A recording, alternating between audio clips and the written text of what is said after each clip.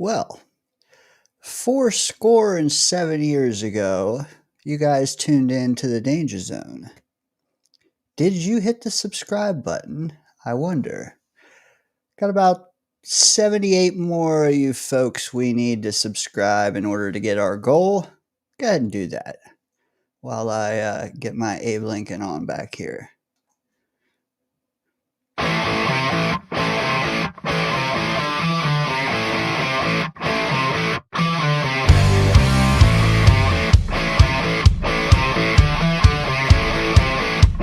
I love the show. I love you guys. Fucking, let's go Jets. Jets, Jets, Jets.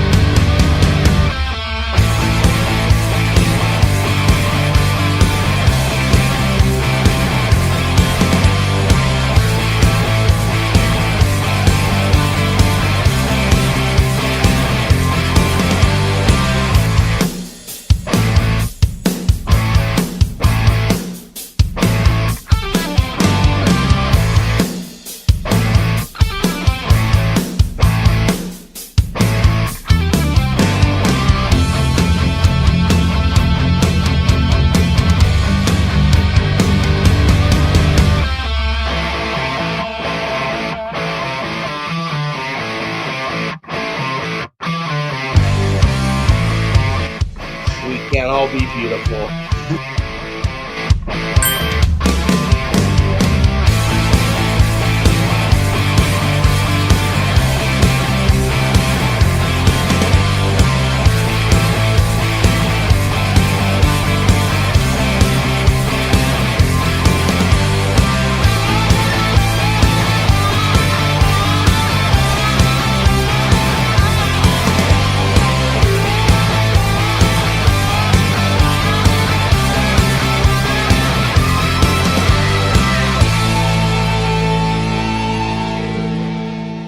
You're in the danger zone.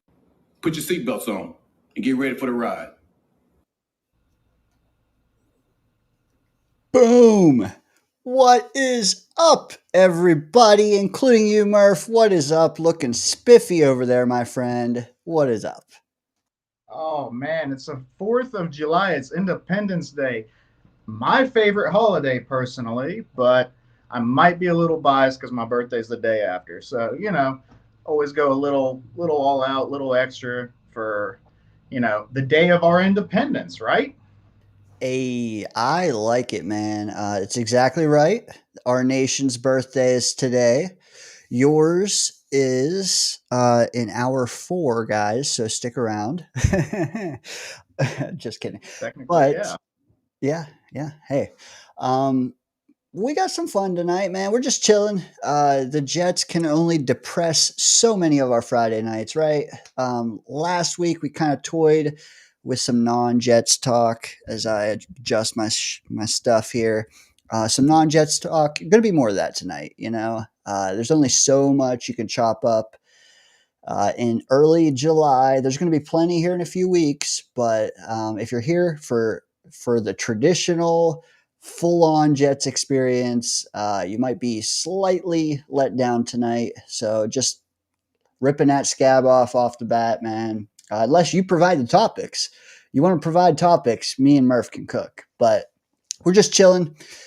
Hit the like, hit the subscribe, spike the like, I should say. But Murph, birthday tomorrow. What do you got planned, man?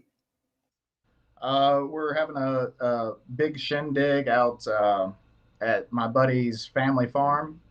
We're going to have a big cookout. We're going to have, a bunch of stuff going on. I'll be in my little Hoochie Daddy holiday outfit.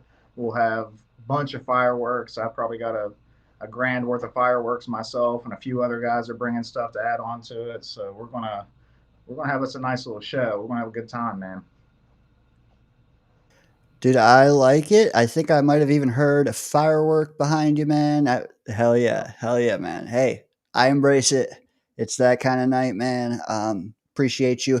We have Scott Foster coming in, folks. He's going to be here at some point, and I am going to pit him against Murph in a Danger Zone edition of Jeopardy that will be the 4th of July Independence Day edition, I should say.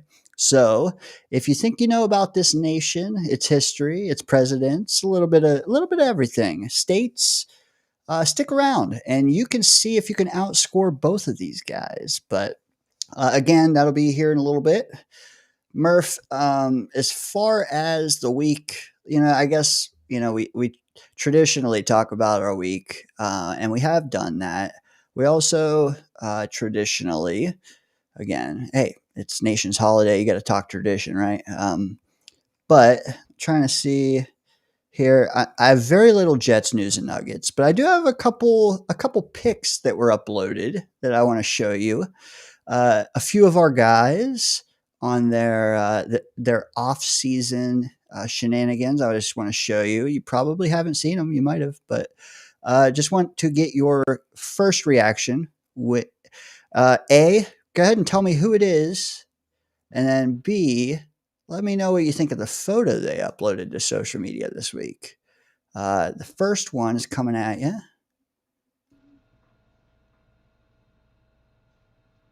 Holy cow. That is a massive fish. Wow. Quite impressive. Do you know who that is, sir? Elijah Vera Tucker? Well done. Well done. That is, dude, bro, that's a large fish. Only a lineman can hold a fish up like that. Come on. Amen, man. All right, I got 3. That was number 1. And I will say compliments to NYJ Matt, who he sourced them or whatever you call it. All right, here's number 2. And you might have to look closer. There's a hint on the screen, but what do you think of this photo? I actually did see this one before because I'm following Jermaine on Instagram, and I happened to stumble across that. I didn't catch what it was. The D Eagle. Now I understand what that means. Desert Eagle, which I'm a little jealous. I need to get me one of those. That'd be nice. Either way, that's pretty cool. That's pretty cool. It doesn't surprise me. Jermaine's kind of a country boy, isn't he? He definitely is. I've seen him in so many cowboy hats over the last couple years, man. Yeah, and he's like a big country music fan too. I've noticed. So kind of fits the vibe Yep. with him. I wonder if his new fiance was with him shooting as well. Do they exist separately? I don't know, but he's probably shooting guns and she's probably doing like model shoots or some shit. So in a way, Fair enough. I got you. And like I said, Scott will be with us at some point to play our game. We are getting folks that are clamoring for the link already. What do you think of that, Murph? Do you think we should take some calls before we play our game? I'm down. Yeah. All right. You know what? Bring topics if you're calling in. We'll drop the link here in a second. Before I do that, I'm going to drop photo number 3, and it's probably a similar one you've seen before. But what do you think when I show you this?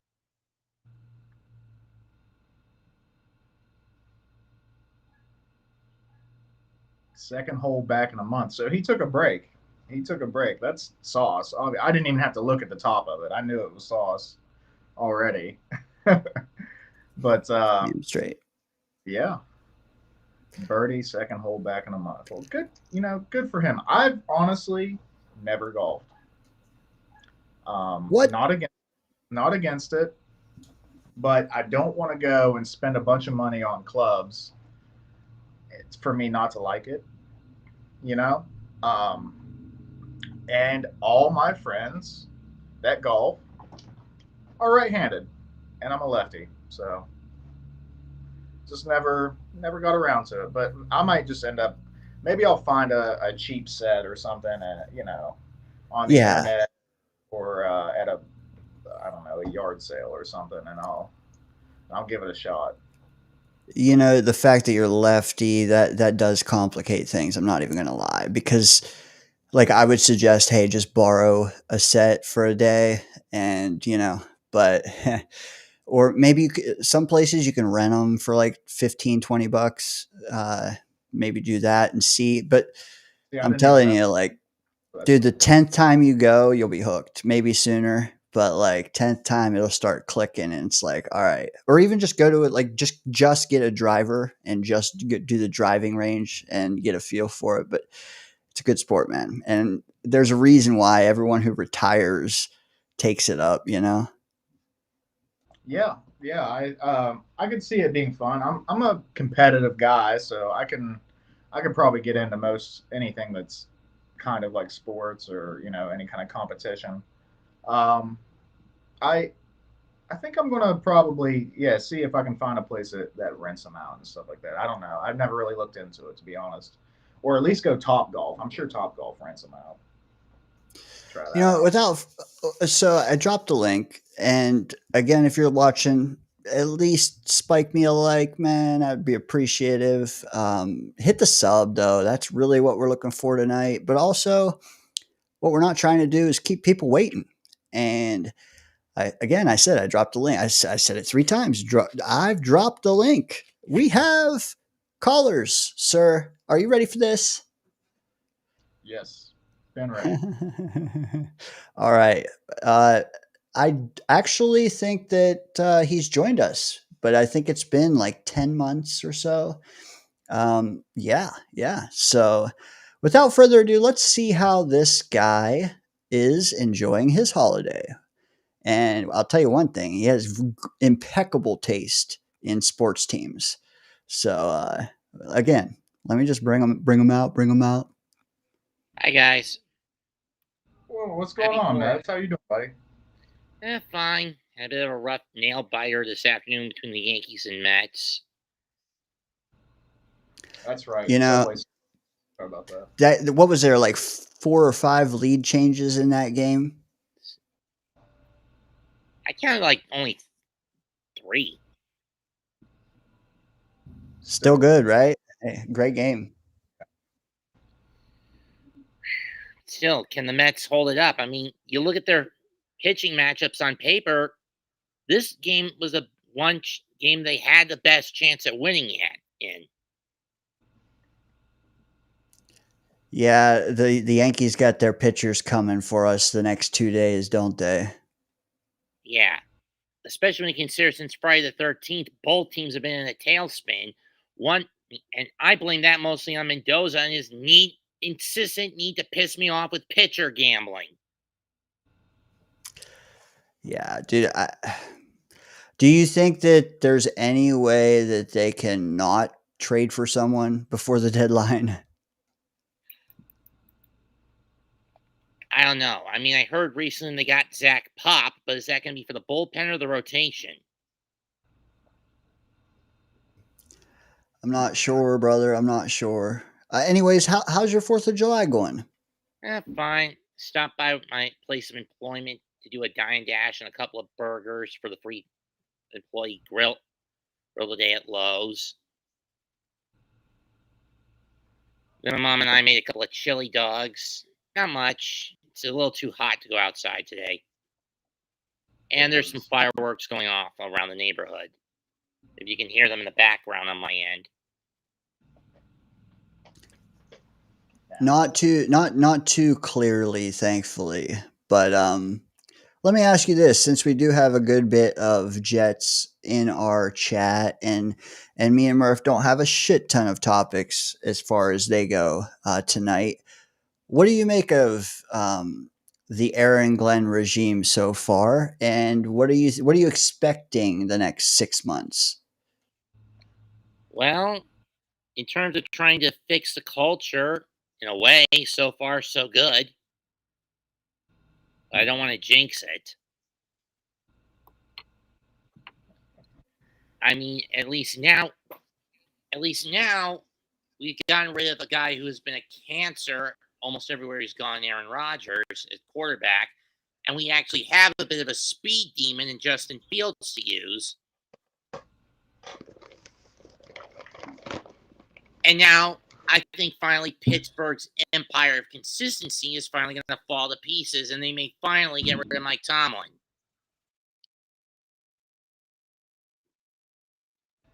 You know,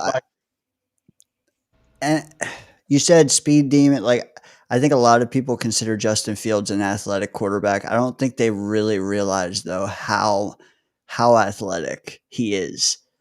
I mean, I just see him I as see a demon. Speed demon. Well, you know what? I don't know. I see a 500 team right off the bat, man. Call me crazy. I mean, that's where I'm going too. Maybe a bit over 500 at best. Still miss the playoffs. But when compared to the crap we've dealt with for the last, I don't know, 6 years, 5 or 6 years, it's a definitive step up. I don't know what you guys are drinking, what Kool-Aid you guys are drinking, but I don't know if I'm at 500 yet with this team. I got plenty of myself, and it's not enough for me to go 500 yet. I don't drink sauce anyway. You don't? Yeah. Let me ask you this. Does that 500 hinge on the defensive performance, or are you saying 500 regardless how the defense plays, Mets? A little bit of both, but I'm putting more of the burden on the offense than I am on the defense this year. We've taken the defense as far as we've gone with Salah. Well, and while it's kept us afloat in games, it's the offense that falls apart. It's fallen apart over the last 3 years. It was only last season that the defense started to fall apart because Rodgers is whining, bitching, complaining, basically bled into the defense, and then throwing Hassan Reddick holding us up for infinite, untold amounts of cash until finally we decided to chop the head off. So I got to ask you, were you behind the Rodgers move when we picked him up, and No! you've soured on? Oh, so you were against it from the get-go. There's an old saying: those who don't learn from history are damned to repeat it. We made the same mistake with Brett Favre, and I was fearful we would do the same with Aaron Rodgers, and sure enough, we did. Granted, we had him for twice as long as Brett, but the point still applies. You don't think if vehemently against getting him. Fair. You were definitely in the minority then. Let me ask you though, after what? At that point, we had Zach Wilson for 2 years. What, like, weren't you tired of that vibe? When we got Rodgers, I think it was only 2 though. Good point. At that point, I was just tired of the quarterback spot getting bitten by the injury bug. Not so much Wilson himself. Wow. I was over Wilson after season 2. I don't know. That's tough. You got more patience than me if you weren't over him. I mean, was I getting fed up with the whole joke of him being a milk chaser? Yes. Fair. But was I over him as a person and a quarterback? No.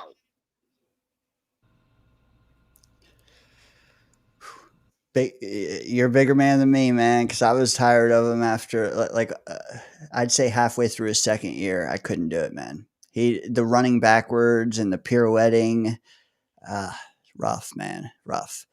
And honestly, like the playing in New York's different, man. You better come with at least a decently high floor, or just be numb to the noise like Eli. Can we get a stupid quarterback that's good? He just can't sense, public perception around him.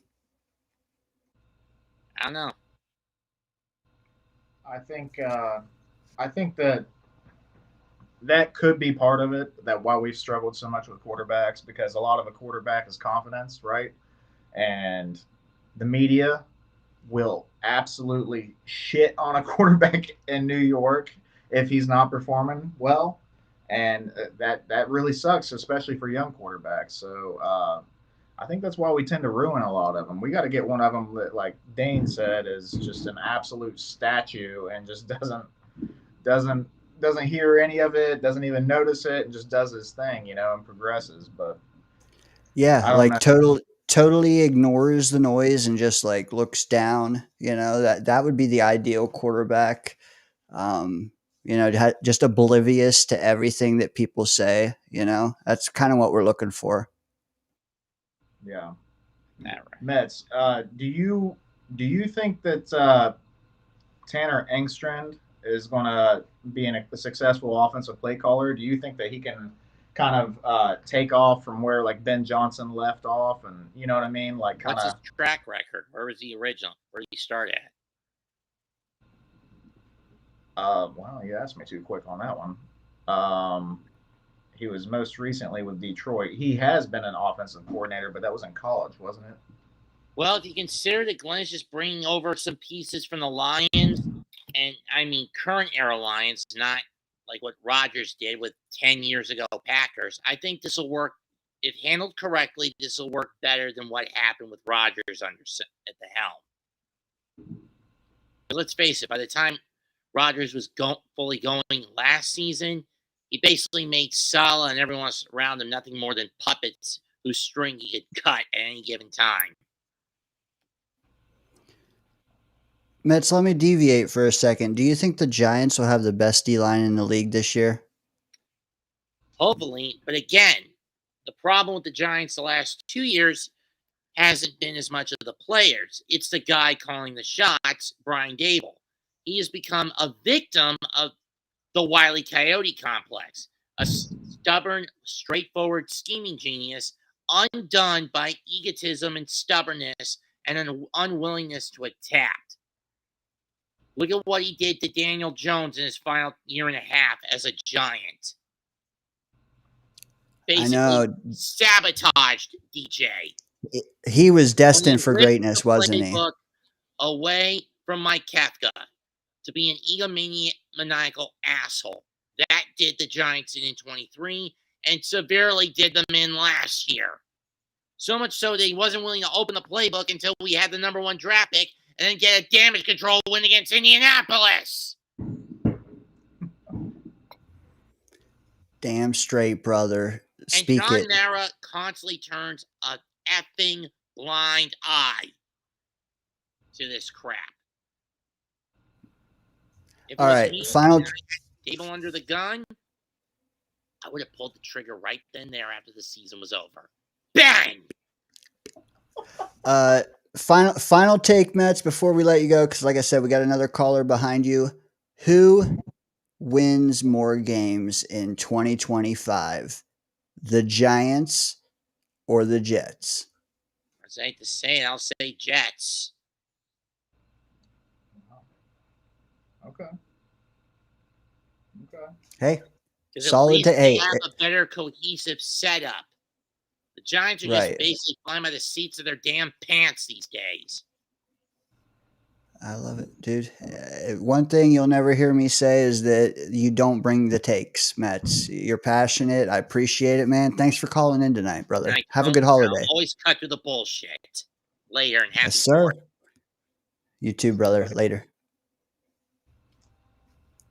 Oh yeah, dude. I love when people that like haven't called in months and months call in. Hey, I'll give them a platform to speak their piece. You know what? I got another guy, but I can't promise. It's been a while since he's. Well, it's probably been a month. You ready for this next one? Hey, I'm ready. All right. Let's see what he's got to say for himself. Birds are chirping. Oh shit, that's me. All right. Hey guys. What's What's up, going man? on, Scott? Cheers. Happy 4th. Hey, cheers, brother. Cheers. By the way, I gotta say, on this program, we do not condone shooting coaches. Yes. Quick. No matter how bad they are, even Adam Gase. Only Good quarterback. call. Mets might be the next Joe Benigno, man. At that rate, like that, or maybe Frank the Tank. I should have asked him his thoughts on Frank the Tank from Barstool. That would have been a good little bit there. I thought you were Anyways, talking about old school. oh, Frank the Tank from Old School. Yeah, Yeah. yeah. That's who I think of when you say Frank the Tank. Yeah. Yeah. Like, whoa, Mets out doing the old streaking bit. Haven't seen him in a while. The chat definitely likes his intensity. I can tell. Um, I know he got into some tiffs on some other channels, so that's probably funneled him over here. Fine, that's fine. um, I'll judge you from what you do to us in front of us. You know what I mean? That's where I'm at. But anyways, you guys want to play a game? What do you think? We can. Yeah. Why not? Why not, dude? We're just chilling. It is like a war zone outside right now, by the way. Like, I don't know if you guys can hear it, but my neighbors are going nuts. Yeah. We do it big here in West Virginia. Sorry. Not surprising. Not surprising at all. Scott, I will say, while I'm not hearing fireworks from Murph, I am hearing some like heavenly birds chirping occasionally from you, and I love it. Love it. The birds are definitely singing. We do have some in the chat. Appreciate you guys joining us tonight again. Let me get this off the screen. I am going to share my screen. Give me 1 second. I'll explain the rules and whatnot. Bear with me a second is what I'm trying to say. All right, so let's see if this works. Murph, you're huge. Thanks, dude.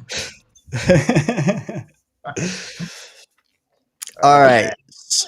So I told you guys earlier, hey, if you both call in, I do have some 4th of July trivia for you and the chat. I stuck to that. I pulled some from the old interwebs. I have them here. These are the categories. And while it is called Jeopardy, I'm not going to ask you to answer like a Jeopardy contestant would. Like you mentioned, we're all having our adult beverages. I'm not going to, but I don't think, also like, if you get it wrong, I'm not going to do minus 500 to you either, if that makes sense. Thank God. But I'm negative. What I will say is, and I have a couple like warm up questions, so we'll get into that. But I think the best way to do it, honestly, with microphones and stuff, is I'll read the question, and whichever one of you I see raise your hand or raise a finger first, you get the right to answer. Get a couple seconds. Hey, I can see that. You get let's say you get 5 seconds to answer after I call on you, and if you don't, the other guy gets a chance. There might be 1 or 2 true and falses, so just know, if you get it wrong, you're giving it to the next guy. Just keep that in mind. There's not a lot of true and false, but why is there not a sports category? If I'd have known there was no sports category, I wouldn't have agreed to this stuff. But I'm just kidding. I relish the opportunity to show the world that I'm a freaking idiot. So let's go. You know what? I think that you'll be pleased with your performance. I think you both will. They're not too bad. I promise. They're like elementary school level. So we'll see. Oh, knock it off, Dane. Now we're just going to be feeling worse even. No, now we're we're screwed, Murph. Yeah. Oh man. The final Jeopardy question has got to be Jets related. All right. Hayes is suggesting that we just do a free for all where I don't bother calling on people. Just whoever has the answer gets it. What do you guys think of that? Whoever's loudest gets the point. Yeah. What is this, a presidential debate, Hazel? Jeez.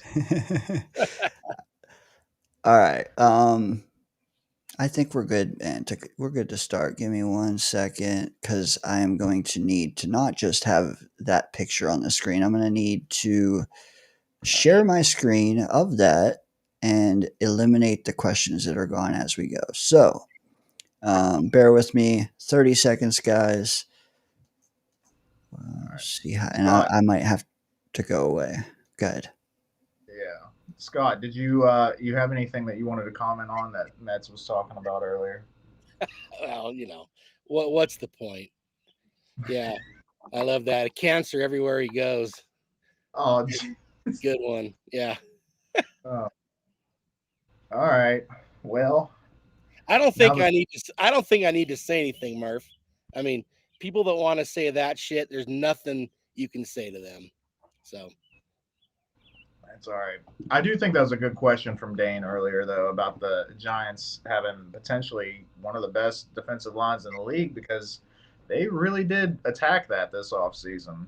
And holy crap. yeah, I've been saying that now for a while. Yeah.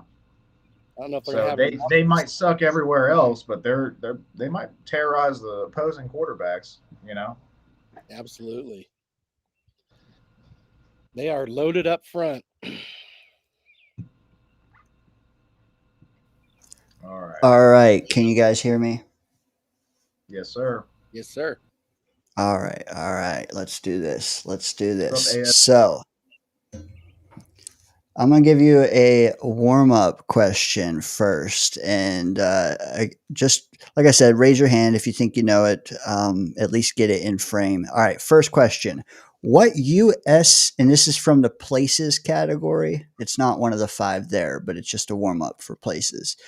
What U.S. city is known as the wedding capital of the world? Scott. Las Vegas.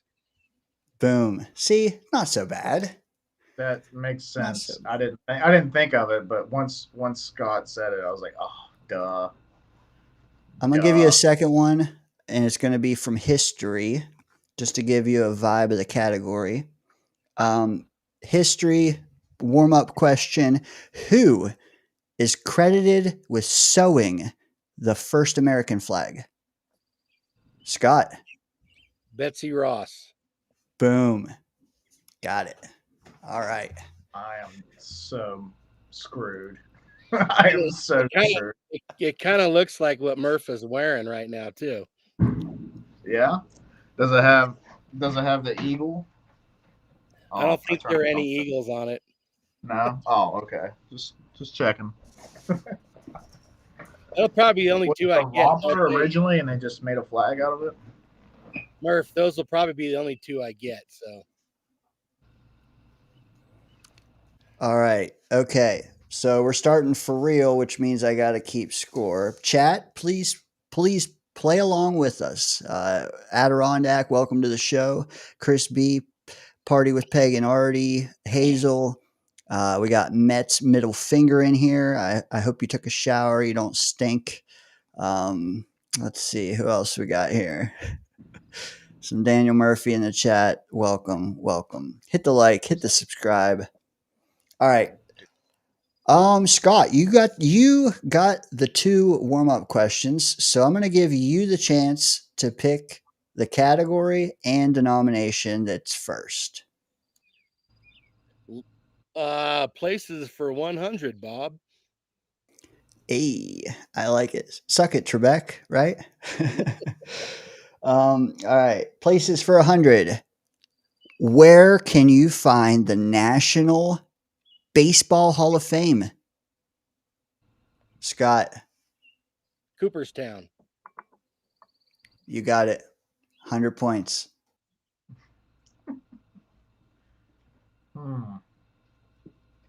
Interesting. Places for 200, Abe.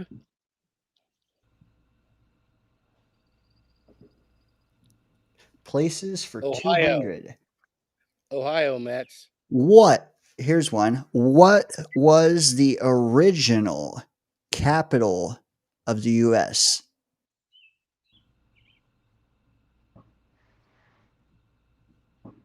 Scott? Philadelphia. Eh. I feel like I know this. Hmm.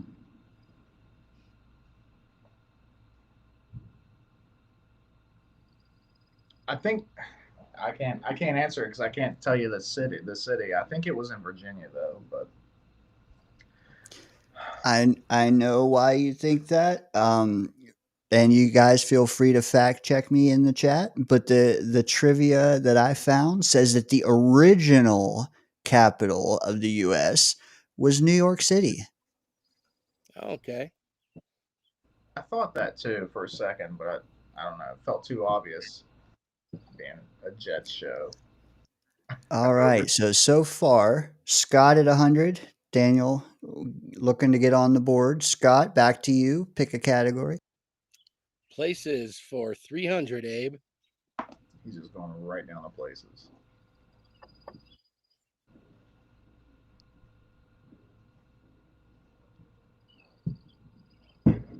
All right. Places for 300. In which American city did jazz music originate? New Orleans. Daniel.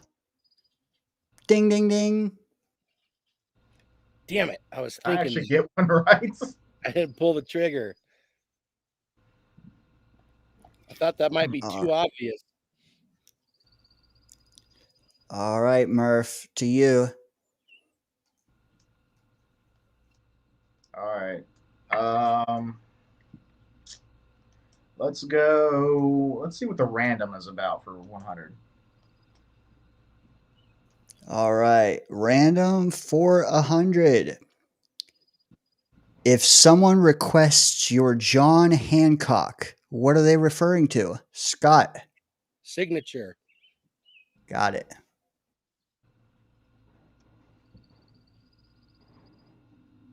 I gotta get a quicker trigger here, you know. Places for 400, Abe.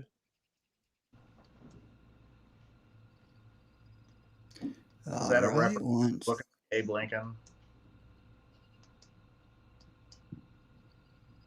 Scott, is that a reference to him looking like Abe Lincoln? Exactly. Okay. I thought it was intentional. It might have been. It might have been. All right. Places for 400. And mind you, these will get harder as you climb or I guess plummet down.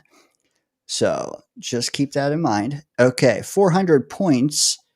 In what state is the largest national park in the United States? In what state is the largest national park? Yeah, and you know what? I'm going to give you the name of it. It's called the Wrangell St. Elias National Park and Preserve. I've never even heard of it. I was going to say Wyoming. And at this point, you might as well just throw a guess out there, Scott.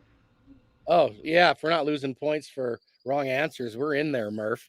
Yeah. How about Texas? oh, I like the strategy. Pick a large state. That's You just exactly picked you picked the wrong one. That's all. It's Alaska, folks. Alaska. Wow. Look at that. We had someone in the chat get 400 points. Nice. Of course all right. it was. Ever group, well, Hazel. Murph, of course it is. She wrote these questions for Dane. She knows all the answers. No. Fair. You know what? It was hard for me not to show her these though today. I was like, no, because you'll be there later. All right. All right, Abe. Back to you, Scott. Close it out. Places 500. All right. 500. What was the only state to ever have been ruled by a queen?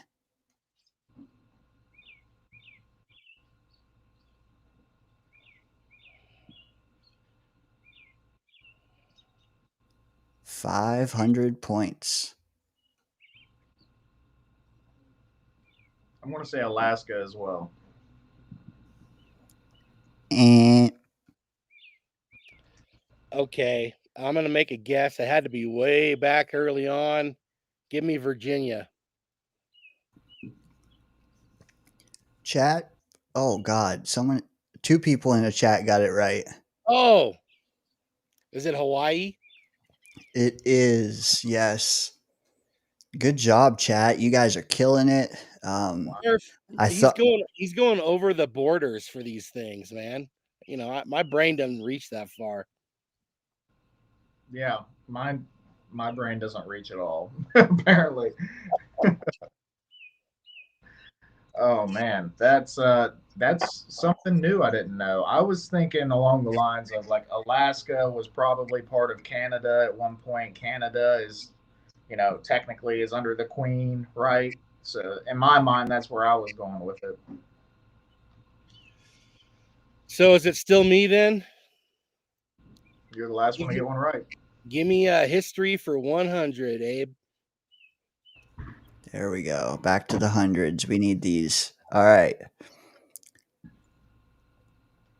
Who wrote the Star Spangled Banner?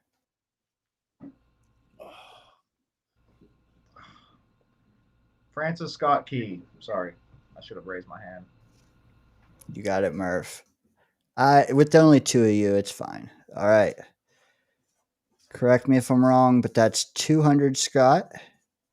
Murph at 400, even though you both got two right so far. I feel like Scott's gotten way more than me. Maybe it was the warm ups that made me think that. Murph hit a 300 dinger, huh? Yep. Murph, back to you.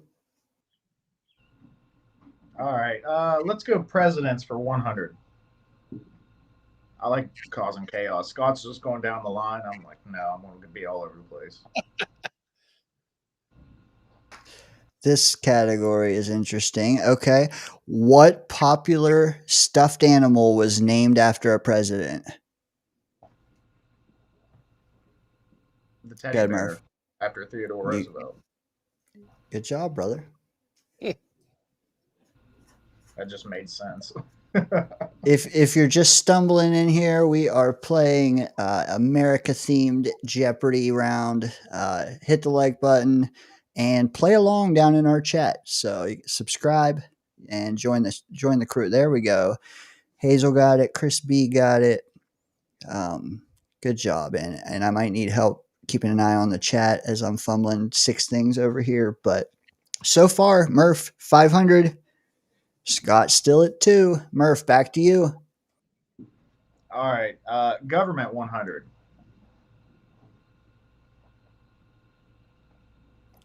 All right, this one is. Hey, the 100 ones are a lot about speed, so be ready.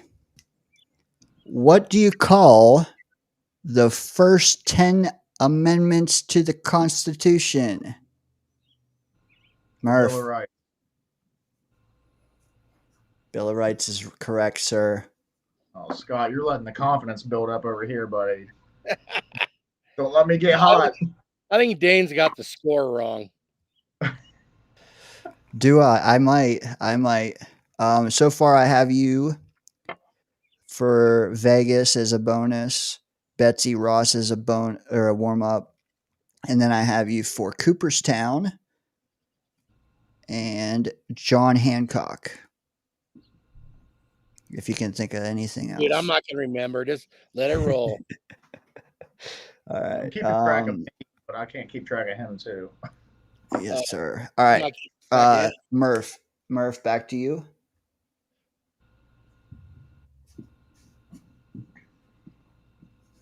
We might need Chris B to help keep score. Let's do random at 200. Chris B, you are welcome to play along, but also if you want to keep score, you're welcome to. I have Murph at 600, Scott at 2. If you can help me down there, that would be really appreciative. Just to be safe, because we are about to hit some bigger points here. You said which one for 2? You already did it, Random. random. All right. What is the national mammal of the U.S.?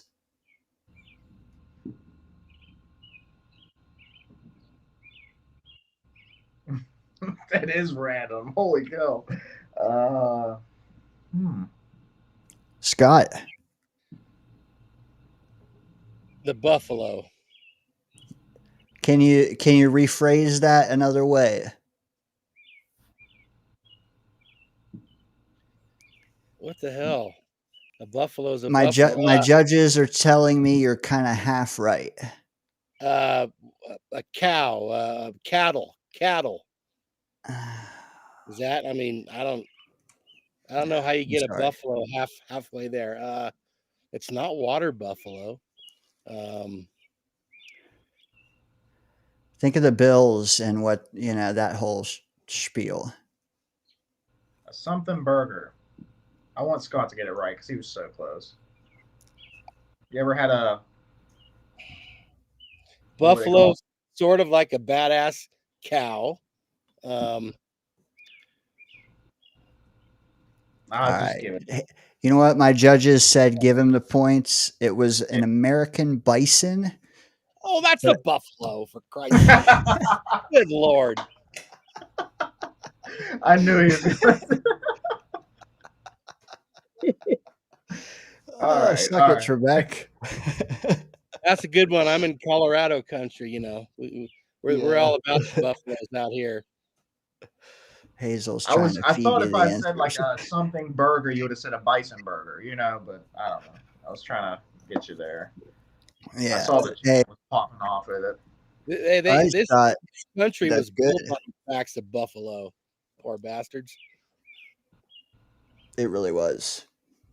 All right, 200 for random is down. You are up, sir. Scott. Let's go random again. All right, and I appreciate the people in the chat that are still down there killing it and guessing. Mets, I see you. Hazel, Chris B, y'all are killing it. Hazel knows what she's talking about. You should just listen to her, Dane. Yep. Hey, she is the judges. All right, random for 300. This one I think you guys will get, even though it's 300 points. Which theme park in the U.S. gets the most visitors?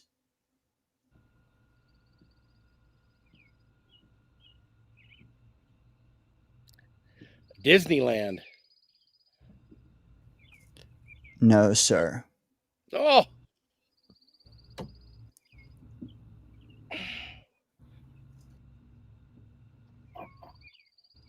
I'm going to say Disney World. Ding, ding, ding. Yeah, okay. Oh, no. That was kind of dirty, but yeah, I got that one. That was dirty, Murph. You're gonna have to fumble a true and false, and it's gonna fix things. Buffalo, right. bison, tomato. Mets. I almost said Dollywood. I really almost said that, and I was like, you know what? I was like, if it's not Disneyland, it's got to be the other one. And Murph hitting 3-run homers. Hey, power hitter here, man. It's 400 to 900, and again, that's nothing. That's one question if you get it right. So, Murph, you are up, sir. I'm not going to let Scott have his fancy little outline here, so we're going to go government 200. Okay. You got me. I see. Government for 200. I don't think he does. Again, this one might be speed, so be ready. How many senators does each state have?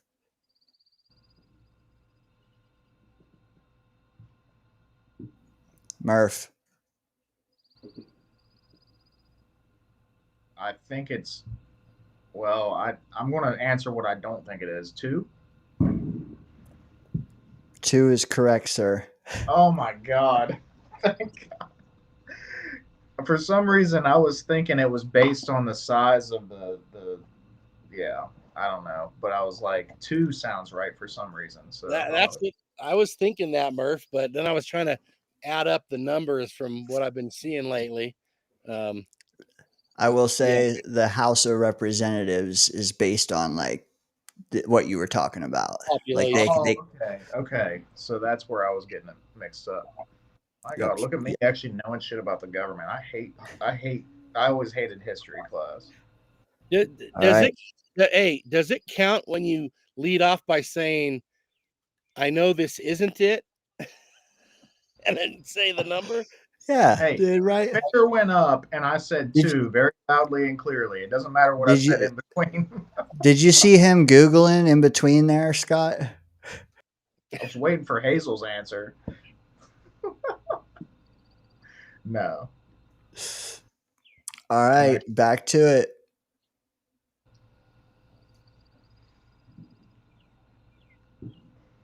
Let's go. Are we allowed to jump straight to like 500s? I haven't seen Jeopardy in forever, so I wasn't sure. Just so I can really fuck with Scott, let's go presidents for 500.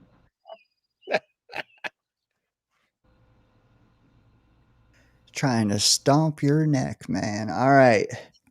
I found this highly interesting, this question. How many sitting presidents have been assassinated?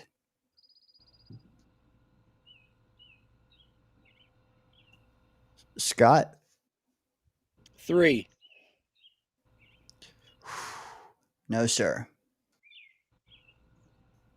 2. No, sir. I'm going to give the chat a second, see if they can piece it together. But very good guesses out of both of you.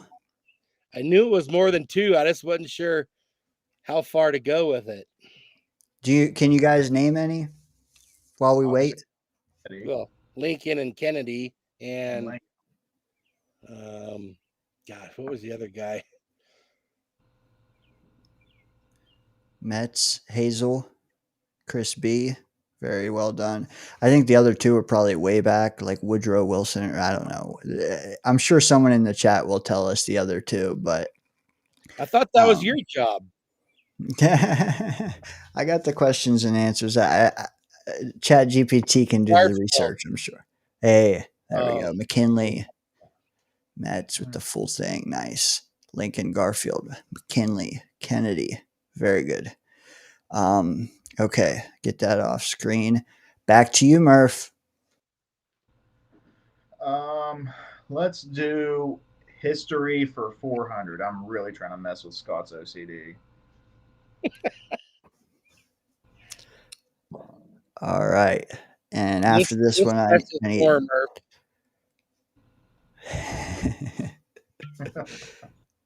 How's my lag? Am I really off? Actually, no. I don't think so. I think it's because I'm sharing Paint and not like Chrome. You know. Yeah. I don't know what you're talking about. You don't know Paint and Chrome. We're talking cars. We're talking cars here. Chrome, but Paint, I don't know what. Yeah, whatever. All right. You said 400. History, U.S. history. I think if you use logic, you'll get this one, guys. So again, Scott, you got to be fast on the trigger. The United States purchased Alaska from which country? Scott. Russia. 400 points, sir. Good job. I waited till the question was over because we purchased a couple areas. Okay, I had to make sure it was one or the other. Fine. I was waiting for that to come up. All right, Scott, you were. Scott was throwing that shit up. Murph, 1100. I don't think we have to wait till the end, right? Nah, not if you know it, man. That's all I'm concerned with. No, it's but fair.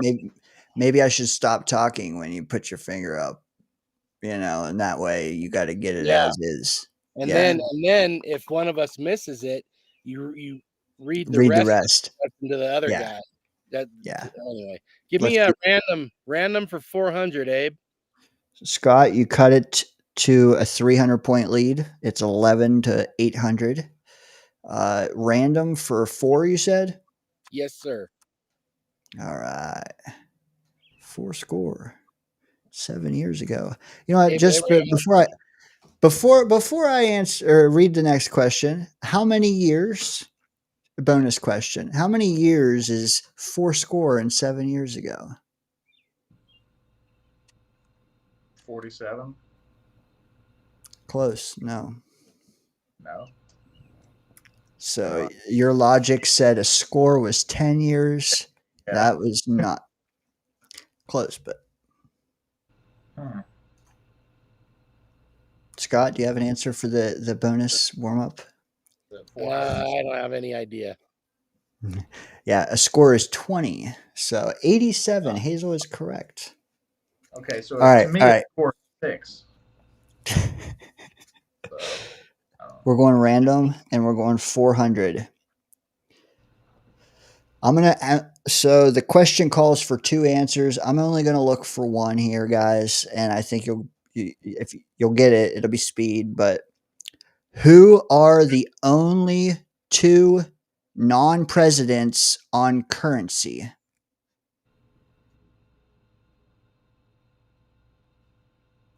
Ben Scott, Franklin. 400 points, sir. You took the lead. Murph. Murph. Who the other one is? Yeah, well, can either one of you name the other one? Is coin included? Both answers are bills, if that helps. Okay. Probably a bill I've never had in my wallet before. A big one. No. You said the $100 bill. It's way less than that. Yeah. Andrew, who's on the 2? Huh? Who's on the 2? I could tell you. I got one right here. Is the $2 bill ain't a real thing, is it? I thought those were fake. Oh, it's hella real. I don't know if they're still making them or not, but you know what? You got a point, Scott. It's Thomas Jefferson, but that's not the answer they gave me. The answer. See if anyone in the chat has it. The $10 bill has Alexander Hamilton. Oh. Okay. Okay. So hey, Murph, there's a strip club in Portland. Can't remember the name of it, but they don't give out $1 bills. It's $2 bills. So you get all these $2 bills, and then you're going around town later, and they like everybody knows where you've been. Huh? Are they hiring? Yeah. I'm just saying. I mean, you might have to get a boob job if you want to work there. I'm working on it. I'm trying to get them there. Give me a few more years. They might be maybe a solid B or C cup. I don't know. Hey, look who showed up. Hey, Charles, how are you? Charles, what's going on, Charles? Yeah, that's an interesting thing. Where do they even get all of them from? I wonder. Because I've only seen like one ever, I think, and I thought it was fake. I thought it was just like BS. No, they're real. Not popular. Where'd Dane go? He is doing some maintenance in the back currently, and he will be back in 30 seconds or something like that. Charles, you got in here a little late. We threw the link up earlier. We're doing this trivia thing right now. Maybe afterwards we might throw another link out and you can call in. But for now, you can hang out in the chat and answer some of these questions. Me and Scott are going head to head in Jeopardy right now, and I am being constantly reminded of how long it's been since I've been in school, and it's been pretty rough. But Time Either out, way. Murph. Not as long as it has been for me. That's true, but I'm banking on your memory being better than my memory because if I don't use the piece of information, it is gone. Okay, bank on it. Just don't put money on it. There it is. Nice. Huh. Nice. I think that club and someone can Google this if they want to. I think that club in Portland might have been called the El Diablo. Anyway, irrelevant. No, that's extremely relevant tonight, sir. Matt's got us on sports, but that's okay. As Hazel said, they are still in circulation. You just have to special request them at the bank. The one I have here was printed in 2017. Nice. Huh. Cool little novelty to put in like birthday cards and shit, for That kids. sounds like random for 500 question to me. All right, just to let the chat know and you guys know, we have Scott sitting at 1,200 points after he was boo-hooing, and we have Murph at 1,100 points. What was I boo-hooing? Anyway, all right, let's go history for 200. Abe. All right, history. What? 200 is off the shocked. board. Okay. What event, guys, as we celebrate the nation's birthday today, what event officially brought the U.S. into World War II? Scott. Pearl Harbor. Ding, ding, ding. Yeah. Who was the president at that time, Scott? Roosevelt. Nice. Nice. Anyway. Bonus points? No, that was my question. You don't get bonus points for my question. I'm leading the Murph trivia night. I wonder if he was clutching his teddy when that happened. On a side note, my grandma on my dad's side, her brother built the Pearl Harbor Memorial. Wow. That's pretty great. Cool. Yep. Boomtown. Happy holiday.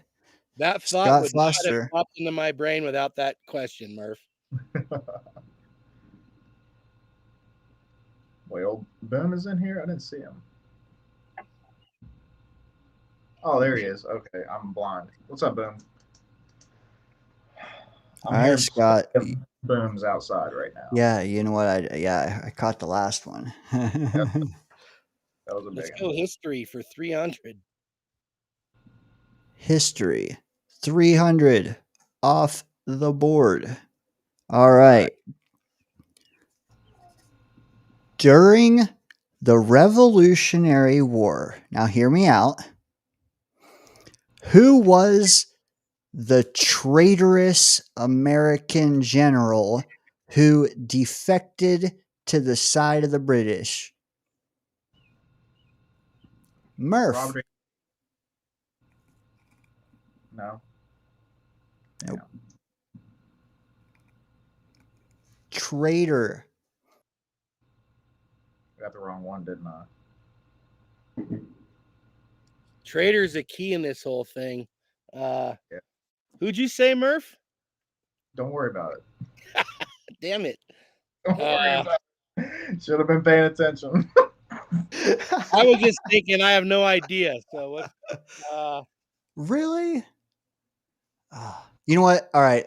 Traitor. Well, go ahead, Scott. Do I need the full name? Don't look at the chat, please. Can I just call him Trader Joe? I'm not looking at the I don't know. Right.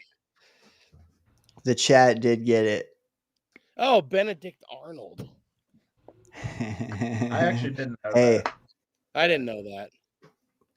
Well, yeah, fair. I probably wouldn't have if I was put on the spot either. Now it's like, yeah, obvious, but it's a good question. It's a question worthy of 300 points, I feel like. But Scott, you're up, sir. How about history for 500, Abe? You know, Tyson Manning calls us nerds every Friday. I think he's right this Friday, though. Now, nerds would be doing way better than Murph and I. I'm feeling very nerdy right now. All right, you said what for 500? History. History it is. So that wipes out those two. All right. History for 500. You're gonna have to think this time, and okay, here, new rule: the moment I see the answer in the chat, you guys are cut off. All right. Well, tell the It chat takes a to wait till the well. enter. Come on, They people. listen. We have a 10-second head start on them. If we can't do it before they can, then it's our fault. Oh, okay. Fair enough. Well, all right, 500. The second person might not. All right. Hey, let's face it. Murph and I are missing more than we're getting right. So the second person is usually answering. Right now, let's see. Benedict Arnold, we did. And we did the currency one. Yeah, all right.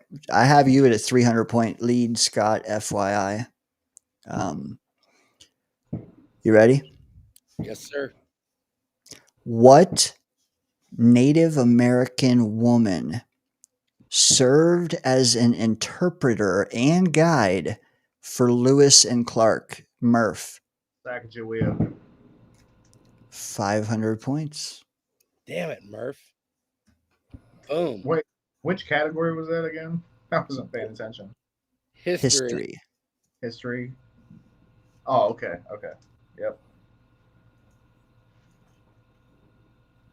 Yep. We got a Pocahontas.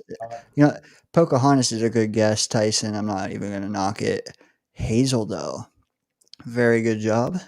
Murph was on that like Cougar a couple weeks ago. Yes, Oh, okay. We got an update here from Chris. Murph, 1,600. Scott, 1,400. We have a lead change. It's like watching Mets and Yankees earlier. All right, Murph, you are up, sir. We're going to go presidents for 300 just to screw up Scott's vibe again. And I think Hayes spelled that wrong, by the way. There's a G instead of a J. Boom, roasted. Boom, Hayes. I'm with Hayes. No, I'm just kidding. You're just trying to get her points, Scott, and that's not okay. All right. Did I say? Oh yeah, I said presidents for 300. Yes, you did. Are you ready? All right.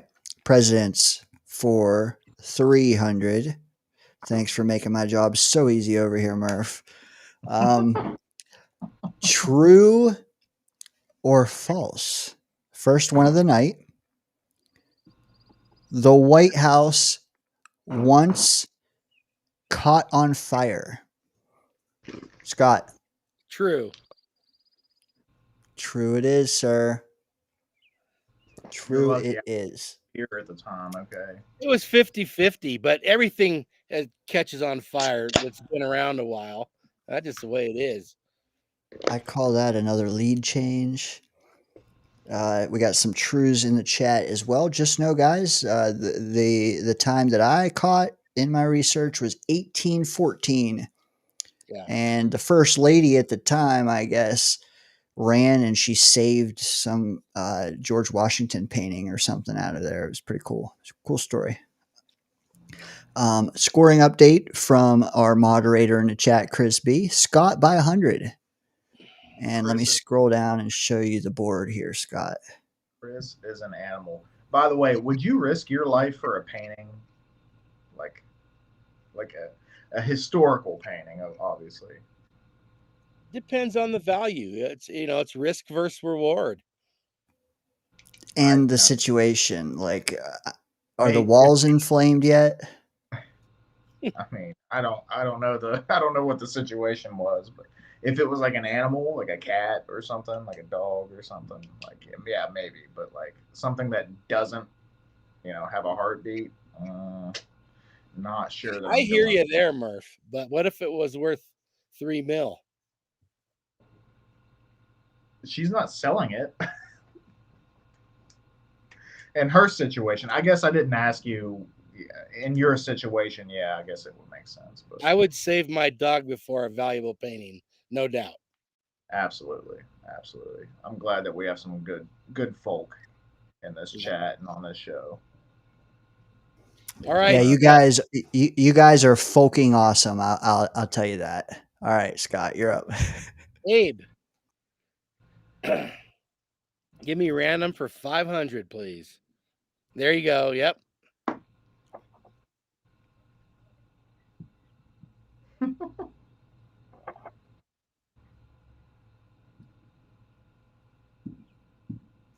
Random 500. This is a danger zone question. If I've ever heard one, you'll know why. Which type of alcohol is distinctive to the U.S.? Murph. 500 points, sir.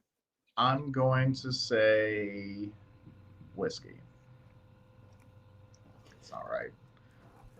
There's many whiskeys. Right. It's not specific enough. Okay, bourbon. Oh. Still not specific enough. Oh, Kentucky. I was already celebrating. Kentucky bourbon. Ding, ding, ding.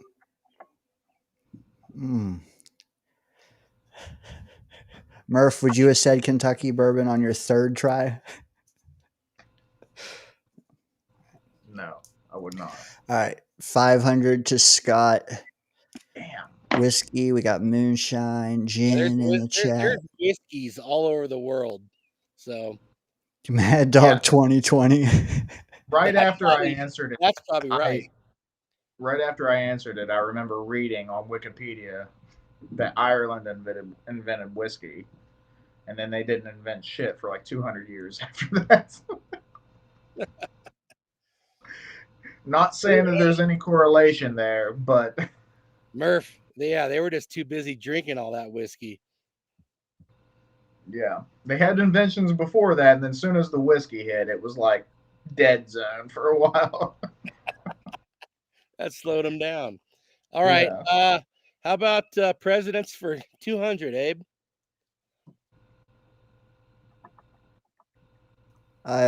Scott, I love your commitment to the bit. You're the man.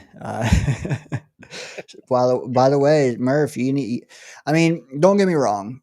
There will be something after this, and it will be a final question that you can wager as much as you want on. So just know that. But also, I don't think that sways things since you don't get deducted anyway. All right, presidents, 200. Which president won in 2009 the Nobel Peace Prize, Murph? Barack Obama. Correct. You paused there, and it actually made me worry for a second. I was like, "Holy shit! Did I get my shit wrong?" I should have quit. I should have quit talking. I should have. Murph, and it made me think I had hope. He actually got me with the thrill there for a second. Murph's kicking my Where ass. the hell? You know what? Boomtown. That's a very good question. Where the hell else is moonshine made? Probably anywhere with some scrap metal, I would assume. But good question. Hey, again, these were all good, Scott. I was gonna say, first place I ever drank moonshine was in Murph's backyard there, at the parking lot before a WVU game. Hell yeah, dude! I used to get apple pie moonshine, and it was so good, so good. This was coconut moonshine. I usually just got the clear stuff though. I wanted the strongest shit you could get. Like if you spit it into the fire, it goes. Like, that's what I always got. I sit around sipping that. But I also had a lot of blackout nights too, so it kind of makes sense. All right. Since Scott is just so adamant about it, I will finally jump on board because I feel like it does help Dane. We're going to go presidents for 400.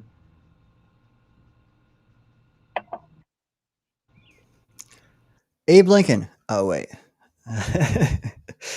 All right, presidents for 400. The loser of this game has to chug some Kentucky bourbon. Oh wait. All right. I have some bourbon in the house. I have some black, or well, no, that's whiskey, isn't it? Never mind. Never mind. You know what? Give me 30 seconds. I just want to highlight a few things. Hazel says that moonshine is made in prisons around the world. I like that. Oh, wow. Toilet. That's good stuff. Party with Peg and Artie definitely caught the vibe of this channel. He is out there. He says he is he or she or both is they're slugging some Jameson right now. So hell yeah. Hell yeah. Irish. Yeah. Pickle moonshine is awesome. That sounds good. Okay. I think fair. I would like that. Fun fact: I drank so much Jesus. I drank Hey, so you're much. getting the 2-for-1, guys. You're getting fireworks, dinner and a movie. I think It I is heard that crazy. one, Murph. I drank so much pickle juice one time that I ended up with a stomach ache all freaking night. Like I had one of those big jars, and I drank probably half of the jar of pickle juice. Like it was You know what that's great for? idea. What? A hangover cure or like fixing your dehydration. Salt. A lot of sodium. Didn't Nolan Ryan soak his hand in pickle juice or something? Keep the blisters off his hand? I don't know.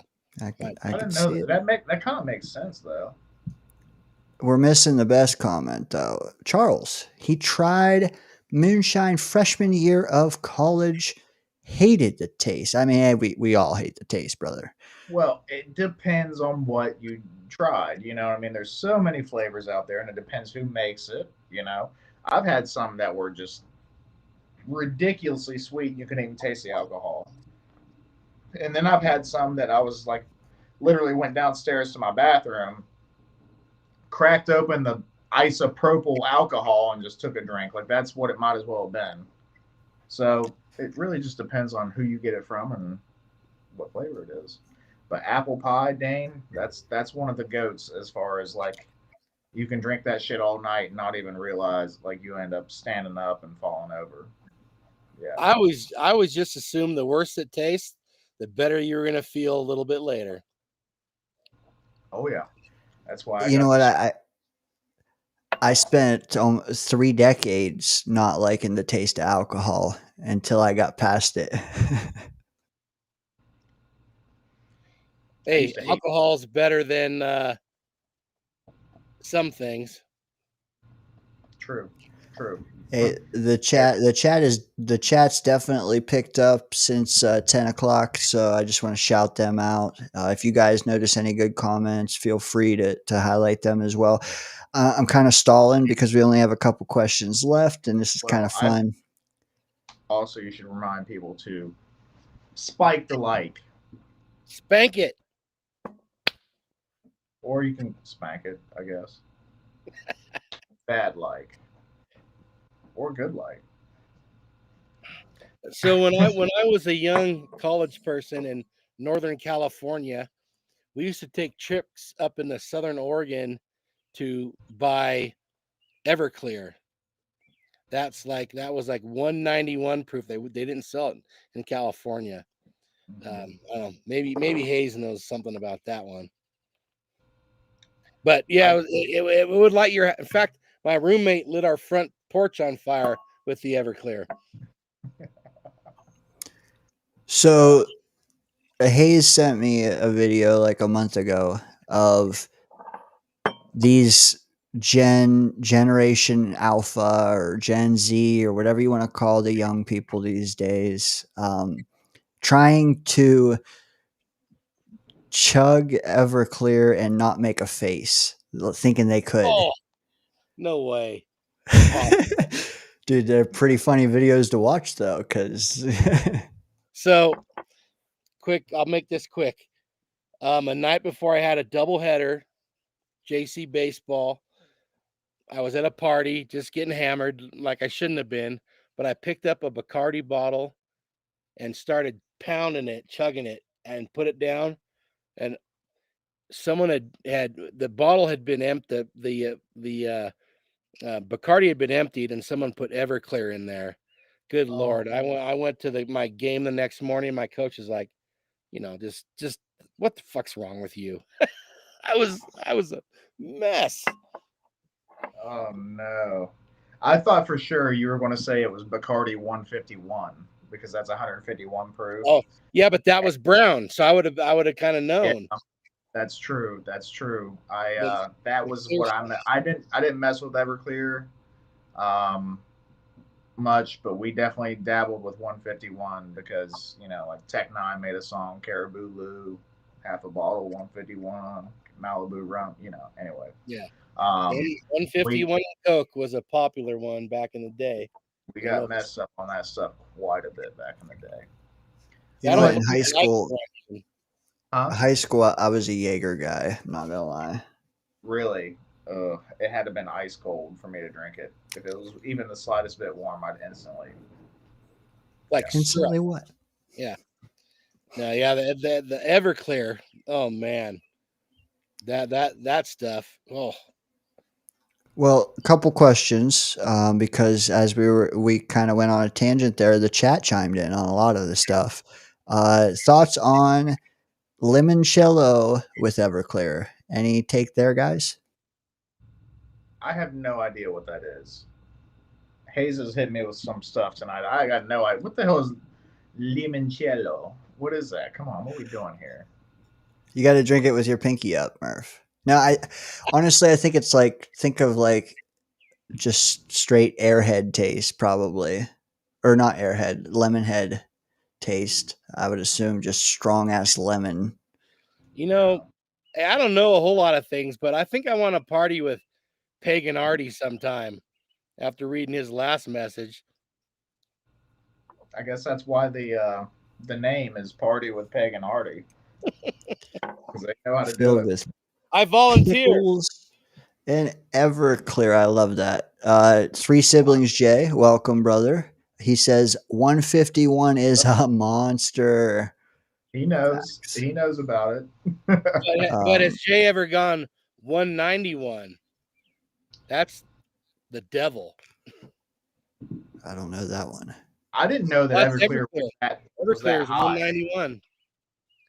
I thought Everclear was 150. I didn't know it was that high. Holy cow. Because that's moonshine. Moonshine is like 190, Wow. And Chris, I just wanted to make sure that we take a beat here and say we're not trying to glorify drinking at all. It's just, Friday night and we're just sharing stories is all. So no, hey, dude, you don't have to be here. Just, you're kicking ass. Actually, you're helping me at this game as well with the scoring. I think it's Murph. More impressive to have gone, 20, 30, 40. I don't know how old Chris is, but to go decades without ever having a drink, than it is to have a night where you've crushed 25 beers in a night. You know what I mean? I think that is way more impressive, and I salute you, Chris. If that's your vibe, dude. If you just prefer to stay, clean, stay sober, dude, hell yeah, man, that's awesome. Far more impressive, Murph. Yeah, absolutely. Facts. And you know what? I recommend anyone who does start to wait until their 30s like me, because then you have a pristine liver.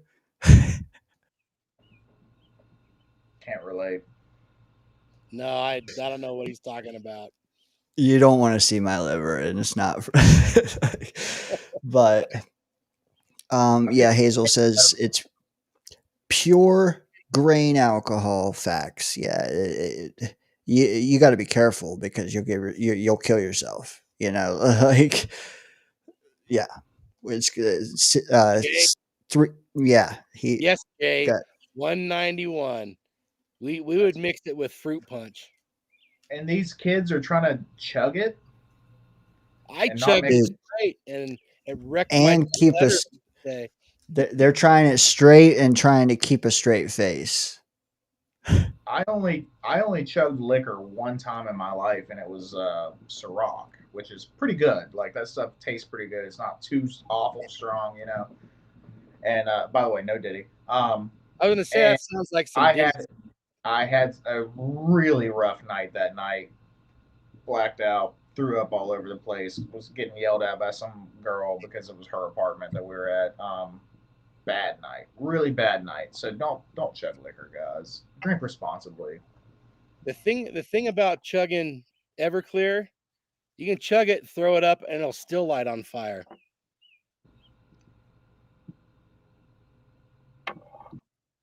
Wow.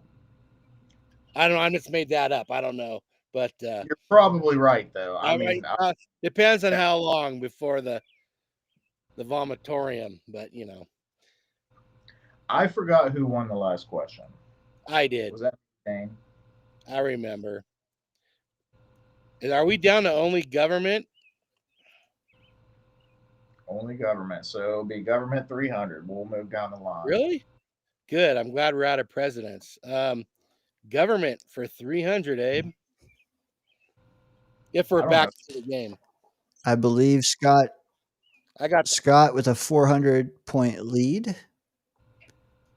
And I just wanted to, while my computer, I fixed some things. It looks a little better on there, but it's taken me a second to catch up, guys. Hazel, they're not even chugging. They're trying to take just a drink, okay? Just straight drink and keep a straight face. Yeah, you're gonna have to look those up later because it is straight comedy. If you've ever been there, done that, and can speak on it. So, anyways, government 300. Here we go. As the score gets tight, guys, these questions matter. What are the 3 branches of government? The executive, the judicial, and the. I had it and I lost it. Oh my god.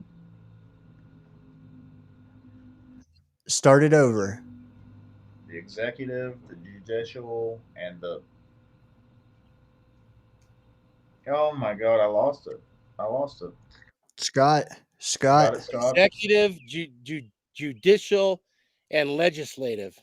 Damn it, that's what He got it. You know, it's so And funny. he was looking off into nature, so he got it. I raised my left hand.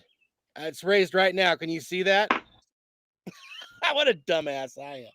Good Lord. Oh. Damn it. By the way, who got that 400 before that? I did.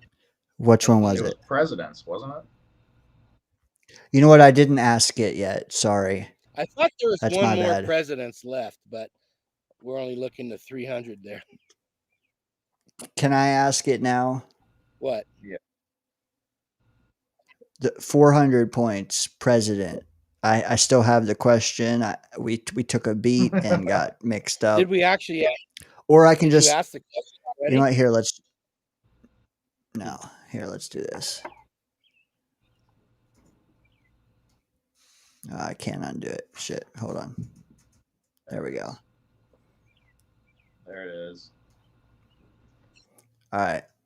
Now we're good.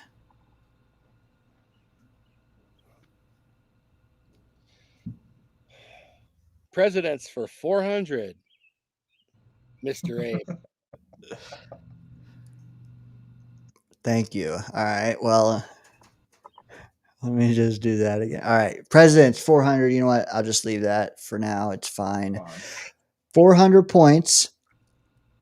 Who was the first president to be born in the 20th century?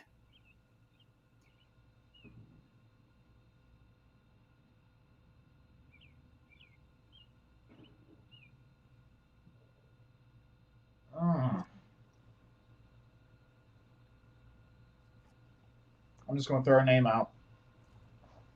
Dwight D. Eisenhower. I don't know. I just threw a name out. Scott, no looking at the chat. What you got? I want to say JFK, but it wasn't him because he was I was 10 years off. Fucking hell. Truman. That is incorrect. The correct answer That one. is JFK. Really? Oh. I thought about answering that too. Really? Hey, like and subscribe. We're having fun here in the Danger Zone, folks. He was young though. That's why I almost thought about going that way, but I was like, man, he was a young president. I don't know, like Same here, Murph. Same here. Oh, I could have put this thing to sleep if I got that right. Oh well. What do we got left there? Government for 400.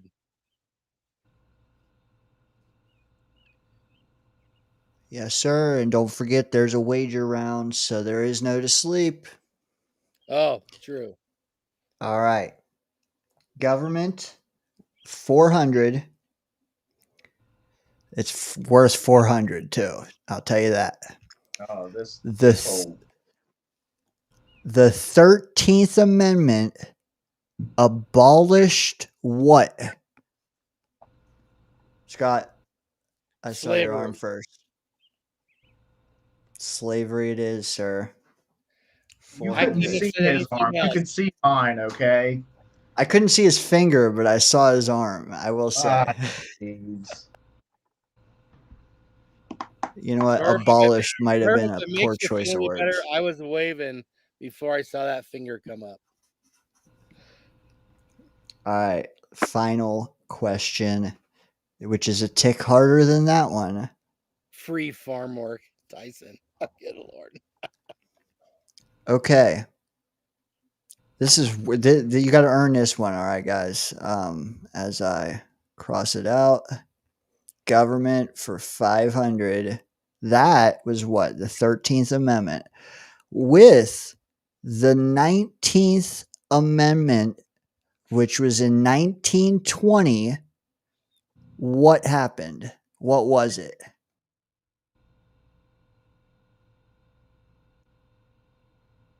Women were allowed to vote.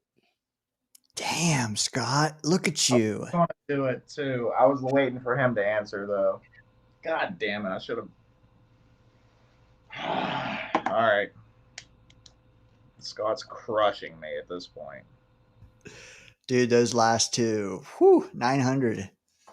Yeah, that's rough.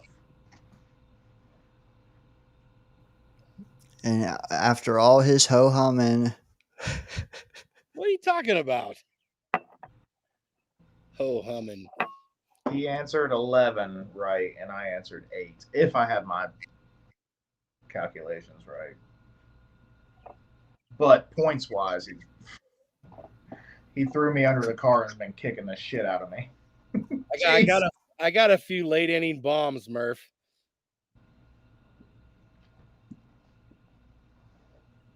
I needed presidents to go to like 800. Yeah, that was it. You definitely Government is never going to be my strong suit.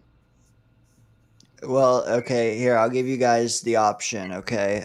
I do have two. So the second round, what I wanted was to be Final Jeopardy. I do have two questions, though. Do you want to play it twice? Or do you want to just me to pick the best of the two for one final hurrah? Scott, you're leading. I feel like I got to give you the option. Well, I would, if I'm really trying to win this thing, I would go one, but I'll let Murph choose. Two questions would be better for him, I think. We can bet however much we want, and we don't lose it. No, Correct? no, you lose it this time. Oh, okay. It's a wagering system. So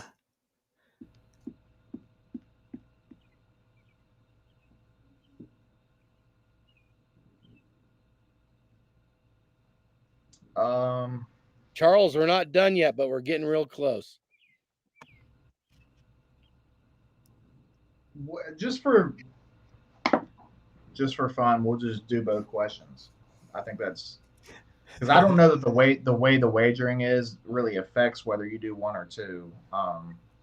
So let's just do two for fun, for funsies. I mean, with two, you can actually strategize. Maybe you don't want to go all in first. You know what I mean? Like, because then you have nothing to wager the second time. So it does kind of add a wrinkle where it's like, all right, let me do a little, see where we're at, and then do, you know what I mean?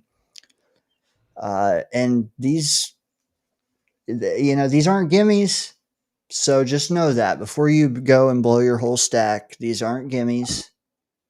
These are, I would say, 500-point questions, if not 6 or 7. Oh, dang. It's Final Jeopardy. You've seen the show. They're tough. But they're also they're not impossible. So do we what I write? need? Do we write what we're betting on the sheet and then our answer underneath it? All right. You know what? Yeah. Yeah, and I'm gonna trust you guys not to write the wager after you hear the question. So please. How about if we write our wager and show you? Yeah, and don't look at the screen so you don't see each other's. Yeah. Or you know what? It don't matter as long as you show them at the same time. Yeah, just Okay. say show us, and we'll put them up at the same time. And again, Scott with 3,400 points. Murph 1,800. Write your wagers now, and prepare to show them here in a second.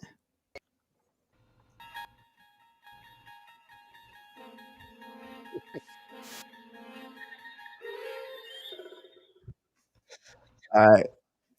Are you ready to show your wager? I am. All right. 3, 2, 1. Show your wagers. Okay. Murph with 700. Scott with 100. Can't say I just Scott, I see you there. I see you. It's some good strategy. All right. Murph, you gotta get this. If Scott. Oh shit! Is this a Murph question? Damn you! He's gonna play chicken soup. I just mean if he loses 700 points, he's cooked. That's all. Oh, I got you. All right. Not a West Virginia question. Nope. All right. I'll make it a little easy on you. This is true or false. True or false? As you know what, and this you're going to write this down. So feel free to fully listen, and then we'll take a beat while you write your answers and hit the chat a little bit. True or false? Martin Van Buren once had 2 pet tigers while he was in the White House. He had them there and everything. Write your answers to the question now.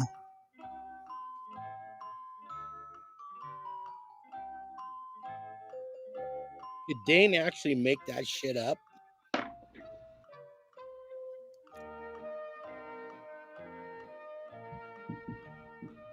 I'm like that dude from Home Improvement right now. The neighbor. I forgot what his name is. Man, this ink does something to me. Woo! All right. While you guys are ingesting, you're huffing over there. Woo! Chat, get your answers in now. The guys have written down theirs, so they're frozen in time. Again, the question was true or false. Martin Van Buren once had 2 pet tigers in the White House, Mike Tyson style. Yes or no? We're going to hear from the underdog first, Murph. What was your answer, sir? False, he says. You know what, Scott? Let's get your answer while we're at it. I'm with Murph on this one. False. 200 and 700. And let me read you the answer here. It says, true. Van Buren received the cubs from the Sultan of Oman. He kept them for a bit, but then Congress made him kick them out and send them to a zoo. That buried me. I figured Trump would be the first to do that kind of shit, but that'll probably be stripper poles for Trump. You know, we got some mixed questions. We got 2 right in the chat. We got 2 wrong. I might need a scoring update. Murph minus 700. Scott minus 2.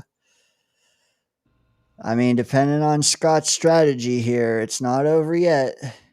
All right. He would have to bet a shit ton for me to have a chance. Is that right? Well, what Chris just put up there? Oh yeah. Yeah. Scott, I think I could see you wagering about. Well, I'll leave it up to you, sir. 100. 999. All right. Well, you guys ready for this final round here? Before I drop this, I'm going to drop a link here in about 30 seconds after this question. All right. Wagers, please. Oh, shit.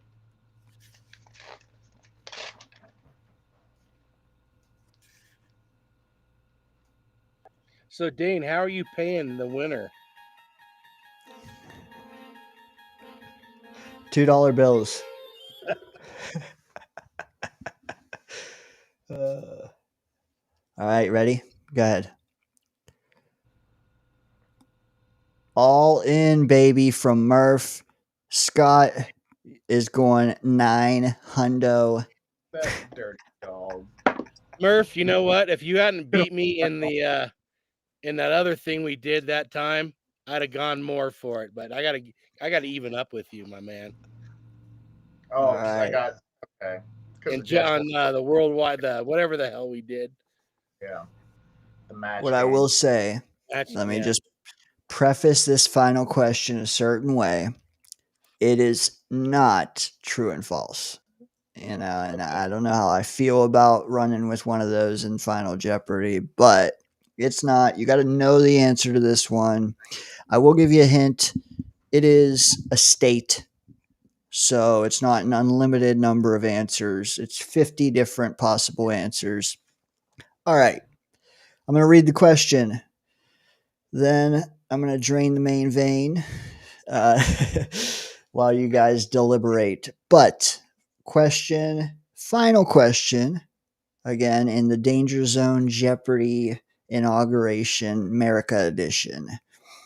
The first and only probably ever champion will be crowned here shortly, folks. All right. Out of all 50 states, which one is the least flat? And we're not talking like elevation, which one's got the rockiest mountains? No. Which state has the least flatness percentage-wise? You know what I mean? Like, does that make sense? All right. Do your thing. I will be right back.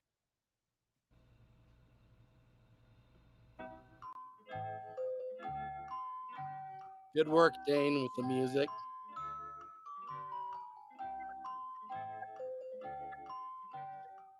The least flatness, huh?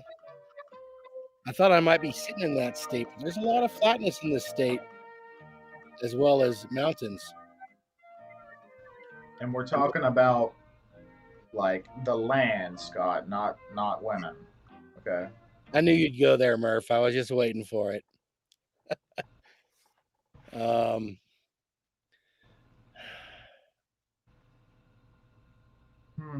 It's got to be I already got mine.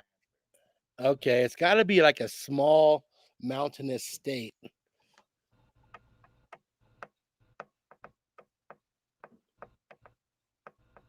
Colorado's got a lot of flat areas. Never been there. I don't know. Well, get your ass out here, Murph. I need to.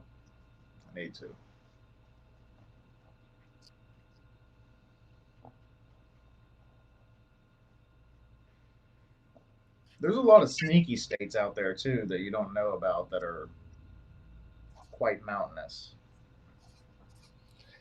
All right.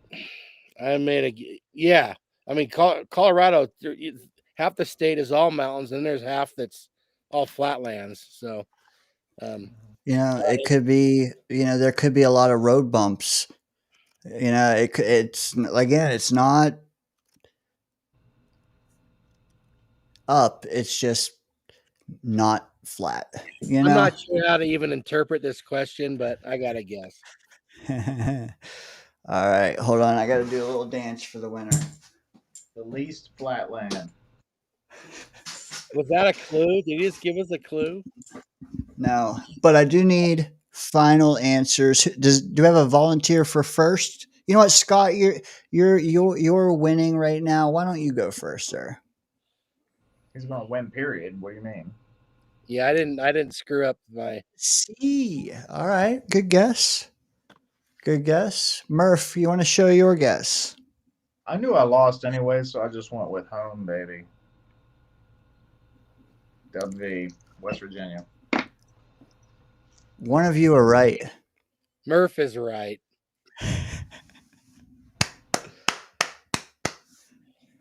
Country roads take me home to a place I belong. Someone put West Virginia in the chat, so I didn't feel right about using it, but I didn't know the answer. You can guess no matter what. Hey, when you've clinched the playoffs, do you really need to play your starters, Scott? Yeah, clearly. I believe in playing the guys. You know what?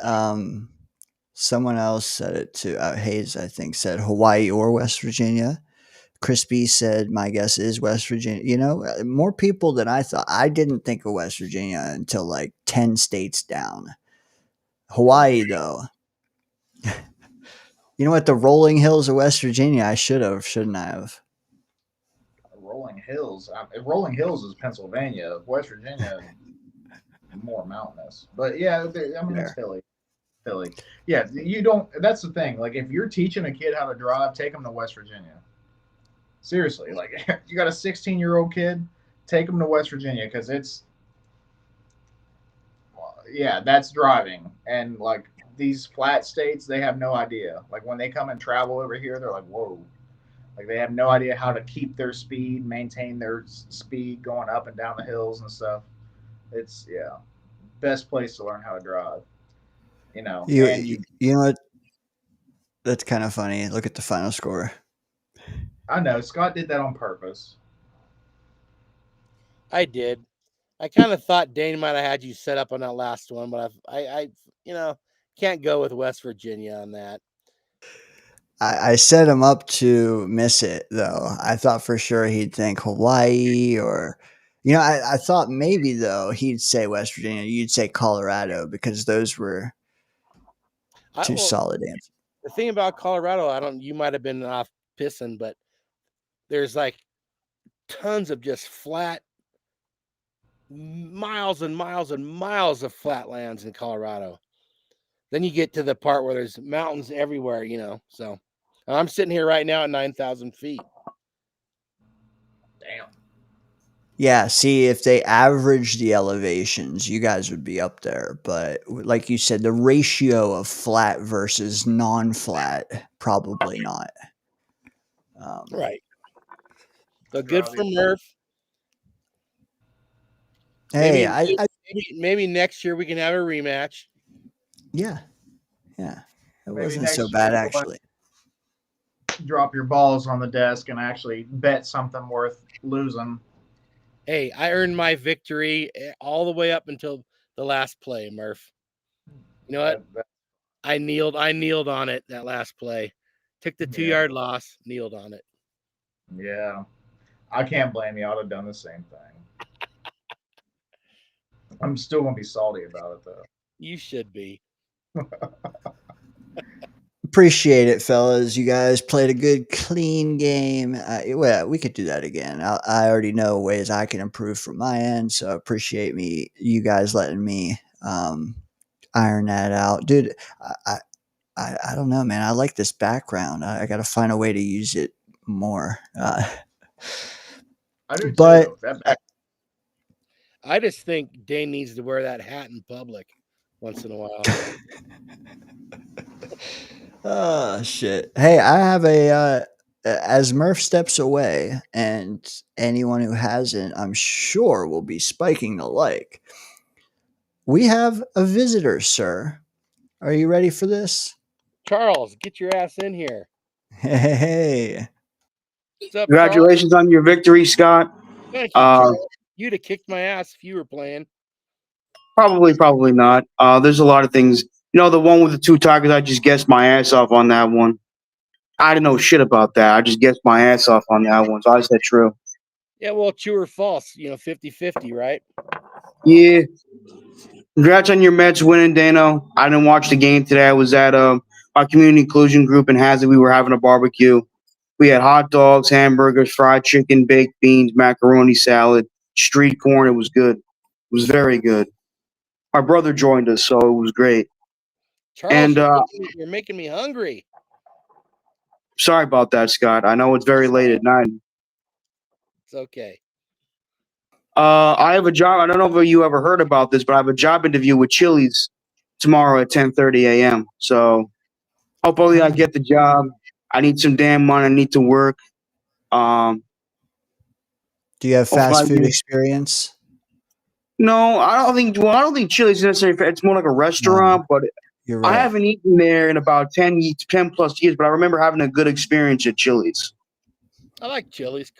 I like it. Chili's, yeah. Chili's, baby back ribs. Yeah, I like ribs. I like ribs. I like burgers. I like steak. I mean, there's a lot of things. There's not too many things I do not eat. Say that much. So how's it going, guys? I see you rocking the Uncle Sam hat, Dano. Looking good, my friend. Hey, dude, that mustache of yours is coming in strong, man. I like it. Are you gonna keep it? No, I'm gonna shave it tomorrow. I'm gonna shave early in the morning tomorrow. I gotta look presentable for my job interview. I got my clothes hanging out, so it's all good. I had a good day today, man. It was awesome. It was wonderful. What's your shirt say, Charles? Oh, it says Pride. Oh, I like that. Pride, I've had this glory, shirt and honor. for a long time. Yeah, my family were very patriotic. Very patriotic. Hey, Daniel. Sorry you lost, buddy. Shit happens. Yeah, about the moonshine thing. Yeah, I was 18 years old in my freshman year of college. And some guy said, hey, man, try this moonshine. I think it was like cinnamon flavored, apple flavored, whatever the hell it was. I took just one easy sip. And I was like, yeah, it just didn't taste right to me. Just didn't taste right. I know you guys love to drink alcohol. Hey, God bless you. One of my best friends from college, Colin, loves his alcohol. So God bless him. Loves to drink beer. So loves his beer, man. You know what? Someone said it earlier, man. The taste, for especially the stronger the alcohol, the worse it tastes. So you didn't have a bad take when you said it was terrible. When most people don't start with moonshine. I know that, but I was just like, some people love to drink that stuff, and people love to drink alcohol. Alcohol is a very popular beverage here in the USA, especially here in the USA. Considering the fact that at one point in time it was illegal, prohibition.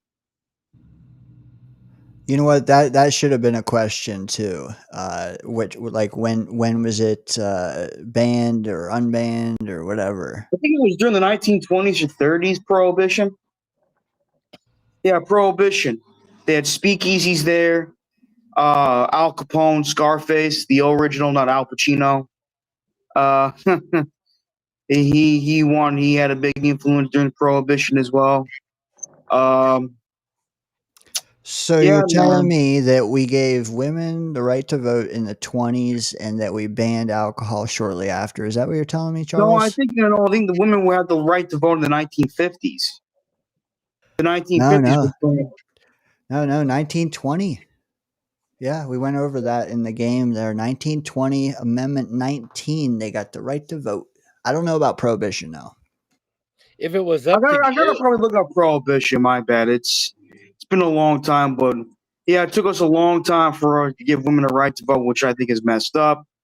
But it is what it is, man. You know, I still think America is the greatest country in the world, no matter what anybody says. I mean, no society is ever perfect. I mean, if they're expecting this country to be perfect, you're an idiot.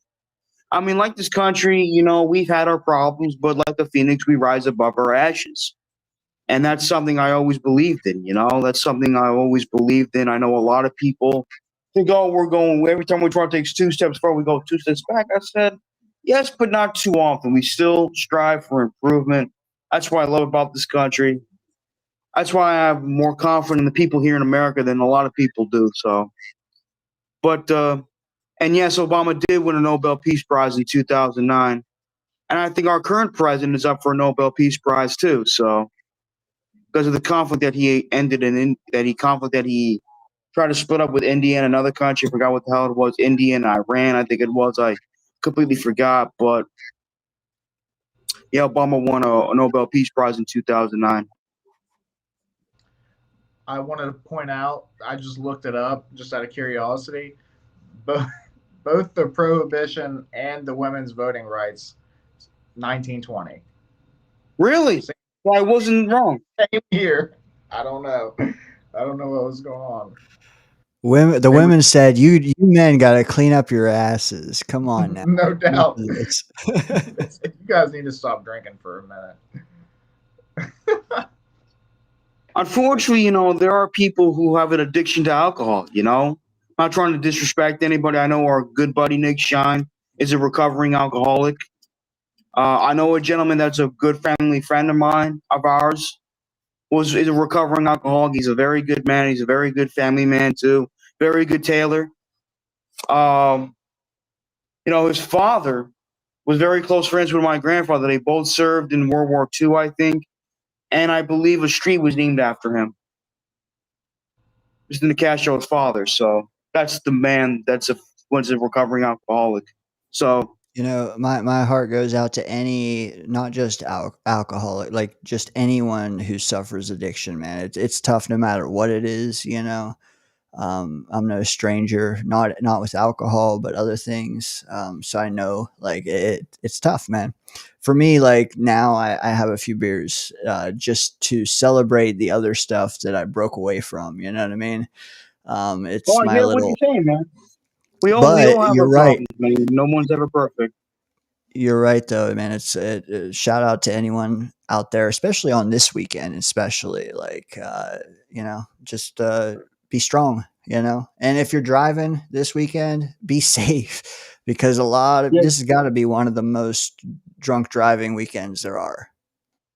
Oh, I believe it. Yeah. Um. Um. Yeah. Let's hope our New York Jets don't suck this year. I know there are people that are like, "Oh, I'll be happy we get 4 wins." I'm like, "Fuck that." I want at least 9, 10, maybe 11 wins. Like I want this team. This team's got talent, and hopefully our coaching's good. That's all I care about, man. I just want. I know some people say I'm not playing Madden. I'm not the coach. Well, I don't care. I want this team to be successful, like every Jet fan should. I'm a bit more optimistic about this team. I hope Aaron Glenn's the real deal, which so far he looks like it. Now, I know he was a very good football player, especially with our beloved New York Jets from the mid to late 90s, early 2000s. Um, I know he learned a lot from the legendary Bill Parcells. Huge shout out to him. He's got to be close, and he's got to be in his late 80s, early 90s at this point, Bill Parcells. But I know he's a legendary figure. So my dad is a big fan of his. Charles, who Yes, has a Scott. better record? Who has a better record? The Jets or the Giants? In terms of win this year or in general? 2025. Well, I do like Dable, but the last 2 years were very bad for him. Very terrible for him. I mean, Daniel Jones took a major step back in his development. Plus, the Giants' offensive line, which I have been, even though I'm more of a Jet fan, my grandfather grew up a Giants fan during his time. Giants haven't had a good offensive line in over a decade. And that to me is that's to me my biggest concern. Will the Giants have a good offensive line? Because if not, they ain't doing shit. They can have every freaking pass rusher on the planet. If their offense, as Robert Saleh used to say, dog shit, they're not winning anything. And hopefully the Jets have a better record. Hopefully the Jets do something this year. And I'm not saying winning a Super Bowl, but if they try to make a playoff push, if they show us fans that they're headed in the right direction, that's all I care about, man. So hopefully the Jets, man. Hopefully the Jets. I know you didn't watch today's game, but you follow the Yankees, right? I've been a Yankee fan since I was 4. I followed them more as I got older. I My know. favorite player was the captain, Derek Jeter. My favorite starting pitcher growing up, even though he wasn't on the original dynasty with Jeter, but I love CC Sabathia. He was a great pitcher. Great pitcher. I do love Andy Pettitte too. Andy Pettitte was the man. Great big game pitcher. But yes, I've been a Yankee fan all my life, and I know we've been terrible lately. Don't remind me. Don't get me started. Screw Aaron Boone. I know your Reds have been doing very well, Scott. I know Terry Francona is the manager. I'm a huge Terry Francona fan. Been a fan of his since he was on the hated Red Sox. Loved how he managed that team. I thought they did him dirty after the 2011 season. Loved what he did in Cleveland. And I'm liking what he's doing in Cincinnati. You know, he's turning them around. I know, what's his name? Ela De La Cruz. Is that his name? He's a I know stud. he's super. He'll probably end up being a Yankee though, like all the other Why? great Why? Why is he players playing like from crap or something? in Pittsburgh. Huh? Is he playing like crap or something? No, those teams, like I said, Cincinnati, Pittsburgh, they don't keep their great players. They trade them for a bunch of other guys, bunch of young guys. They just can't do it. They'll be the Yankees or the Mets or the Dodgers. Someone will get him. I know Paul Skeens is amazing for the Pirates. He's a great pitcher. And his girlfriend's pretty freaking hot. Which brings me to my next point, Charles. When the Pirates inevitably trade away Paul Skeens for a bag of chips, what type of chips are the Yankees going to offer? Because why? Well, I don't know, man. If the Yankees get Paul Skeens, I'll be like, we got another stud pitcher along with him, along with Max Fried. I know Garrett Cole's out for the year due to Tommy John surgery, but Paul Skeens is incredible. I mean, he had a tremendous season for the Pirates last year. He's, he he somewhat reminds me of that great Nationals pitcher when he was dominant, Steven Strasburg, a little bit. He was tremendously talented. Unfortunately, injuries bothered his career, even though he helped them win a World Series. But hopefully Paul Skeens doesn't have that problem, and so far he hasn't. But Paul Skeens is one of those guys that looks like, yeah, I'm the real deal, motherfuckers. Charles, I have a fun fact for you. I watched CC Sabathia play high school basketball when he was at Vallejo High School in California. He played for one of the best teams in the state. That's awesome, man. You know, he was a great athlete. Big man on campus. They were really good, by the way. He was a great ball. He was a great pitcher. Great guy in the clubhouse. Didn't take shit from nobody. Didn't take shit. I'm sorry, what? A lot of those guys that are professional athletes, no matter what sport they're in, when they were in college or high school and college, they just killed it at every sport they played. Like they're just natural athletes, man. It's crazy. Good, all of them. You hear that all the time. Like some dude now playing shortstop somewhere was the high school player of the year in his state at football. You know, you hear that stuff all the time. Hey Eddie, what's up, buddy? Eddie. Good to see you. Eddie. Yeti. Oh man. Well, Charles, do you have do you feel prepared for an interview? Because if you don't, then we could each ask you one question that could prep you. No, I'm good. I mean, they're probably gonna ask me where do I see myself in 5 years? I will probably say hopefully still employed. Hopefully, hopefully employed. Working my way through the company. Um, What do moving you along think with that my you brother. What do you think that you could bring to this Chili's team? More charisma, more optimism, more personality. Well, More family friendly personality. Fun fact: when I was a young kid, I was nicknamed Mr. Mayor because I always loved talking to people. Hey, but only while you work, right?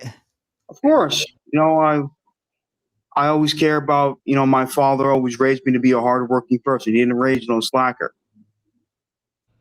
Hell I yeah. think My Daniel. father taught me a lot of things when I was a teenager, and I'll never forget them. Even though I was a bit naive as a teenager, I will tell you that. He was like, when he gave me a stern ass look, he meant business. And I owe a lot of things to my family, especially my father, my grandfather, and my mother.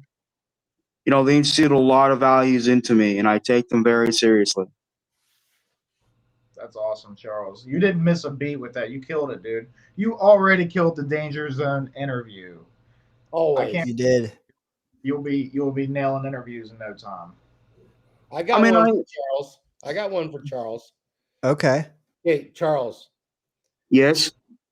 your answer cannot be, and now I'm just lost my mind here. Derek Jeter. Okay, your answer cannot be Derek Jeter. Who is your favorite professional athlete of all time, excluding Derek Jeter? I would say Peyton Manning. I really love the way he played the game. I know a lot of people get on him for not having a lot of success in the playoffs, but you can't deny the man's work ethic. It's funny. Last night I was watching Peyton Manning's highlights when he was with Denver, and one dude was like, "Oh, was better with the Broncos than he was with the Colts." I'm like, he won 4 MVPs with the Colts. He made the state of Indiana more popular with football for a period of time because back then they were more known for the Indiana Pacers. And when he came to the Colts, they were an abysmal football team. And year after year after year after year, he turned them around. And then eventually he led them to a Super Bowl title in 2006, even though he didn't play that great in the playoffs that I'm aware of. But also, you know, obviously what he did in Denver in 4 years was insane, especially his first three. Coming off not one, not two, but three neck surgeries, rendering him almost freaking bionic. People didn't think, including myself, that he couldn't play football anymore, let alone throw a damn football. And if what he was doing in his first 3 years in Denver, like, holy shit, did this guy really take his game to the next level, or did he enter God mode? Because the stats he put up in his first 3 years in Denver, you're like, holy shit. You know what I'm saying? Oh. Like, Charles, yeah. if Peyton Manning had Tom Brady's defense and special teams, and Tom Brady had Peyton Manning's defense and special teams, who would have won more Super Bowls? Well, I would say Peyton Manning, but he did. But the Colts did have some good years defensively when they had Tony Dungy as their head coach. I mean, the best pass rushing duo, I don't think, the Patriots had a better all around defense. No pass rushing duo that I saw struck more fear to opposing quarterbacks than the Colts when they had Dwight Freeney and Robert Mathis. Those guys were speedy son of bitches, and Dwight Freeney, I think one NFL video called him the spin god because no one did the spin move better than Dwight Freeney. True. Dwight Freeney had that spin move, and you could hardly stop it. Now, the Patriots, they had Vince Wilfork, they had Richard Seymour, they had Ty Warren, they had Willie McGinnis, they had the two Hall of Fame caliber cornerbacks in Ty Law and Asante Samuel. They had a very good safety, which some people say was very dirty, and Rodney Harrison. But they had some great defenses. And plus, when he went to Denver, who do you have? Von Miller, Elvis Dumerville, DeMarcus Ware, Derek Wolfe, Champ Bailey, Aqib Talib, Chris Harris. You know, they had some pretty damn good defensive players in Denver. And they, in his 4 years, they appeared in 2 Super Bowls. Fortunate, the first one they got, excuse my language, molested by the Legion of Boom, which a lot of people were expecting to be a chess match, but it ended up being a squash match. If we're talking WWE lingo here. And the second Super Bowl, obviously Peyton Manning was to show himself because, you know, the injuries finally caught up to him. But the defense played their lights out. Like, I mean, Von Miller, I think, still to this day, traumatized the shit out of Cam Newton. I don't think, if you look at Cam Newton's 2015 season, he was having the best season of his career. He was dabbing all over, doing the Superman, doing all kinds of stupid shit in the end zone. And then all of a sudden, here comes Von Miller, and Cam Newton's like, fuck, I can't do this shit no more. And he hasn't been the same player since then. Cam is great when everything's going well, but when things aren't going well, nah, he doesn't have it. Yeah, that's my feeling too. But you know, a lot of people always argue who was better between Brady and Tom. I always felt that Tom Brady was the modern day Joe Montana. Great quarterback on a great team, smart player, you know, made everything into a chess match. Well, you can argue, well, Dan Marino had a better John Elway was tougher, you know, blah, blah, blah, blah, blah, but Joe Montana won. Plus, I still think Roger Craig should be in the Hall of Fame. He was an incredible running back. And I'm not the only person who feels that way. He was the first running back to go over 1,000 in rushing and receiving in the same season. He was just as important as Joe Montana, Jerry Rice, John Taylor, Fred Dean, Ron Lott. He was just as important as those guys were, and yet he's not in the Hall of Fame, which I think is bullshit. Okay. Let me ask you a question here, Charles, and maybe Murph will have one for you on the way out. And we've asked this one of people the last few weeks. I don't think we've gotten your take, though. But let me ask you. Knicks, Yankees, Mets, Giants, Jets. Which one wins a championship first? Rangers. Islanders. If you want to count hockey, but I feel like I don't know enough about it. Does that make it too easy? Did the Knicks hire Mike Brown? The Knicks did, yes. Well, I know the Knicks let go of Tom Thibodeau. I thought he was a very good coach, but he did have his flaws. I heard Mike Brown's a decent coach. Let's see what the hell happens. To me, I think the Knicks have tremendous talent. I think they've been in the right direction these past few years. Hopefully they win one. I would say right now the Knicks, but I could be wrong. We'll see. I would love my Yankees to win a World Series, but I think Aaron Boone's a terrible manager. I am not an Aaron Boone fan. I miss Joe Girardi. I thought he was a competent manager. But with that being said, though, I think the Knicks are the closest to winning a championship first. Makes sense. Charles, I wanted to ask you. You brought up Dwight Freeney's just absolutely filthy spin move that he was known for early in his career. I want to know, do you think that Will McDonald at the end of his career will be known for his spin move? Well, I mean, I think everyone has to have their own craft. You know, J.J. Watt was known as J.J. Swat. You know, Mario Williams was Super Mario. You know, he was like 6'6", 300-plus pounds and moved like a receiver. Julius Peppers was like a freak of nature. And I think Will McDonald's good. Don't get me wrong. I think he's very athletic. I'm glad he added some more muscle. But I'm not expecting him to be the next Dwight Freeney. I mean, if he masters his spin move, God bless him. I just want Will McDonald to establish his own legacy. Like, don't try to be the next Dwight Freeney. Try to let people know, hey, the legend of Will McDonald. Like, if he mastered his spin move, fantastic. Because his spin move was pretty good, but Dwight Freeney's spin move was the best I've ever seen. I'll never forget when the Colts played the Jets in 2009. And even though we love the British Shark, at least most of us Jet fans anyway, there were two freaking plays where they forget to blind Dwight Freeney and he buries Mark Sanchez. Like, remember that? There were like two plays. Dwight Freeney off the edge, unblocked, untouched, puts Mark Sanchez's ass on the ground. And that's good offensive line too. Yeah, that was a great offensive line too, but he just went zoop, went right to the quarterback, put him on his ass. And you know, I want Will McDonald just be you, man. Do what you did at Iowa State, which I hope I got the university correctly. Just be you. Don't try to be like Dwight Freeney or Robert Mathis, even though I think Robert Mathis is a Hall of Fame pass rusher too. Just be you, man. Be you. Don't try, like, man, I gotta be like this guy. It's like, fuck that. Just be you, man. Do what you do best. Charles, I have the same advice for you tomorrow at your job interview as you just gave Will McDonald. Be you. That's what I will do. Boom. Thank you, guys. Okay. God bless America. God bless you guys. See y'all later. Later, Happy brother. 4th, Charles. Good to see you. You too. He said, you too. Great. Always a great session with Charles here in the Danger Zone.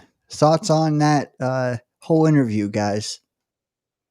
I love Charles, man. I love that guy. That's all I got. I'm with you. It, as he always does. You know. Who just cracked For the real. beer? That was Murph. All right. All right. Sorry, I didn't do it this time. I apologize. We're in like hour 3, so I stopped I'm worrying about. I'm worried about cracking my next one. Ooh, 9%. You got a voodoo? You got a 9%er. Well, if we get into our if we get I mean I'm gonna have to make a beer run down to the fridge because I only brought 6 up with me and this is number 6. So well, my wine bottle is dead, so I guess I better go get a beer. I feel. Go ahead, Murph. I was just gonna say I do feel like we get the best out of Charles when he comes on this show, man. You know, I've seen Charles on several shows, and when he comes here, I appreciate the shit out of you, Charles. You bring the heat, buddy, and I love it. Well, hey, Dane gives him lots of room to just roll. Exactly. I a lot of people try to steer him certain ways, and I'm not a fan of that. Like, I feel like just roll, like you guys said it. I don't need to say. I've said it before, but agreed. Maybe I'm partial, but I do feel like the content, the takes that Charles has spit on this channel have been epic, dude. They've only enhanced our streams. I'll tell him that for sure. And I feel like it's not only enhanced it because he's enhanced other streams as well, but I feel like he's also proud of what he said on this channel and will stand by it, which is good. It's a win-win. We let him do his thing, and he hey, we like talking ball, so hell yeah. Did you see the stash? Getting a good stash going on too. Dude, I told him I wish he didn't have to shave it, man, because I didn't even think I could grow even this until I had a job that didn't require me to shave it. You know what I mean? What we got there? Ooh. One of them Colorado beers. Okay. Hey, look at that. Look at that. Charles has a good soul. You know what? Party with Peg and Artie. I am with you 100%. He really does. Like, if I went to middle school with that guy, I would defend him till the death. If that gives you any indication what I feel like for him. Drink one for me, Chris. And Charles is giving you his opinion. He's not trying to get approval with it or agree with somebody else, or he's giving you what he thinks. And you know what? Great point. But also, like, let me add that, like, there's a lot of people who are taught from their parents about the old players of yesteryear, and those kids take their parents' word for it and just regurgitate their parents' take. I feel like Charles, though, he heard from his dad about, but he also, I feel like, went back and watched them with his dad and formed his own take. Like everything he has to say about the 90s, dude is not old enough to know about players in the 90s. But his takes are sound because I feel like he did his research, probably sat down with his dad and watched some of the old games. He's a historian, Dane. More Dude, so than me, as evidenced by our Jeopardy game. you know what? All I can say is that Chili's would be lucky to have Charles Gorman. Yes. That dude will be all business. Dude, and what is minimum wage? Like $15 these days? Like, come on. I worked for $5 when I was in high school. Well, okay, I'm going to date myself a little bit here, but I remember when minimum wage jumped up from 190 to 210. I was like, yeah. Dude, how long did you have to wait for women's to have voting rights? Well, I'll also say this. I could buy a 12 pack for like $2.50 in those days. Well, I didn't get to buy it. I wasn't old enough, but I had someone that did, you know. Shit.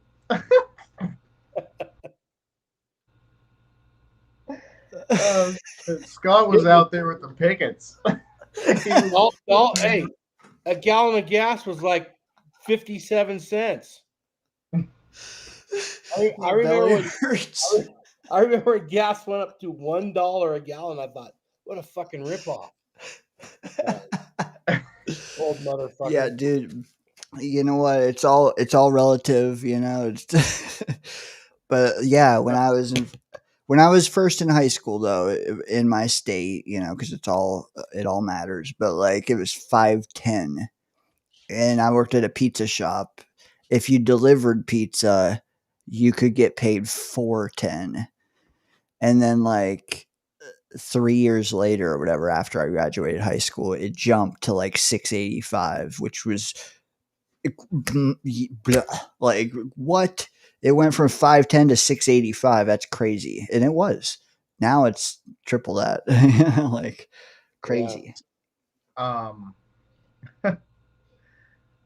I guess it's kind of weird. Normally, I'm in the group, and I'm always like, I feel like I'm the old one nowadays. But in this particular group, I happen to be the young one, and I turned 34 years old tomorrow. And when I started working at 18 years old, the minimum wage was $7.25, and it's still nationwide. The nationwide, the minimum wage is still $7.25. I am 34 now, so it's 16 years. Now, in certain places, Dane, I don't think you're wrong. I think in like maybe New York and stuff, it's probably pushing towards 15. Where I'm at, it's like 8.75 or something like that. But nationwide, the minimum wage is still 7.25. 16 years that I've been working, it's still that. I think. Thank God I don't That's make crazy. minimum wage right now. I think California is up to like 16.50 now. But then if you work in a fast food place, it's like 20 or some damn thing. In my particular state right now, I believe it's 13.70, and it's set in the next year to spike to like 15 something, which is crazy because me, of all people, like, I just recently had a job where I managed 20 of our Gen Alpha or whatever you call them at a time. And I'll tell you what, if any generation isn't worth 4 times what we were making in high school, it's this generation. But yeah, I know there's other, I'm sounding old now, but like, yeah, you've got to ride them in order to get 8 hours work out of them. Yeah, phones is the biggest thing. Like when we grew up, we didn't have a phone in our hands as kids and stuff. So like, and then when we started working, it was still like not super common to like be on your phone all the time, and like it was like taboo when I first started working. Like to pull your phone out while you're on the job was like taboo. Like no, you can't do that. You get fired for that. Like you're supposed to be working. And then now it's like you go to these anywhere. You go anywhere around, you see people working, but they'll have their phone out. They'll be FaceTiming people and stuff, or texting and whatever. It's like, your manager's just cool with that. Like, I don't know. To me, I'm still getting used to that, but Does anything hurt production more than cell phones? No. Cell phones, Social media, but that's all rolled into one. right? Cell phones, booze, or drugs. What hurts production more, or the NCAA tournament? Take your pick. I didn't know the NCAA had that big of a impact on it, but okay. I heard at one time it's like during the NCAA tournament, because of all the brackets, production just drops unbelievably. True or not? Scott, I want to chime in here because Artie said that when he was a kid, minimum wage was $3. Do you remember that? How old were you then? Well, I don't know, but I was probably a sophomore in high school when in my state. Now, all states are different. I'm probably older than Artie. Fuck you, Artie. It jumped up. Like I said, it went from 190 to 210, and it was like, yes, we're pumped about it. And here's the great thing. This would have been good for true, not true, whatever your two lies and or two truths and a lie. I should save this one, but we should have got. You know what? Hold on, Murph. Are we supposed to get? Should we get? Yeah. You know what? Hold on. Let's do this. We need to hear.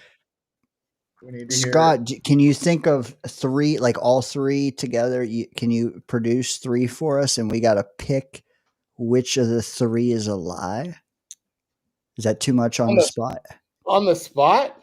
Well, the truths are easy, of course. Well, don't say them first. Like you got to think about this. Oh, I don't know about the lie. I might need to do that another night so I can come up with a lie that sounds fair. Respectable. Okay. Well, you're going to have to burn a truth you already started to. Go ahead and do that, and then we can do a whole 3 different ones another night. So when I got that raise along with my coworkers, we worked in a place that made animal castrating tools. That would have been a good one because people would have said, "Oh no, bullshit, that's a lie." Yeah, so basically we made these little green rubber Cheerios, and we made this tool that had 4 prongs, and you put the Cheerio over the prong. You squeeze the handles of the tool. It would open up the green Cheerio. You slide now we didn't do any of that. We didn't do the castrating. We just made the tools. But it would feed the rubber band thingy onto their. Yeah, they would drop the nuts inside the green Cheerio. Then you release it, and it would just slowly squeeze them until they just would drop right off. You know what? You're probably excellent at ring toss, aren't you, Scott? Probably not. Like I said, we made the tools. I never personally castrated an animal. You know what? Interesting job, though. True. No, yeah, just made the tools. That's all. It was like a little shop where we made all that stuff. So it was cool. And had a fridge. We put all our beer in there for the weekend. The boss didn't seem to care. J.F. Wilson's and Associates. Man.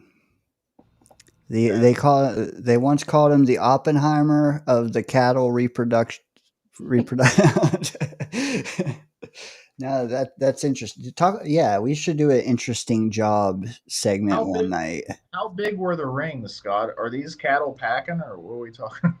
Well, the rings were the size of a Cheerio, but Holy they're shit! but they're rubber. So you use the tool, you squeeze it, the four prongs open up, so it stretches out quite a bit. Those nuts fit right in there. I assume you release the handles of the tool, it squeezes, you pull it out, and Dude, those things just dude must have. He probably had a patent on that tool. Probably made a couple mil. That's oh, pretty clever. absolutely, Yeah. absolutely, yeah. Hey, real quick, we kind of deviated from the chat. I just want to say, Party with Pagan already said happy birthday, Murph, but also Chris B did as well. Happy early birthday, Murph. We're trying to hang him, keep him here for 25 minutes. You know why. We'll see if I'll that go all works or not. night, so I'm not dead tired. I can go all night. Oh Hey, you heard? shit! Hey, Cougars out there, you heard it here first. He can go all night. Murph's got a big day Hazel, tomorrow, though. I hear. Pa- Artie says that he is 62. Scott, heads up. Oh shit! Just He's got me beat. He lived in a better state than me. Better um, say. Hazel's correcting me from earlier. It went up on the first of the year to 14 in rural counties, 15. So it's already gone up here. Interesting. What's Is that PDX? Oregon specific? Yeah. I don't know That's what PDX is. that is weird. It's separated in counties. Holy Yeah. hell! Well, I know back in my land surveying days, counties had um, different prevailing wage totals, and my boss would fuck with me that way and say, "That's a prevailing wage county, but I'm not going to pay you prevailing wage." And I'd say, "Fuck you." He's all, "You want prevailing wage?" And I'd say, "Well, of course." And he'd say, "Okay, great, because that's less than your regular wage." So What's prevailing wage? prevailing wage, I think, is a union thing, and I was not working for a union company. So when we took a prevailing wage job, we got their wage plus their retirement plus all their benefits. But I still had all my benefits from my job, so it was great. My company, we loved prevailing wage work. Yeah, that's how the Department of Highways here, or the Department of Transportation, DOT, DOH, like the workers for the state here, if they take a job where they're whatever, they're building a bridge or whatever, but it's for under like a union company or something like that, they have to get paid under the union like type of pay scale and stuff like that. And yeah, those guys, they love those jobs because Oh, dude, I saw guys pull some shit in my company to try to get those jobs. I just took what came to me, but yeah, we always enjoyed it for sure. You know what I enjoy? I enjoy chopping it up with you two guys. Three amigos. Cheers. Happy holidays. Especially everyone in the chat as well for joining us. Hazel, busting balls, of course. Hey, Hey, pun intended. Pun and intended. Busting balls. Hazel, we love you.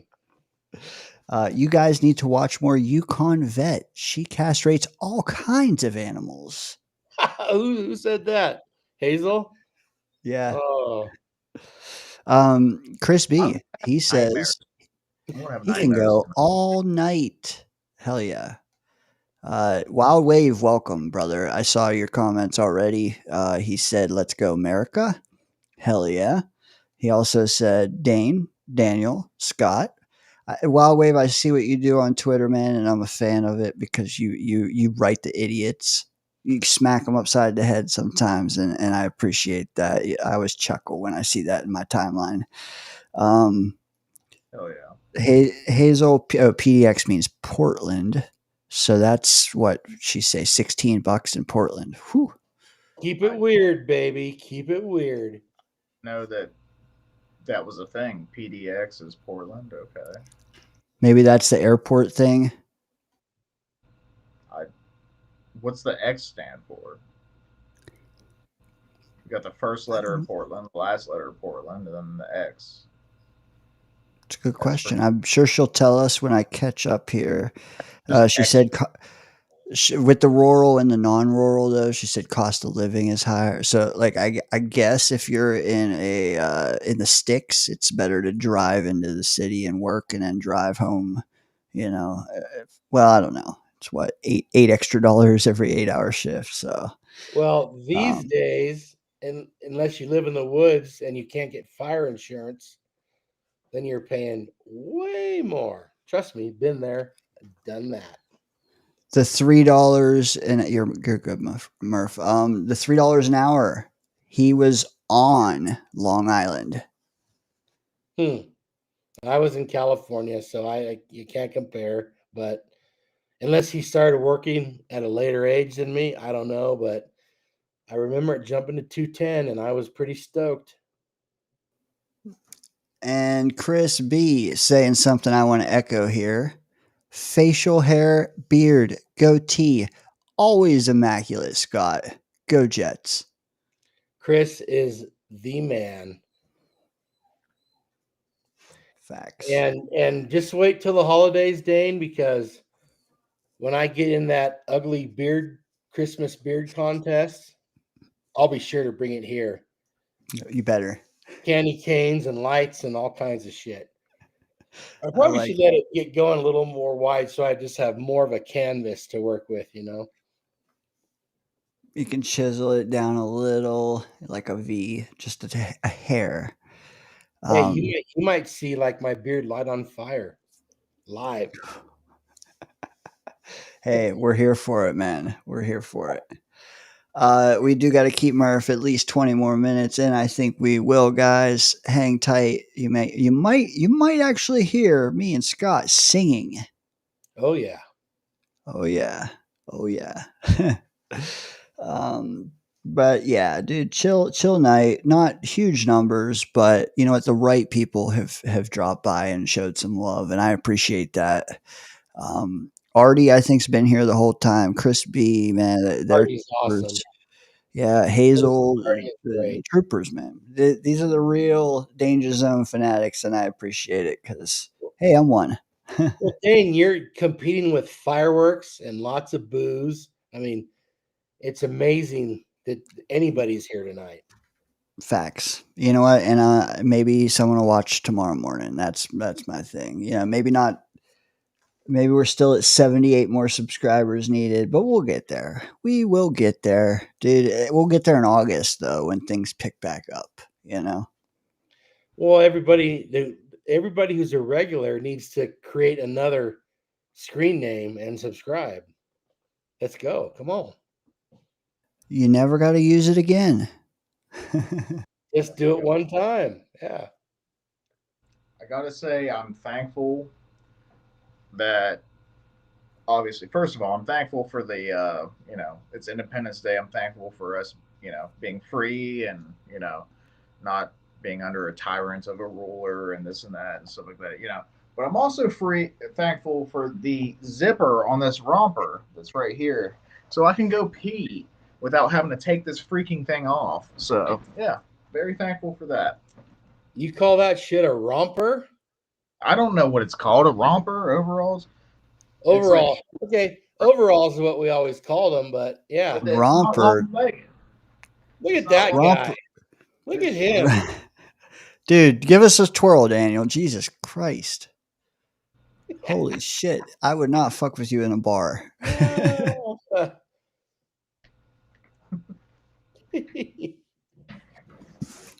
Dude, romper to me is something else. I won't insult you by trying to define what I know a romper as, but Hayes knows everything. Is it a romper? Or is it bibs or overalls or I don't know. Oshkosh Those are always like full leg though. This is like shorts. Oh, is that why it's a romper instead of overalls? That's what I'm thinking. Yeah, because overalls to me, it's always like long legs, like it's shorts or not shorts, but it's full pants. I don't know. I used to wear Shorts. overalls when I was Those are surveying overalls. quite a bit, Murph, because there's so many. Hold on. We got the judge, jury, and executioner here. Bibs that are shorts. Overalls. Overalls. What are rompers? They don't have the like The- hook things. Okay, they don't have the suspender hook things if they're Oh, a romper. okay. Interesting. That shows you how much What I I'm wore yesterday was a romper.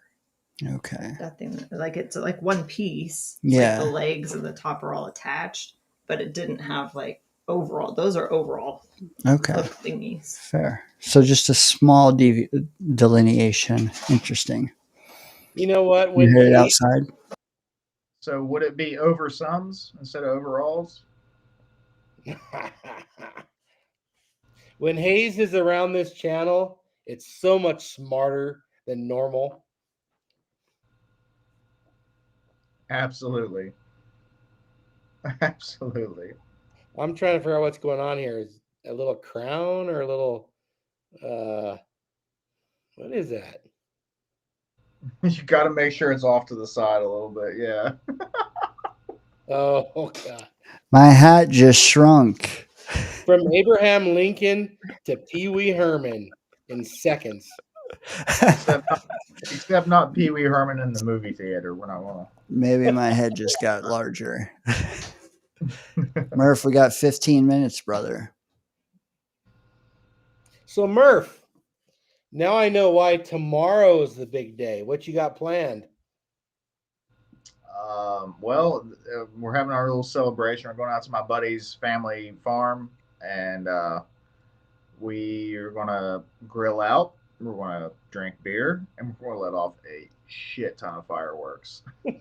Okay. Any Like, guns? no guns. Well, maybe I might send a text or two, and maybe there will be guns. Now I mention it. I didn't Any think about grilling? that, but that wouldn't be a half bad idea, huh? Any grilling? Yes, there will be plenty of food. One of the guys coming is bringing a whole loin, a whole ribeye loin cut up. We'll have some steaks. We'll have some burgers, hot dogs, all the usual. It'll be a good time. There'll be a bunch of kids there too, having fun too. My son will be with me and everything. It'll be a good time. So Murph, let me ask you, because I know you guys like to do some crazy shit back there in West Virginia. I used to hang with these guys back in the day. They like to go pig hunting with bows. And then they kill a pig, wild boar. We take it to the beach, dig a big pit, do the whole fire, do that thing, and bury it with the coals. Oh my God, that was some of the best eating stuff ever. That's new to me, honestly. Really? I That's thought you guys for sure be doing that stuff with some sort of animal. Hey, plenty of guys I know that have gone boar hunting, but usually they just it's over the spit, man. A pig, they just pig roast. They don't. I've never heard of them doing that before. That's interesting. Maybe it's a Is it kind sand of like thing. smoked? Is it kind of like smoked in a way, or? You know what? I don't know, but it was so good. Maybe it's the sand rather than dirt. Mhm. I look at We don't have Hayes a knows beach. everything. Banana leaves. We didn't have any of those, Hayes, but man, that was good eating stuff. Yeah. I've definitely seen that on Nat Geo or Discovery, and Survivor Man might have been involved, but I've seen it, and it does, dude. When it comes out, it looks so tender. Yeah, but when Survivor Man does it, it's with like a squirrel or a raccoon. He's feeding You need one a lot, person. dude. You would need a lot of coals, a lot of yeah. That would be, huh? I'm open to trying it for sure. Like I said, it might be a sand thing versus whatever dirt and mud, whatever you guys got there. And West Virginia. I don't know, but that was a popular thing to do. Popular thing to do on the beach. Huh. Yeah, I haven't heard of that. But maybe it's because we don't have sand. Maybe that's why. Could I don't know. be. Could be. They do I don't know. That's interesting though. Never heard of that one. The best, I will say, the best brisket I've ever had was from a guy. I used to work surveying, and me and Scott have talked about this stuff before, but I used to work on like pipeline surveying and stuff. And we'd have a lot of out of town guys. We had a dude from Louisiana that was an inspector on the pipeline we were working on, and his name was Cornbread, which I should have known. Should have known right then and there that the dude knew how to make a mean ass brisket. But my God, he brought one into our meeting one morning, and it was amazing. He was from Louisiana, and yeah, a dude named Cornbread from Louisiana. I should have known that brisket was going to be top notch. Murph, I'm telling you, the guy that taught me most what I know about surveying was from Louisiana. His name wasn't Cornbread, but that dude could make a meal. I mean, he would do these parties for us. He would just cook. Unreal. Yeah. Unreal. It makes me want to visit. It makes me want to visit Louisiana. Yep. Jerry Jackson. Yeah. Corn Pop was a tough guy. What's up, Mike? Hey, welcome, Mike. Hit everyone new to the channel, spike the like, hit that subscribe button. Mike, though, you are not new here. I just wanted to let you know that Murph's birthday is in 8 minutes. Woo! So you might not have come in at the strongest time, but just know we are hanging out, man. We are going to get to the fireworks shortly. Clancy, happy 4th.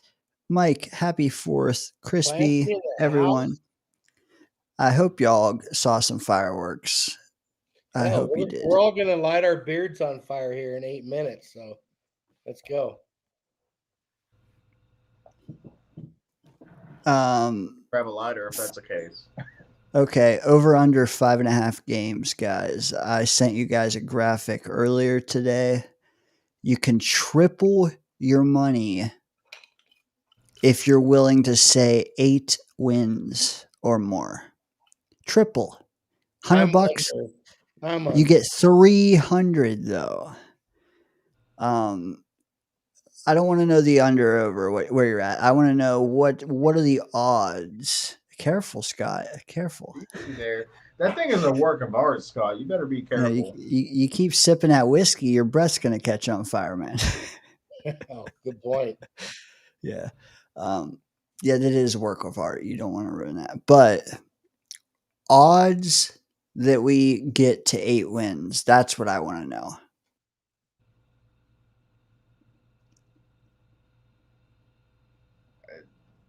Not good odds. Well, hey, Dane thinks they're like a top 10 team in the NFL, so that's pretty good if they're there. I think they'll get to a top 10 defense, and I'm hoping a top 10 O-line.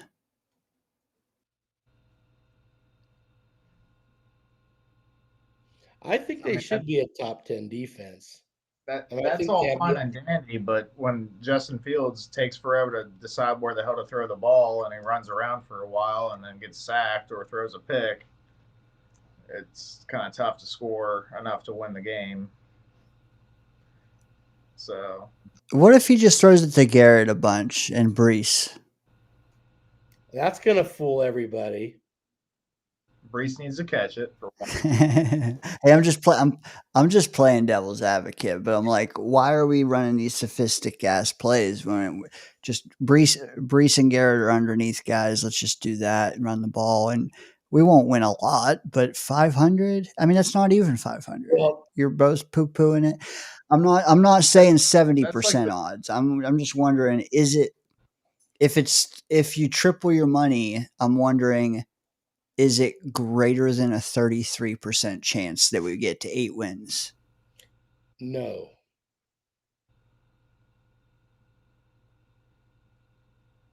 think it's like a 10 or 15% chance that we get 8 wins.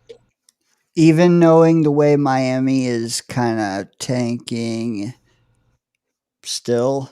Okay. That's All right. two Just They can games. wondering. still, hey, they got rid of a defensive piece. They can still score a lot of points.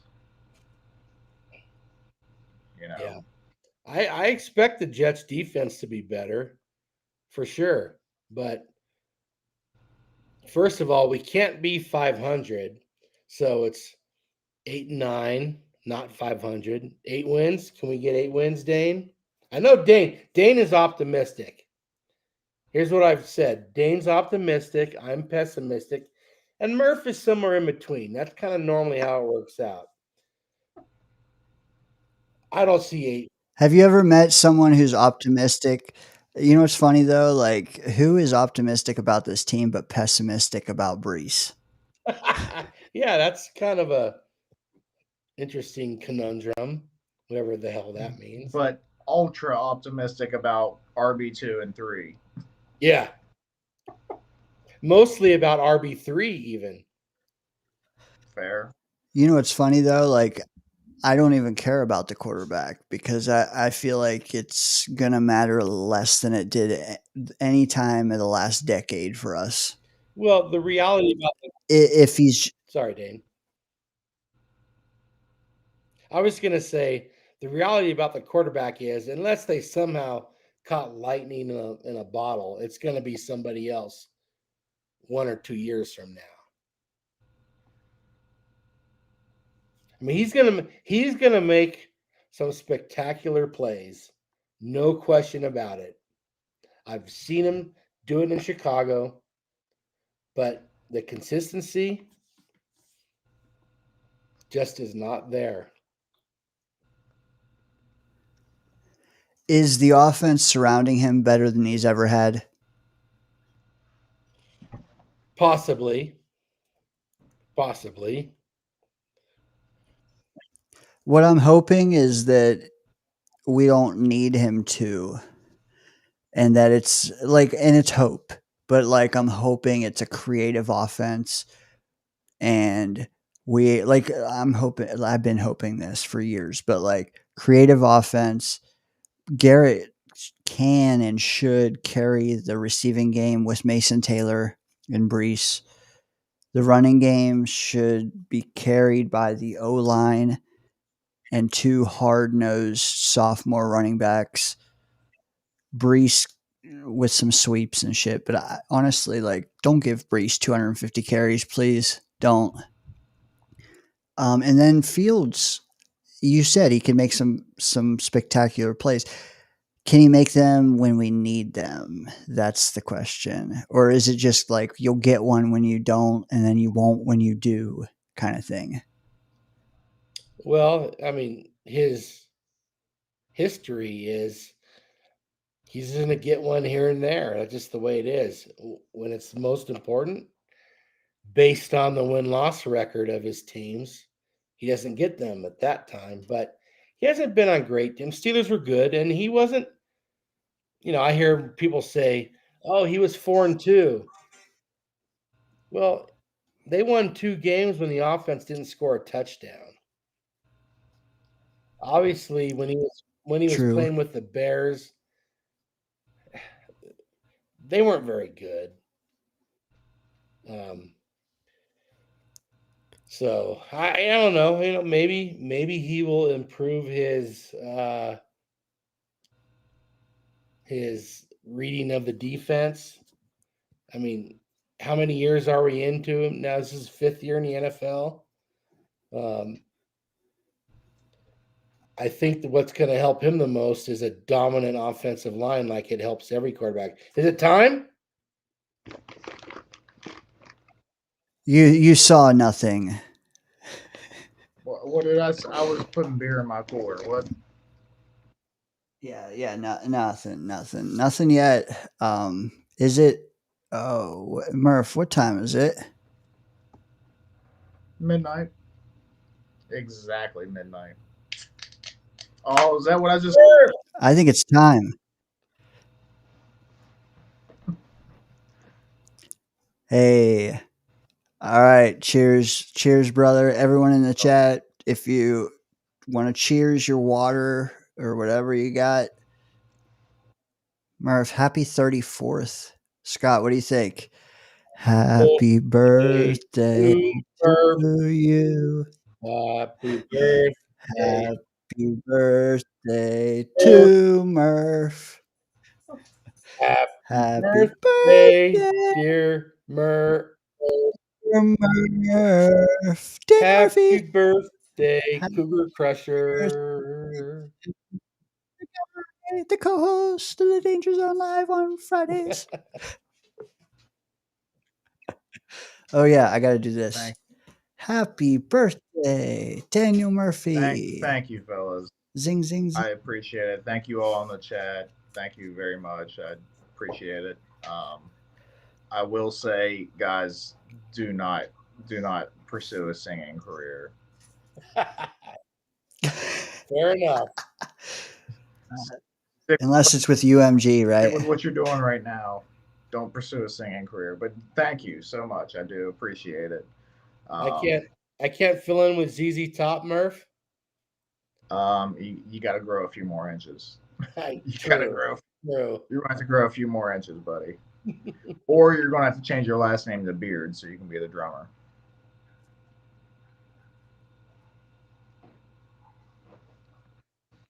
Can you guys buy me a sec by reading a comment or two I put on the screen while I get this off? How about Yes, this, sir. Scott? Murph. I just turned 34, literally 2 minutes ago. Where were you at 34 years old? What were you doing? Murph, good Lord. Man, those were good days, Murph. Let me tell you that. 34. I was in my prime, Murph. Hell yeah, you were. I was in my prime, but I was also working my ass off so I could retire early. But when I got a chance, see, you got something going on that I didn't have. You got a kid to take care of. I could just go out and be an idiot and no splashback on a kid. Yeah. I worked hard. I played hard. I over and over again. So Murph, cheers to you, man. 34, raising a kid, man. I respect that. Didn't really answer your question, but Dude, I would take Murph as a dad. I would take Murph as a wingman. Let's just leave it that way, Murph. At least Murph can find his way home from milk and cigarettes. That's true. I come home every time. I come home every time. Were you surveying back in that day, Scott? I was. Okay.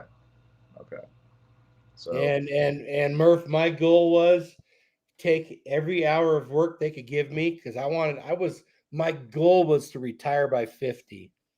That was my goal. I didn't quite make it. I didn't go too long past there. But when I got a chance to let loose, I did. No question. it's awesome. Yeah. I don't know if I'm going to be retiring by 50. I'm hoping 80. But in this economy, I'm hoping 80. Oh, shit. Well, you got a boy, dude. I was just me and a dog or two. And I worked the opening day of NFL season. That's how dedicated I was. Yeah, like you want to work on Sunday? I'll take it. Yeah. And we got some of that prevailing. So you know what I wish I did more when I was younger? Pump my 401k. So if you're younger than me out there and you're listening to this, pump your 401k. Yeah. Dude, my company I'm seeing Barney Miller talk about 2008, right about that time. We went from 39 employees to 9. Fortunately, I was still one of the 9.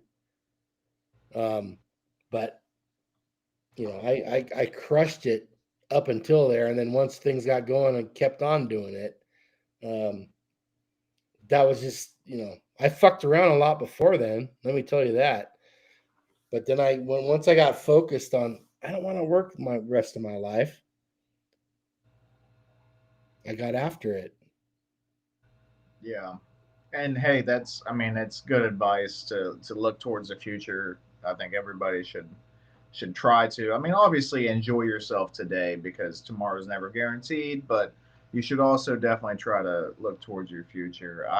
The company I'm with, I'm in a union, so I do have a pension. Um, but my plan is soon. I keep putting it off, but soon I need to.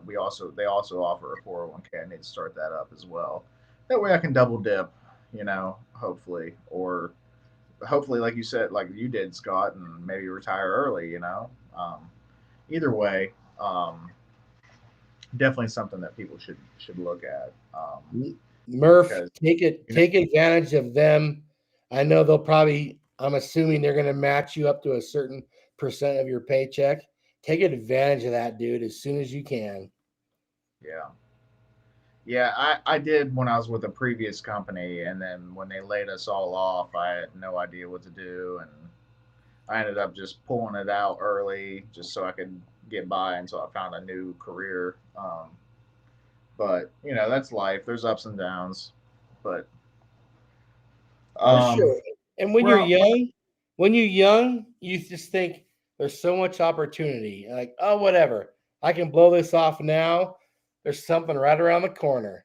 And it just kind of sometimes it's hard to get out of that thought. I mean, I was there for a long time. I was in the bar business. You left with cash all the time, but it didn't really equal savings and retirement. yeah. Anyway, but yeah, do that. Take advantage of that when you can, Murph. No doubt. I didn't have, like I said, didn't have the kid that you have. Then that's hey, kids are money, right? Yeah, and I make sure my boy has any and everything he ever wants. Not that he ever asks for much, but I make sure he's taken care of for sure because that's number one. But that's kind of deviating from that a little bit. I I do want to say like these players and how it is nowadays, how they do all these little maneuvers to try to get the extra dollar on their next contract and stuff like that. They unfollow the team from Twitter and Instagram, and they Yeah. do all these little things, to try to it's frustrating as fans when we see it. We're like, oh God, like why they gotta act like that and this and that. But if you think about it, these guys have 8, 10 year careers if they're lucky, if they're good enough, you know. Um, and then they have to live the rest of their life on that, or they have to figure out another career after the NFL, because they may make millions of dollars, but that shit don't last forever, man. It really doesn't. And they have a lot of times they exit the NFL. They have back problems. They have hip issues, neck issues, things like that. They have all these surgeries and stuff. That stuff costs a lot of money. So these guys really do have to think about their future. So when they start asking for that money and they make these moves, my initial reaction is always frustration. I'm like, why they got to act like that? Why are they doing this? Like be a team guy, this and that. But in reality, if I was in that situation, I would probably be saying, "Hey, yeah, I got to get the money no matter how it's done. I got to get that extra mill, because that's what's going to push me to the point to where I can, retire or whatever, and I can last that extra few years without having to I don't know get a job to when I'm 70 or something, whatever. That's Well, just where I'm getting. 2 million a year in negotiations is like generational wealth alone. So I get Yeah. your point. Yeah. Yeah. and it's hard. You say that's generational wealth. That might be generational wealth for everybody on this panel or in the chat or something like that. But whenever you do get those big signing bonuses and stuff, you tend to buy things, right? Like everybody's going to treat themselves. I worked hard for this, whatever. No judgment towards that. But when you have $4 million mansion or something, you got to pay taxes on that every year for the rest of your life. If you plan on living there for the rest of your life, you got to pay taxes on that for the rest of your life, and that ain't cheap. So you got to have the money to be able to do that. And if you're only working for 8 or 10 years, you got to make sure you have enough money set aside for the rest of your life to pay those taxes. Just little things like that. So, like I said, it is frustrating when you see our players. We want them to be homegrown players. We want them to be with the Jets for their whole career optimally, But when they're pushing for that extra dollar and they end up having to go somewhere else to get it, I got to temper myself and say, you know what? They got to do what they got to do. I know I made a joke about DJ Reed being a traitor, the other day or it was a couple weeks ago, I think. And, but the dude's doing what he can for his family. In reality, I look at it that way. These guys have to look out for themselves. Well, We're and, Jets, and but sorry, Murph. go ahead. I'm I done. was gonna say, and they're also getting pressure from the players union to get every dollar they can, because that just means the next guy gets that much. We've talked about how it just goes up and up and up and up. The players union wants them to get paid as much as they can. They don't like the players union does not like guys taking hometown deals. Yeah. Yeah, no, you're right. And they got to try to make as much money as they can in that small window that they have. Yeah. It's Party with Pig and Artie. I want to party with you guys. But you got to how about you take the next best thing, Scott? Another guy that you know and love joining us on the Danger Zone hotline. Hey. I bet it's Johnny. I want to party You with know this what? guy. This guy is joining us on Murph's 34th birthday, the first one to call in on such a day. So let's hear what he has to say. Welcome to the Independence Day stream in the Danger Zone. Caller, Midnight Mike. Happy birthday, Murph. Happy birthday, man. Thank you, buddy. Thank you. Mike, what is up, brother? Dude, I've been drinking since 10 o'clock this morning. Hey. I was done for the day. I was out back. I was still drinking, and I saw you put the thing like, oh, the link's still in. I was like, the link, and I've been drunk all day, so I'm like, hell, fucking yeah, let's call in and have some fun. It's America's birthday. It's Murph's birthday. I mean, you can't get any better than that, right? Yeah, Merica. So nothing new, you're saying, Mike? Yeah, I guess Murphica. nothing new. If it's a stream, I'm usually putting a few back.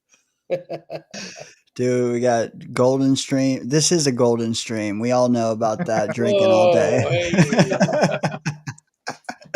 What's up, dude? How was your holiday? I know you got to drink, but did you get some good food too? Some fireworks? Yeah, well, we did fireworks in my backyard. So I mean, usually the 4th of July for us is we wake up early, we go to the beach, which is right down the road. And like I said, as soon as we got there, I popped open a beer and I drank while I was there. Then I came home, drank a little bit more. We cooked, we maybe barbecued, all that great stuff.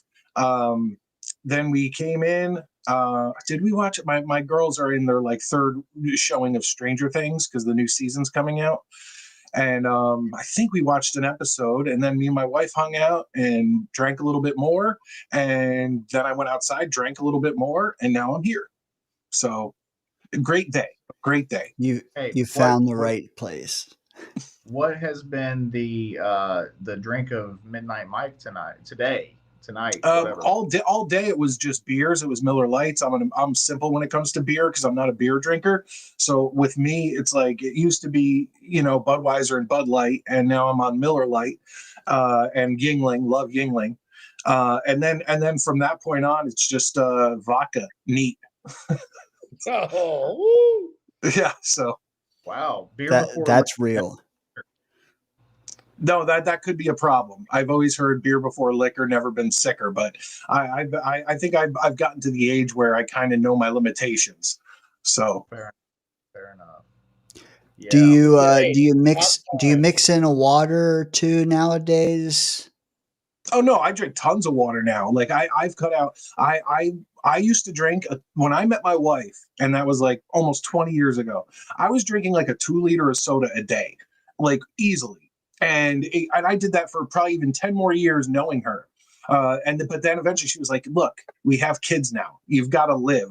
So I've switched it. And now I'm like, I drink so much water. I have like a big Jets, those Stanley cups. I have one that my stepmom, she's 8 years younger than me, but my stepmom got me one year. Yeah, dude, my stepmom is 8 years younger than me. My youngest brother is 2 years old. Go, Dad. Dude, I'm almost 45, so. My dad loves a lot of things, and 3 of them are marriage, women, divorce.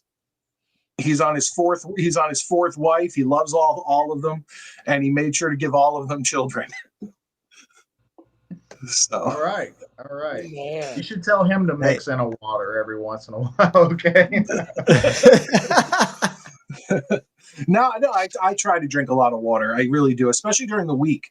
During the week when I'm working and stuff, I'm constantly drinking water. So, and on the weekend, I have, of course, the 4th of July. We have off at my Clark Kent job, and it's like, hell yeah! If I have a day off, are you kidding me? I'm drinking at 10 a.m. Water. That's what the ice cubes are for, Murph. Mike, I want to chime in. Barney says that he and his daughter, they're watching season 1 of Stranger Things again, and it's still, it's wild to even think that someone's saying that a show that's not even a decade old still holds up. But thoughts on that? I'm telling you, I really enjoy the show. It's weird though. You go season 1 and season 2, and they're all kids, and then there was that break where they couldn't film and whatnot because of COVID in 2020. So they had to wait a bunch of years, and then all of a sudden season 3 comes up, and they're like almost adults. And even my kids were like, "Why did they get so much older?" And it's like, well, they grew up. But yeah, no, I think almost all the seasons are really good. I think it's a great show. And once again, I'm a sucker for anything 80s and 90s because that was when I was a kid and when I was a teenager. And watching Stranger Things, and they're little kids in the 80s, and that was exactly where I was. So every time I watch it, and my kids get every reference, if they make a Ghostbusters reference, if they make any reference that they make back to that time period, my kids get it because I'm basically bringing them up as if they were growing up in the 80s. So is what it is. I've never seen it. We did. I've never seen it either, but I know it's one of those shows that you should. I will eventually, but we did a Jeopardy thing earlier. I don't know if you were in here earlier. Me and Scott went head to head on just because it's Merica Day, right? So we did a little Jeopardy, little American history, presidents, and just random facts and stuff like that. Scott just barely beat me out by 100 points, but we'll get to that later. Mike would have slaughtered that, by the way, but go ahead, Murph. I was just about to say I would never go head to head with you when it comes to movies and TV series and like trivia, especially the old school 80s, 90s, 2000s. Like, I would never go head to head with you on that shit. No. Well, to be fair, your shit, man. To be fair, it's 80s and 90s. Like, if you get into 2000s or you go back into the 70s, I know, but it's dicey. Like, I'll know certain things, whatever. But 80s and 90s is definitely good for me. And then, like, also, if you guys were doing American history, like when it comes to history, I like ancient Egypt. but it's really just American history, especially the Revolution, the Civil War. Love the Civil War, stuff like that. Yeah, I don't love it. Like a lot of people died. Yeah, that sucks. But you know what I'm saying? I like the history behind it and learning the stories and all the battles and all that stuff. I'm the type of guy, dude. If I learn something and I don't use it or utilize it at some point, it's gone. Like I learned everything that we covered today in our Jeopardy thing. I know I learned at some point in school, but if I had no reason to know it, it's gone, dude. I got to make I got to make room for other useless information that I probably don't really need to know. No, I'm the same way. It's like if I'm interested in something, and it might even be some sort of ADD or something like that. I was on Ritalin in middle school, so I'm sure I have something going on. But if I'm interested in something, I will retain it. I will watch documentaries. I'll go full bore. But if you're trying to teach me something that I'm not interested in, forget it. Nothing sticks. It goes in one ear and right out the other ear. So, it is what it is. So for me, it's like 80s and 90s, history, sports. And after that, I'm lost. Yeah. I know about 150 different females' favorite colors and birthdays, but I don't know shit about the Revolutionary War. So I don't know why my brain. Hey man, I'll tell you what. That probably means you got laid a lot more than I did. So we're not getting into. If a woman tried to tell me your favorite color, I'd be like, what? Like, let me tell you about the Battle of Shiloh. I'll tell you something. I'll tell you something that'll really get you interested, and then they'll walk out. I'm not going to get your favorite flower, but I'll get you this DVD on the Civil War that was just excellent. Dude, one thing though that kills me is when they start asking you about zodiac stuff. It's like, really? You think I know that stuff? Oh, now hold on. I don't give a shit about necessarily zodiac symbols, but you want to talk to me about the Zodiac Killer? Now we're talking. Now I'll get interested. I'm the same way, Mike. Go ahead, Murph. Astrology, Now, I don't believe in horoscopes. I want to put that out there. I think horoscopes are complete bullshit. You cannot predict the future, and you want to put this like very basic ass thing that what do they call it? A self-fulfilling prophecy, right? Like if you want to put that out there, like that's so lame. Horoscopes are complete bullshit, but like astrology as a whole, I don't think it's bullshit. Because if the moon can affect the tides in our ocean with the gravity of it and stuff like that, the very much bigger planets out there can affect ourselves as we are born and as we grow, can affect ourselves to grow a certain way and cause us to have certain personality traits. I think that there's something there, man. I'm just saying. Can I ask a question though? Do you because I'm born early August, I'm a Leo, but I have a hard time believing that every other single person born in early August has the same personality as me. Well, no, you're born in different backgrounds and things like that. Obviously, there's other factors into it, but a lot of your base personality traits will be similar. It's not 100%. It's never. That blows my mind. Well, there's now I don't know much about this, Murph, but don't people say okay, so I'm a Virgo. So I was born in the early part of Virgo, but I see a lot of my traits with Leo, which is the one that comes right before that. I feel like a lot of people say if you're born closer to okay, so I'm Virgo, but with Leo trait because I'm so close to where Leo came in. When I see what people put as character traits for Virgo or for Leo, I do definitely see stuff that I relate to. It blends when you're on the cusp. Yeah. Cusp is what they call it, the cusp. Yeah. If you're close or on the cusp, you can have a little bit of both. And then also everybody, it's not just your main sign, they call that your sun sign. There's also the ascending and the moon sign as well. I don't make fun of how I do 3 on my fingers, but the shocker. So, yeah, I do the shocker. Apparently, my ring finger is I have to hold my pinky. Anyway, we're digressing. I thought it was 2 and 1 in the Thought that's what that was all about. Well, yeah, that would be whatever. I don't know. Anyway, so like I don't want to get too deep into it, but like your ascending has certain things, like it's like how people Easy, Dane. first perceive you as you're ascending, like the traits. So I have like a Leo percent, like ascending, which means that people first perceive me as confident, as like like Leos are usually pretty confident, and they're like, I don't want to say like self absorbed or whatever, Like but they're they're very outgoing. prideful. They're well, yeah, somewhat. Yeah, and then also like your moon sign is more of like your emotions. So like I have an Aries moon, therefore it's a fire sign. They're very like the ram. They're very stubborn. They're very like go get it, whatever. So like my emotions are very fiery and stuff like that. So like I don't know. I'm probably getting too far into this, but there you have three signs. Okay. So Does it relate? Does it relate directly to like? Not every Virgo is the same. You know what I mean? Yeah. So like it's on exactly when you're born and where you're born in the United or wherever in the world. You have three signs, and that also dictates part of your personality and stuff too.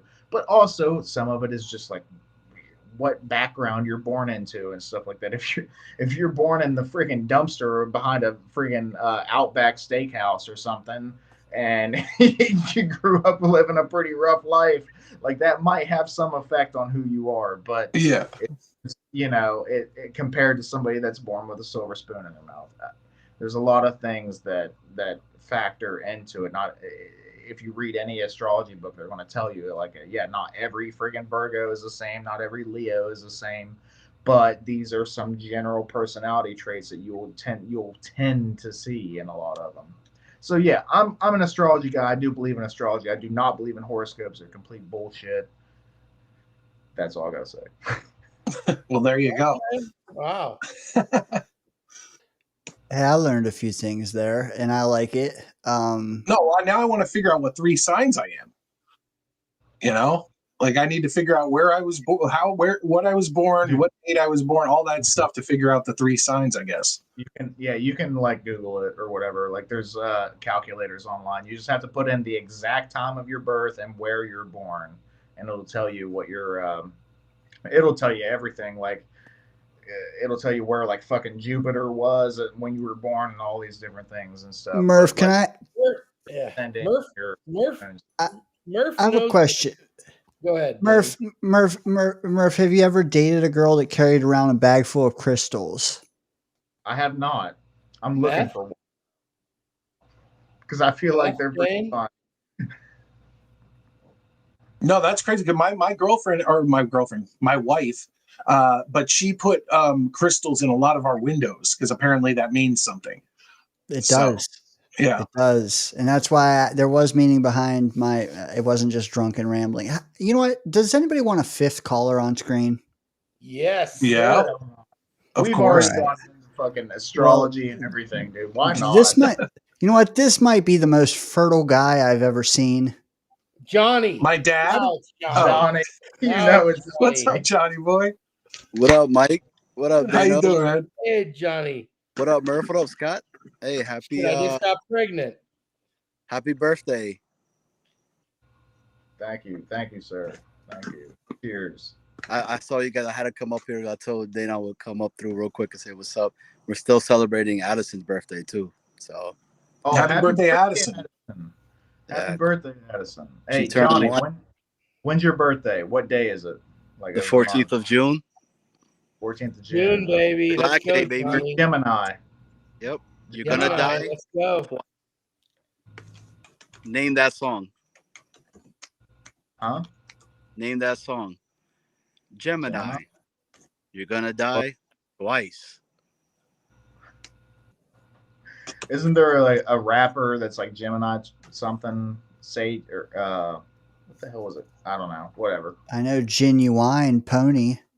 Nah. Yeah, there's that. That's my stripper song if I ever become a stripper. You guys remember when Chris Rock came out with an album, and it was No Sex in the Champagne Room. No sex in the champagne room. No sex in the champagne room. There is sex in the champagne room though. There Plenty. very is, yeah. I know. Ride the white pony. Oh yeah. Oh man, dude, I'm feeling nice. Was You know everybody what? else? Everyone here is. So you're in like company as my dog whines because it's in here with me now. But Johnny, you said you had a birthday party today. You had fireworks today, dude. You got to be exhausted. But how was your day? Did you get a little drink? Did you get a little food? How was it?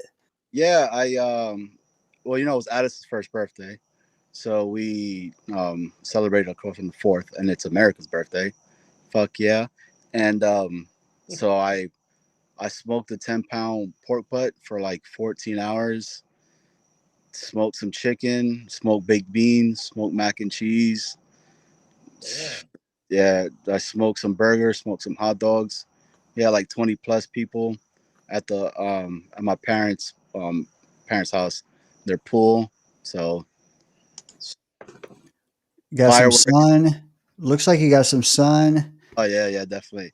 Yeah, dude, I'm always in my parents' pool, man, because they live like right up the block from me. But yeah, so I'm with the kids, and I tell you guys a real funny story about today. So Gio loves the pool too, right? And I had him in his floating. This is like a dad. It's like a dad thing, I guess. I don't know. But I threw him up in the air, right? And he was inside of his little floaty thing or whatever. And that dude flipped around and went head down into the pool. And you see his little feet just going like that. It was the funniest thing in the world, man. It was amazing. But it was awesome. Dude, I like living vicariously through you sometimes, Johnny, and that's a good one there. Dude, hold on. Let me see. Dave, I'm about to send you this real quick. I'm gonna come back real quick, and then I'm gonna send it to you so you can have it real quick. All You right, all right, brother. I got you. Send it to me. Come back. Boom.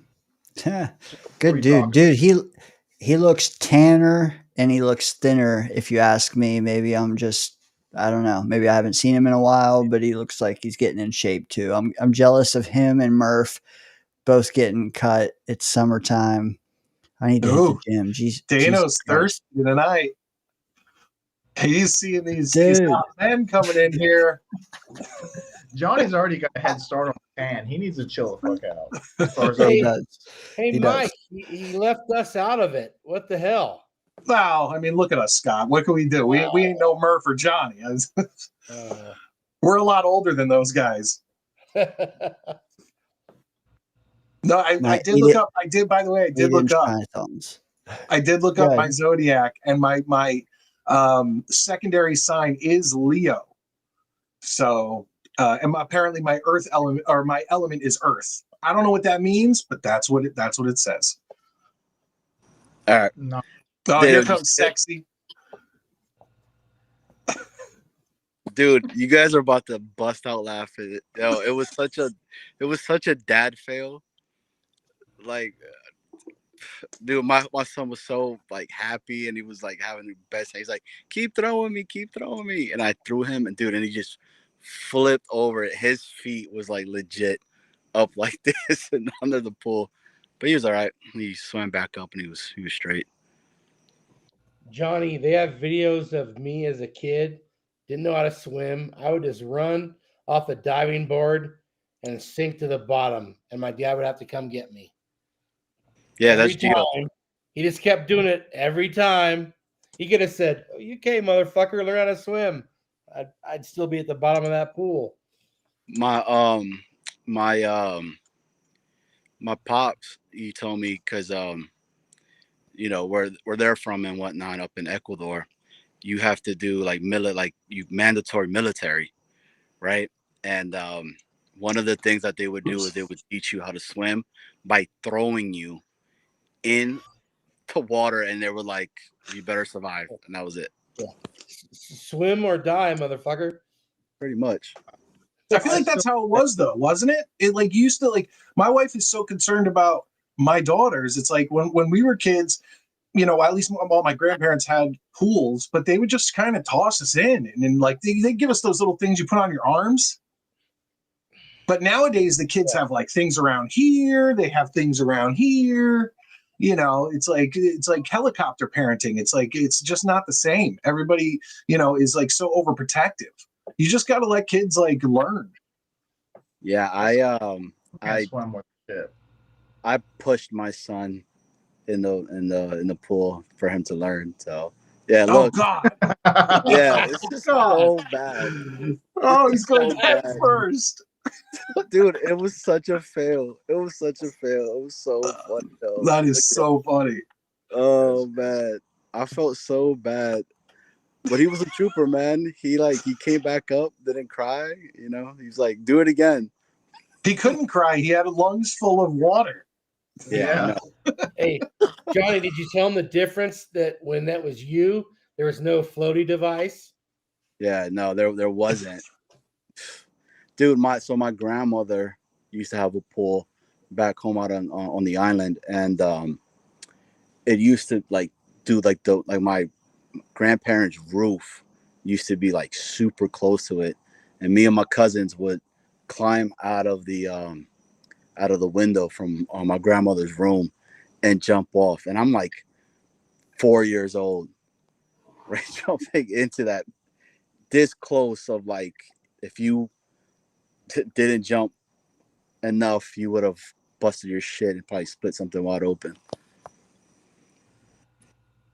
Oh yeah, that's how my I had so I had two sets of grandparents. One was like the fancy grandparents, in-ground pool, diving board. Then I had my like other grandparents, above ground pool, and on the deck of the pool where they built it up, there was like cartons of like boxes of Marlboros and like like beer. As like two completely different worlds.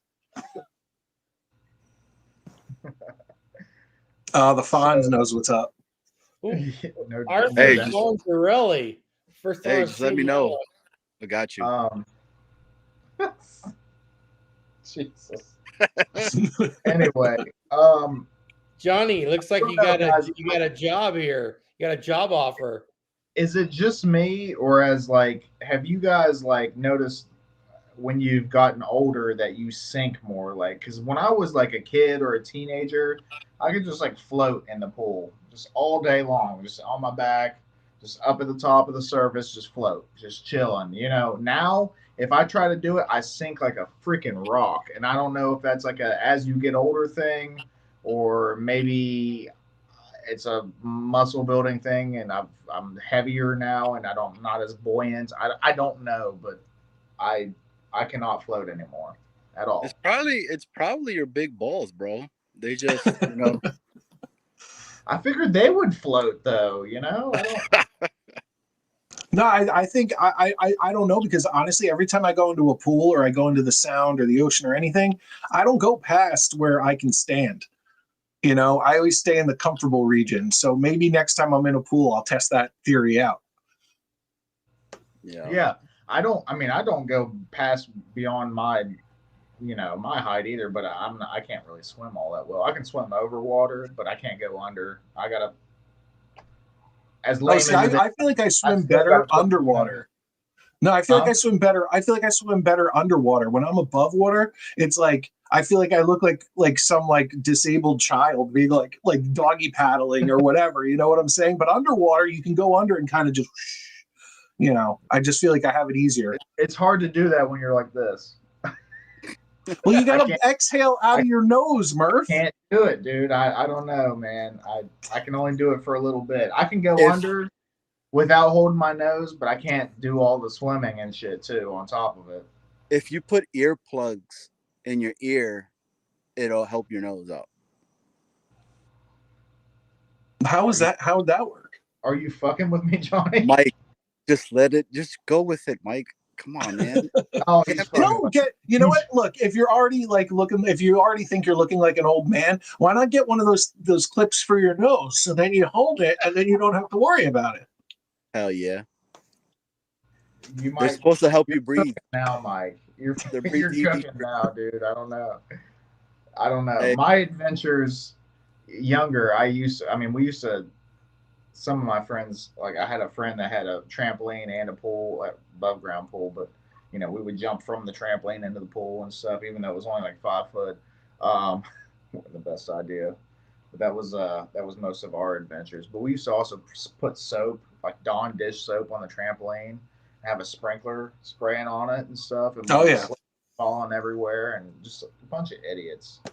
Yeah. All right, guys, I need to run back up in here because my wife's gonna be like, "Where the hell are you?" But I wanted to come up here, show some love and whatnot. Yo, Murph, happy birthday.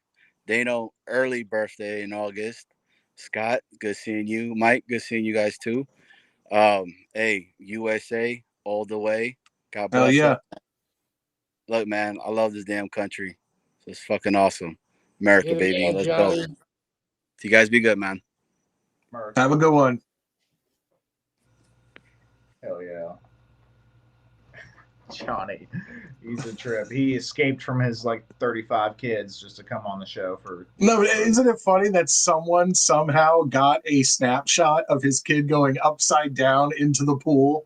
Like, I love that. That's hilarious. It wasn't even blurry either. That's the thing. Like, no, it was a perfect shot. Mid-action moments are usually blurry, but not that one. It was perfect. It's almost like someone meant to do it. Every time we see Johnny, that means someone's not getting pregnant. So that's great. Come on, Johnny. Let's go. Fair enough.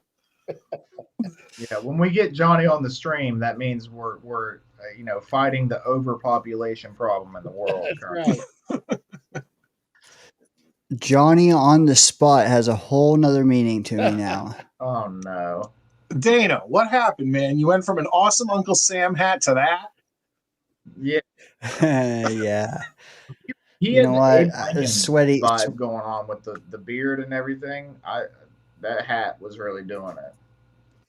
Hey, this is the hat to wear today, brother. Maybe not tomorrow, but today. I said it a couple weeks ago when I was watching this show. All you guys with your beards, especially Scott and Dana with the super long beards, I said it looks like a Civil War reenactors coming around and being like, "All right, let's do a podcast." Hell yeah. Maybe we'll do that. grow it out, Murph. And you three, talk about the Battle of Gettysburg, talk about Chancellorsville. You guys will have a blast. Yeah. You know what?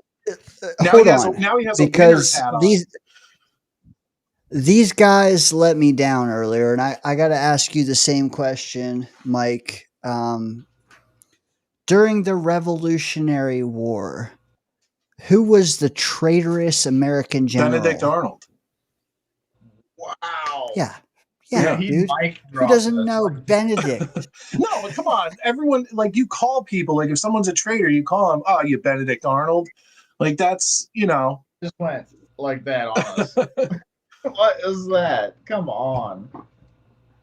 I'm a Civil War guy, too. I like that. I know that more. I said Robert E. Lee. I don't know what I was thinking. No, that's a Confederate general. One of the greatest generals in American history. Granted, he was on the wrong side, but he was on the wrong side. Traitor. But he was still one of the greatest. That's what I was thinking. Traitor. I guess if you're thinking that way, that makes sense. Yeah. He was the head. He was the head of the Army of Northern Virginia, and that they were the traitors. So if you say who was the biggest traitor, that makes sense. But my dumbass didn't even register that he said Revolutionary War, not Civil War. So that should have ruled it out for me. But either way, yeah.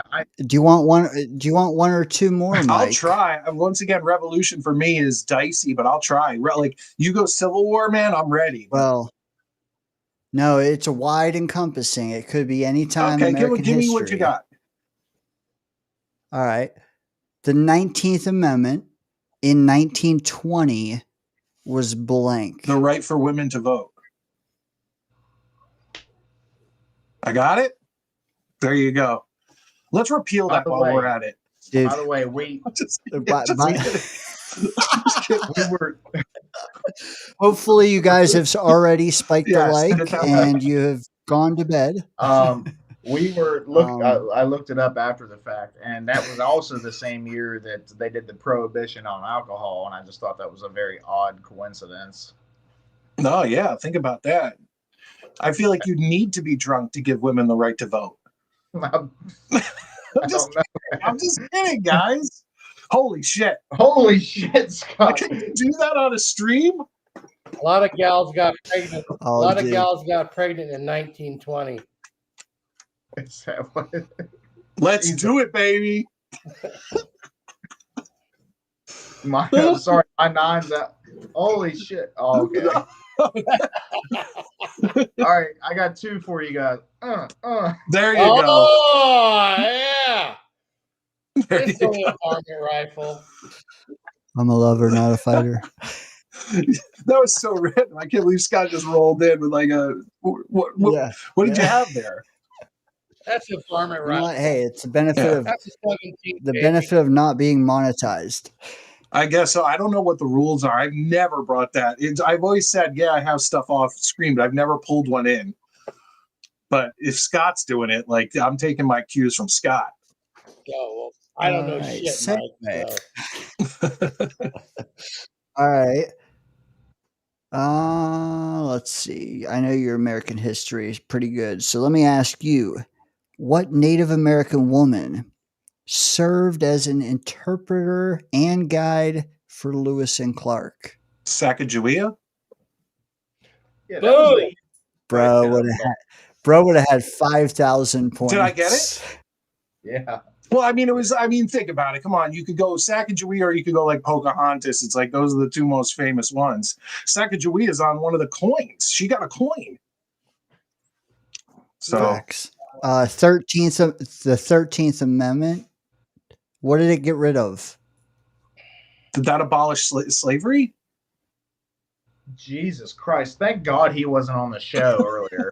Murph, we got all these. We got I know. Yeah, but I said he's not even missing a beat though. Like but see, you know what? With these guys, he was just like, and is he asking? I also originally listen. Originally, I even told these guys 13th Amendment abolished what, and I feel like that's a dead giveaway. For you, I just said it got rid of what. Well, how many things have we abolished? That's pretty much in the amendments. That's got to be the only thing.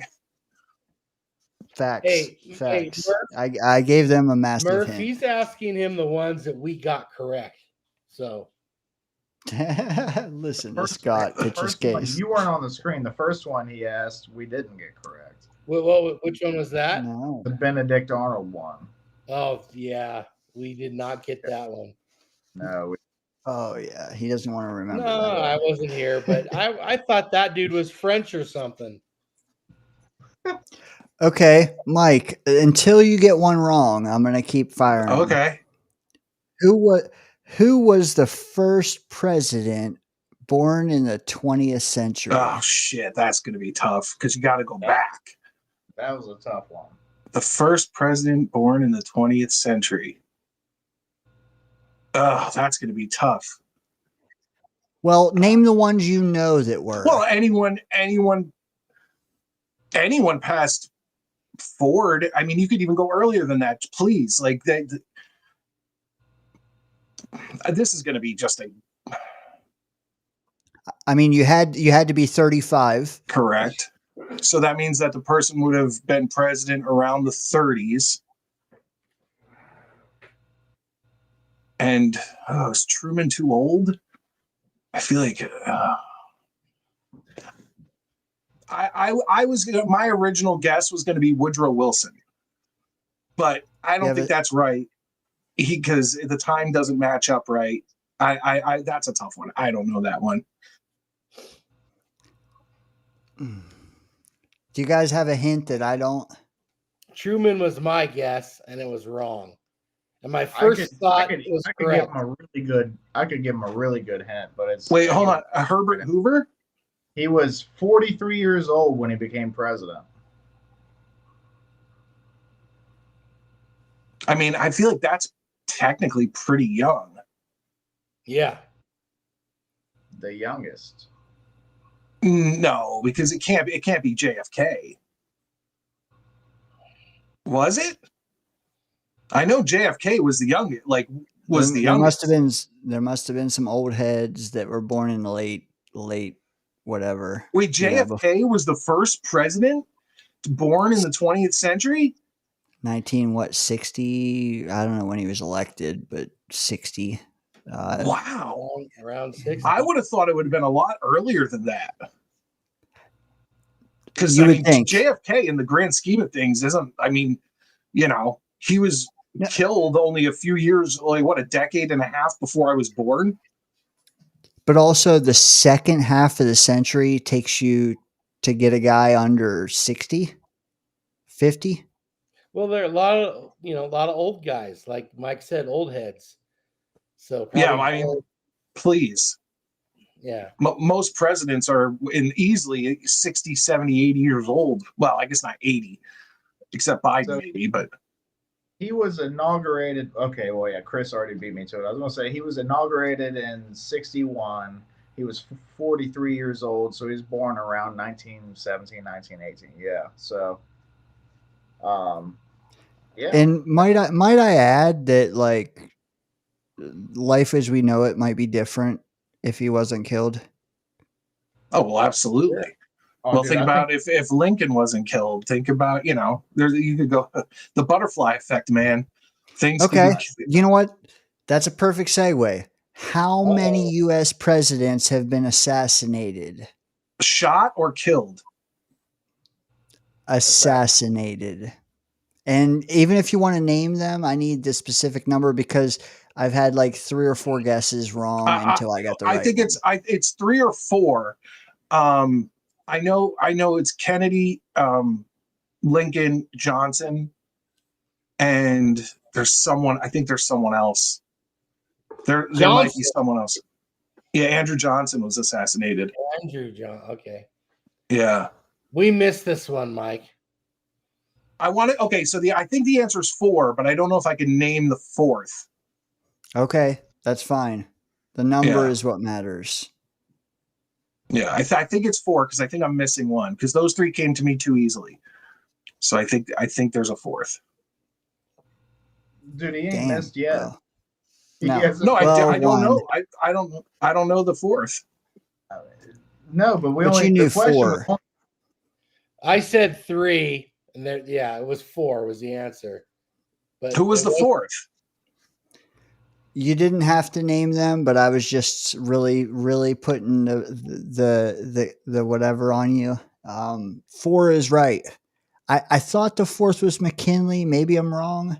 Oh, okay. McKinley, Garfield, Kennedy, Lincoln. No, Johnson is one of them. So it's either McKinley or Garfield. It's probably Garfield. I want to see. I was going to lean McKinley. We need to figure this out.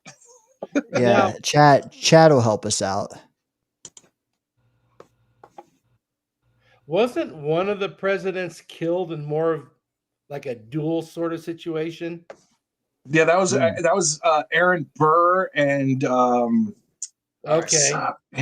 So I think it was Hamilton and Burr had a duel. So that's not a assassination. No, I don't think either of them died. Oh, okay. It's, Lincoln, Garfield, McKinley, and Kennedy. Oh, so then Johnson was wrong. How was that wrong? McKinley was right. Okay. Was Johnson shot? You got the number right, Mike. That's all that mattered. It wasn't. No, I guess.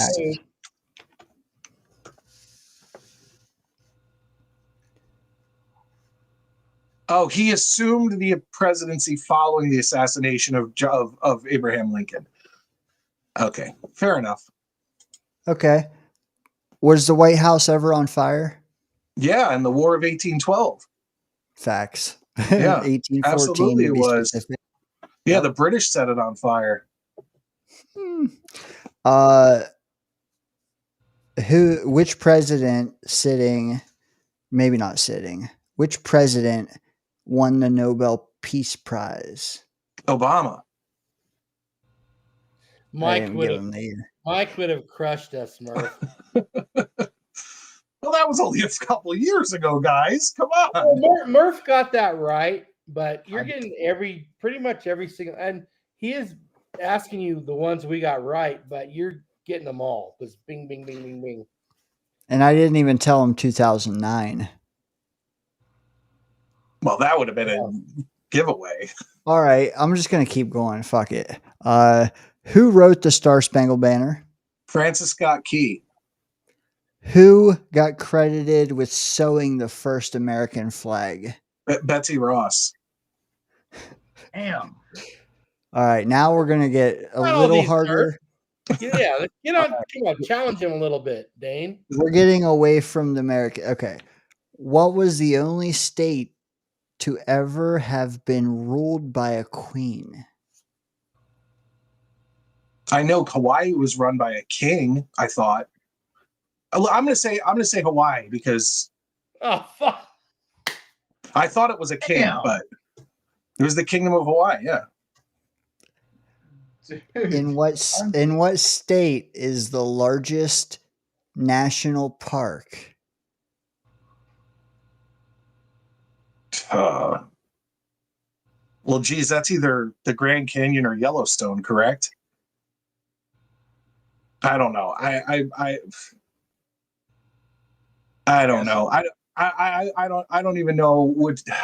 I know Yellowstone is in that Colorado kind of area, and then fucking yeah, and then let me give you the same hint that I gave them because I don't think anyone would know this off the bat, but I'll give you the same hint.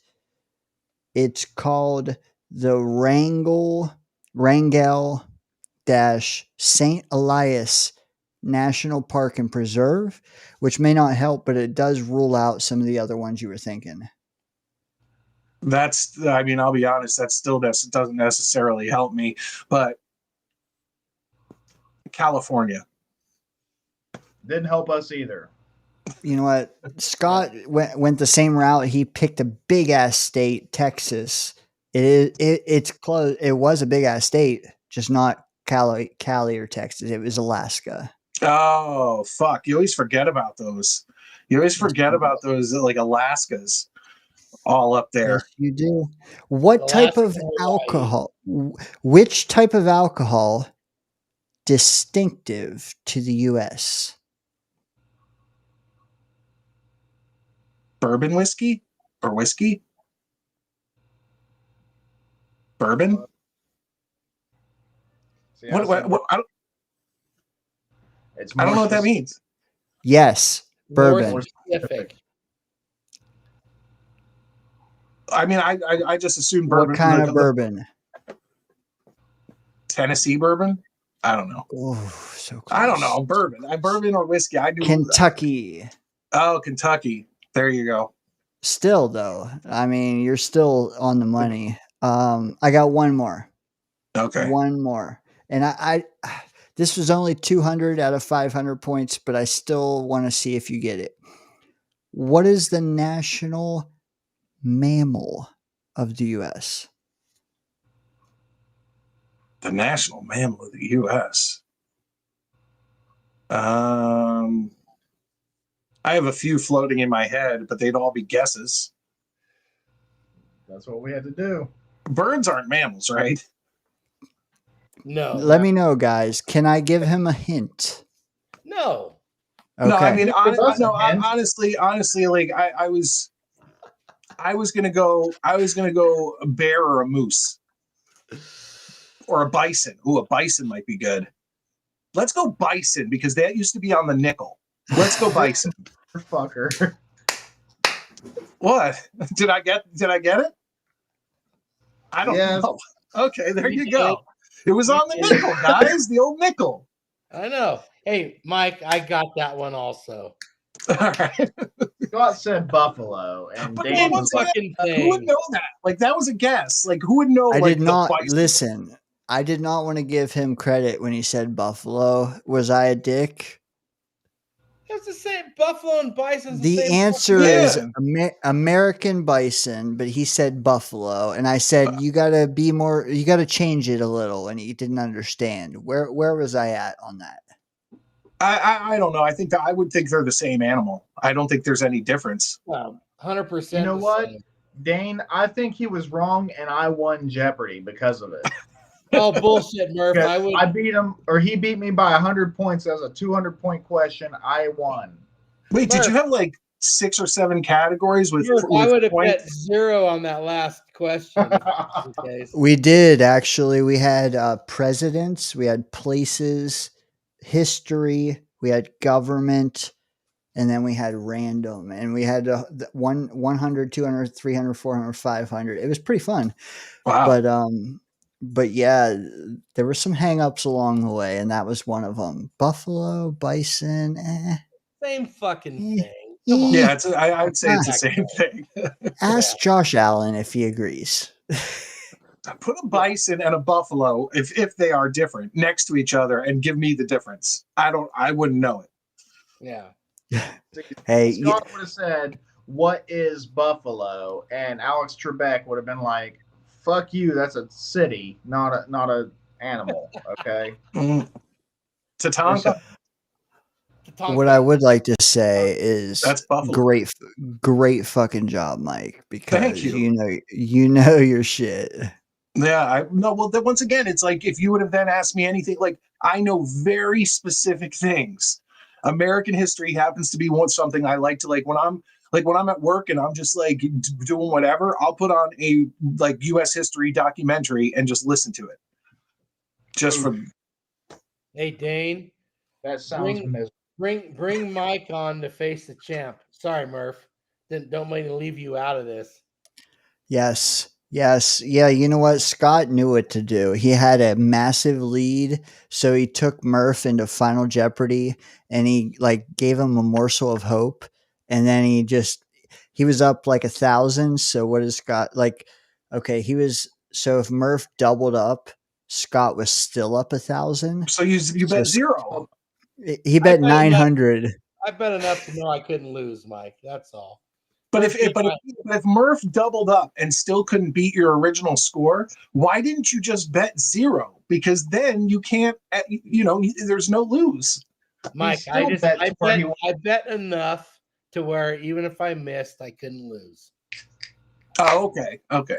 Yeah. So yeah, he's a dick like that. Okay. I am. But well, you gotta be a smart player too. You gotta play by the rules of the game. If you Murph beat my ass on Jets Worldwide. I just had to make sure I even things up. So next time, it'll be a big one. There you go. That's what Scott Johnny said. Had the edge. Scott was alive for more of these events than I was. Okay. I wasn't alive for many of them. Probably more than Murph though. Scott, were you alive when JFK was shot in Dallas? I was not born yet when JFK was shot. Okay. But it wasn't a whole lot. It wasn't a real long time after that, though. Wait, Dano, you can play that and not get flagged on YouTube? We're gonna find out tomorrow, folks. Because I played it one time back in the day and I got flagged. So then I went and I got Rock and Roll. Remember Rock and Roll Jeopardy from like the early 2000s? I got their theme. And I'm able to play it. Like when I do trivia with the guys, I can play Rock and Roll Jeopardy, but I can't play the regular Jeopardy theme. You know what? I searched YouTube for it first, and I found all kind of like scum accounts already like uploaded it, minute-long versions, 2 minutes, and I'm like, okay, well, if they haven't been flagged, and plus like 400 subscribers, nobody's watching me. I mean, if Chris B wants to report me, that's one thing, but but with it elsewhere on YouTube, I don't worry as much. If I pulled it from another place, though, yeah, I probably wouldn't have tried it. Well, the trick is 7 seconds, right? With that hat you got going tonight, Dane, there might be some people checking you out. They might be hating on the Abe Lincoln. What's that called? Abe Lincoln Vampire That's an Uncle Hunter. Sam hat. Yeah, I did get that tonight. But you're right, Murph. If it's legit music, 7 seconds cut off, man. Like I can do this.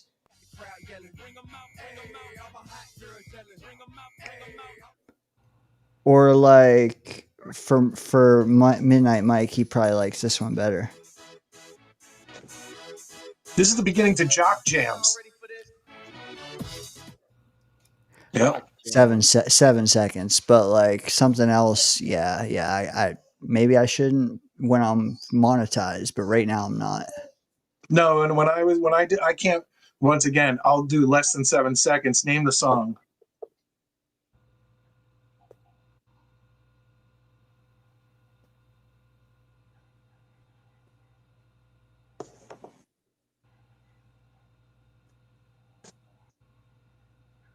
Did you hear it? I'm not sure where we're at right now. A song in Try, mind. try it again. I heard like something drop, but that was it.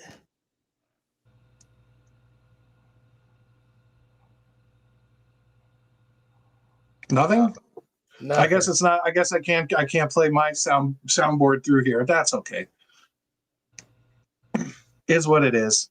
You learn something new every day, okay? Well, no, the crazy thing is that like one of the guys who does my show, Honest Abe, if he's in his studio, he'll come on and he'll do all these drops. And I'm like, how are you doing this on my show? Like, how are you dropping all these sound bites on my show? And then I'm like, wait, can I do that? I guess I can't. You know what? It probably matters if it's in your studio or if it's just on your computer. You know what I mean? I mean, the whole Roadcaster is running through the same thing that my voice is running through, so I don't know. Okay, wait, am I coming through the mic or am I sounding like I'm coming through my computer? I think you're coming through your computer right now, to be honest with you. Then that's the problem. Hold on. Oh, this whole time I've been coming through the computer? Oh, let me. Oh God! Now I should sound like a normal Midnight Mike show. Damn it! I didn't say anything because you're just a caller. Like, you know what I mean? Like I yeah, but I still want to. I would like someone new and watching the show sees me, and then all of a sudden, like I'm coming through my computer. This is what I was playing, by the way.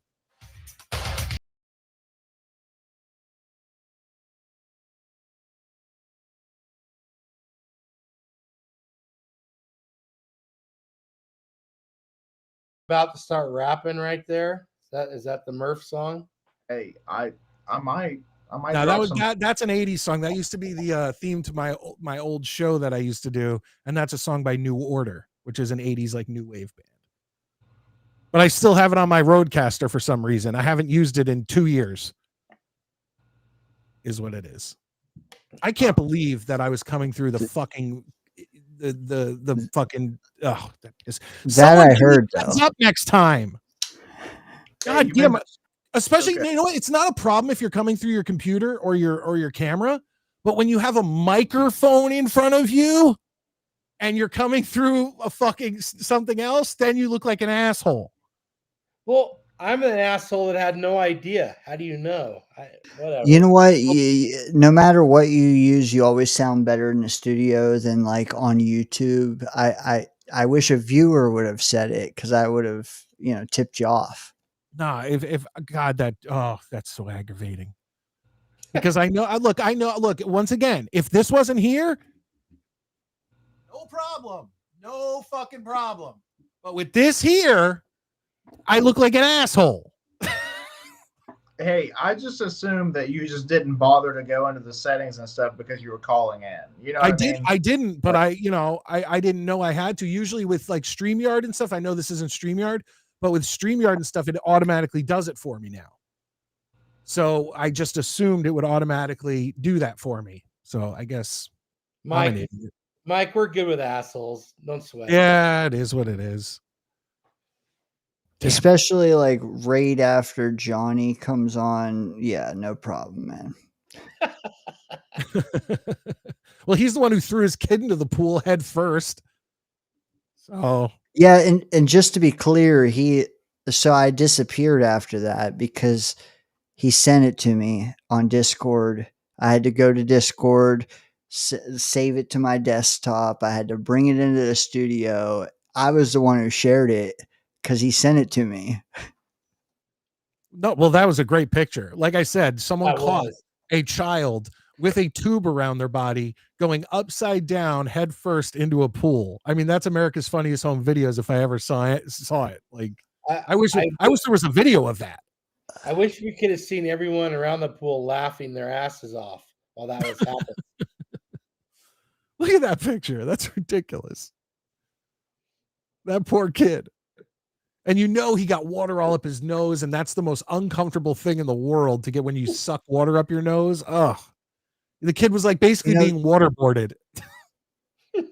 The worst part is the ring probably kept them upside down. Oh, absolutely. And they all sat there laughing and then went, oh shit, we better get this kid turned right side up.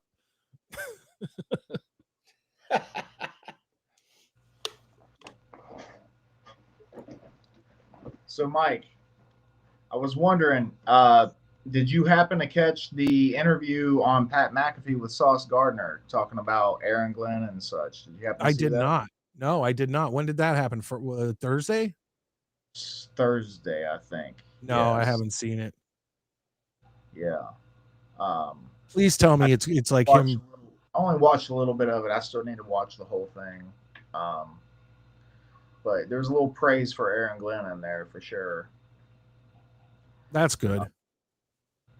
Yeah, it seems like the players are, they seem to be buying in, but they only buy in until they're, 6 losses deep, 7 games into the season, and then it's like, then shit starts to fall apart. So hopefully it don't go that way.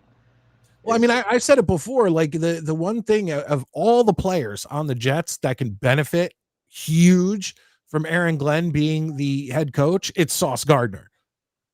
So yeah. So let's hope that he teaches them how to tackle and intercept the ball, and we'll be all good.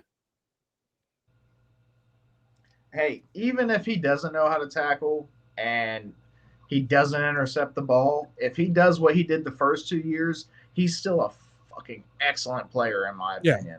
Yeah. You know what I mean? Like, dude, if you're shutting down your side of the field, if you're getting 25 passes deflected in a season, like, that's some good ball right there, man. No, I completely agree with that, but like that's the difference between good or great and elite. So if he can start tackling and he could get a few more interceptions under his belt, which once again, interceptions aren't the number one thing you need to worry about. Look at Revis, obviously.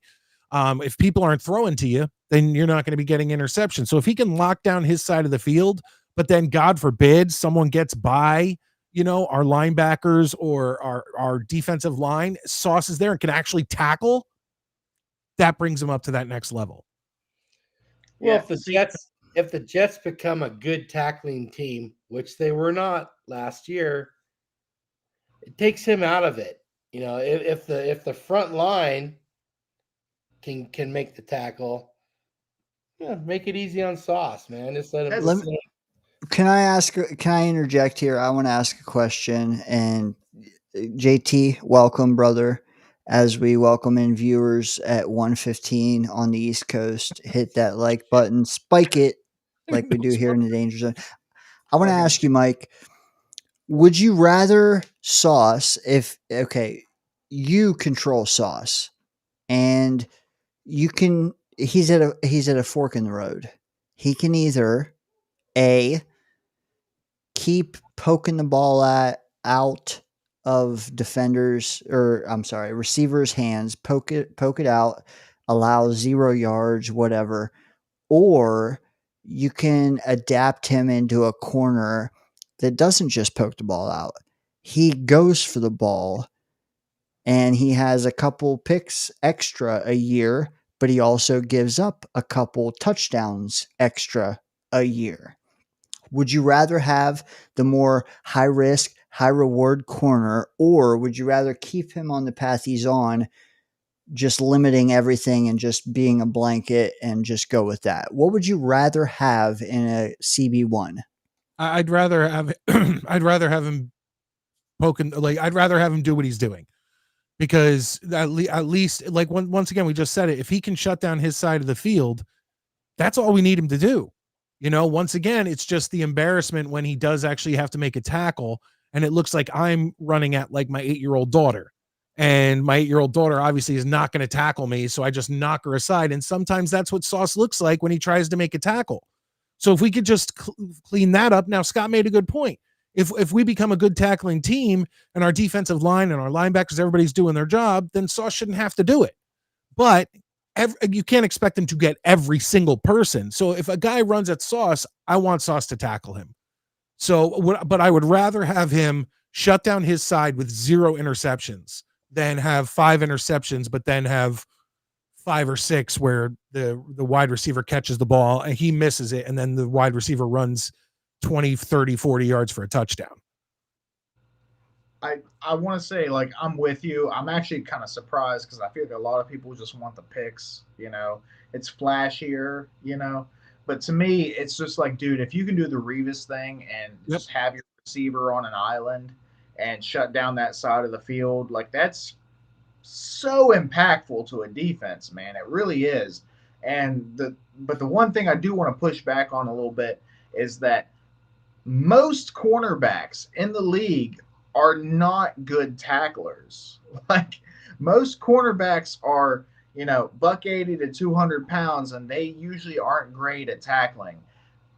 What I need from Sauce is him to be able to slow down the ball carrier so the safety or somebody can get there and finish the tackle. Like, yeah, that's fine too. I just don't want him to look like a fool getting run over.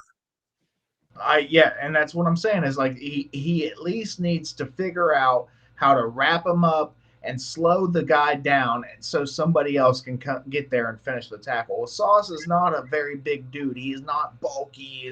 He's a long, lanky dude. He's not going to have the weight to finish a lot of these tackles. If he's up against a bruiser like a Braylon Allen or something, 9 times out of 10, he's not going to be able to do it.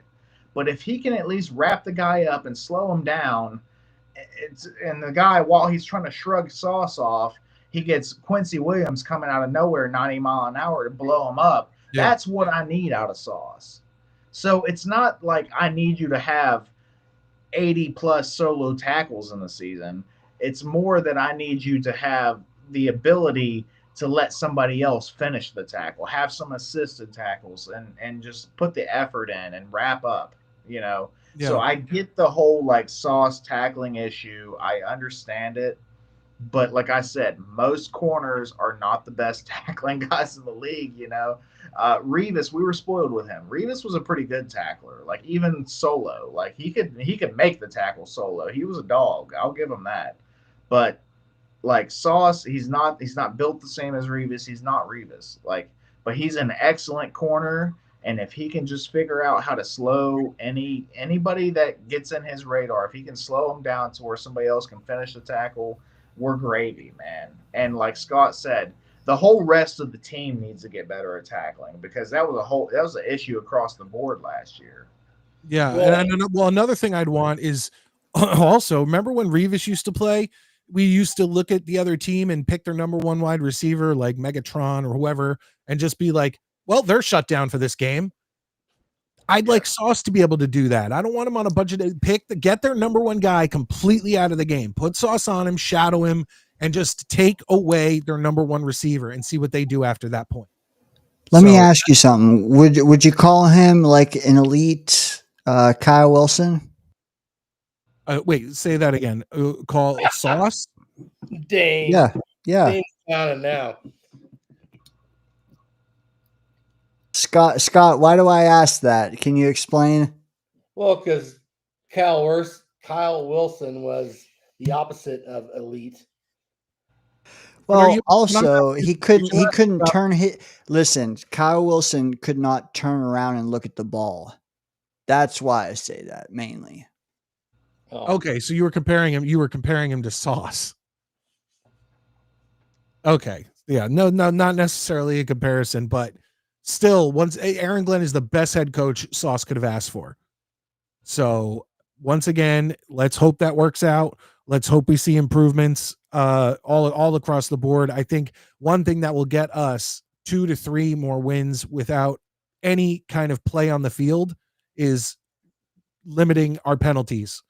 As soon as you take our penalties and cut them in half, we go up 3 wins. We have 3 extra wins because last year, even the year before, it's been too long that the Jets have just been getting penalized way too much. And there's some where I'm like, that's not a penalty. But let's be honest, 95% of the time, it's a fucking penalty. And the Jets need to clean that up. Then Aaron Glenn needs to bring that discipline. And if they can literally get half the penalties they did last year, this year, then I think that over under, what was it, 6? I think it's an over. But that depends on the penalties. Hey, that's a good point right there, man. The penalties was a huge issue for, it felt like our defense was like, it's like we were there, but then we weren't because a penalty would just fuck us. You know what I mean? Like we would have them third down, 3rd and 8, and we would stop them from converting, but boom, late hit on the, whoever, or it would be a pass interference, or it would be I don't know, whatever, defensive holding or something stupid, man. And it's just like, those are just demoralizing.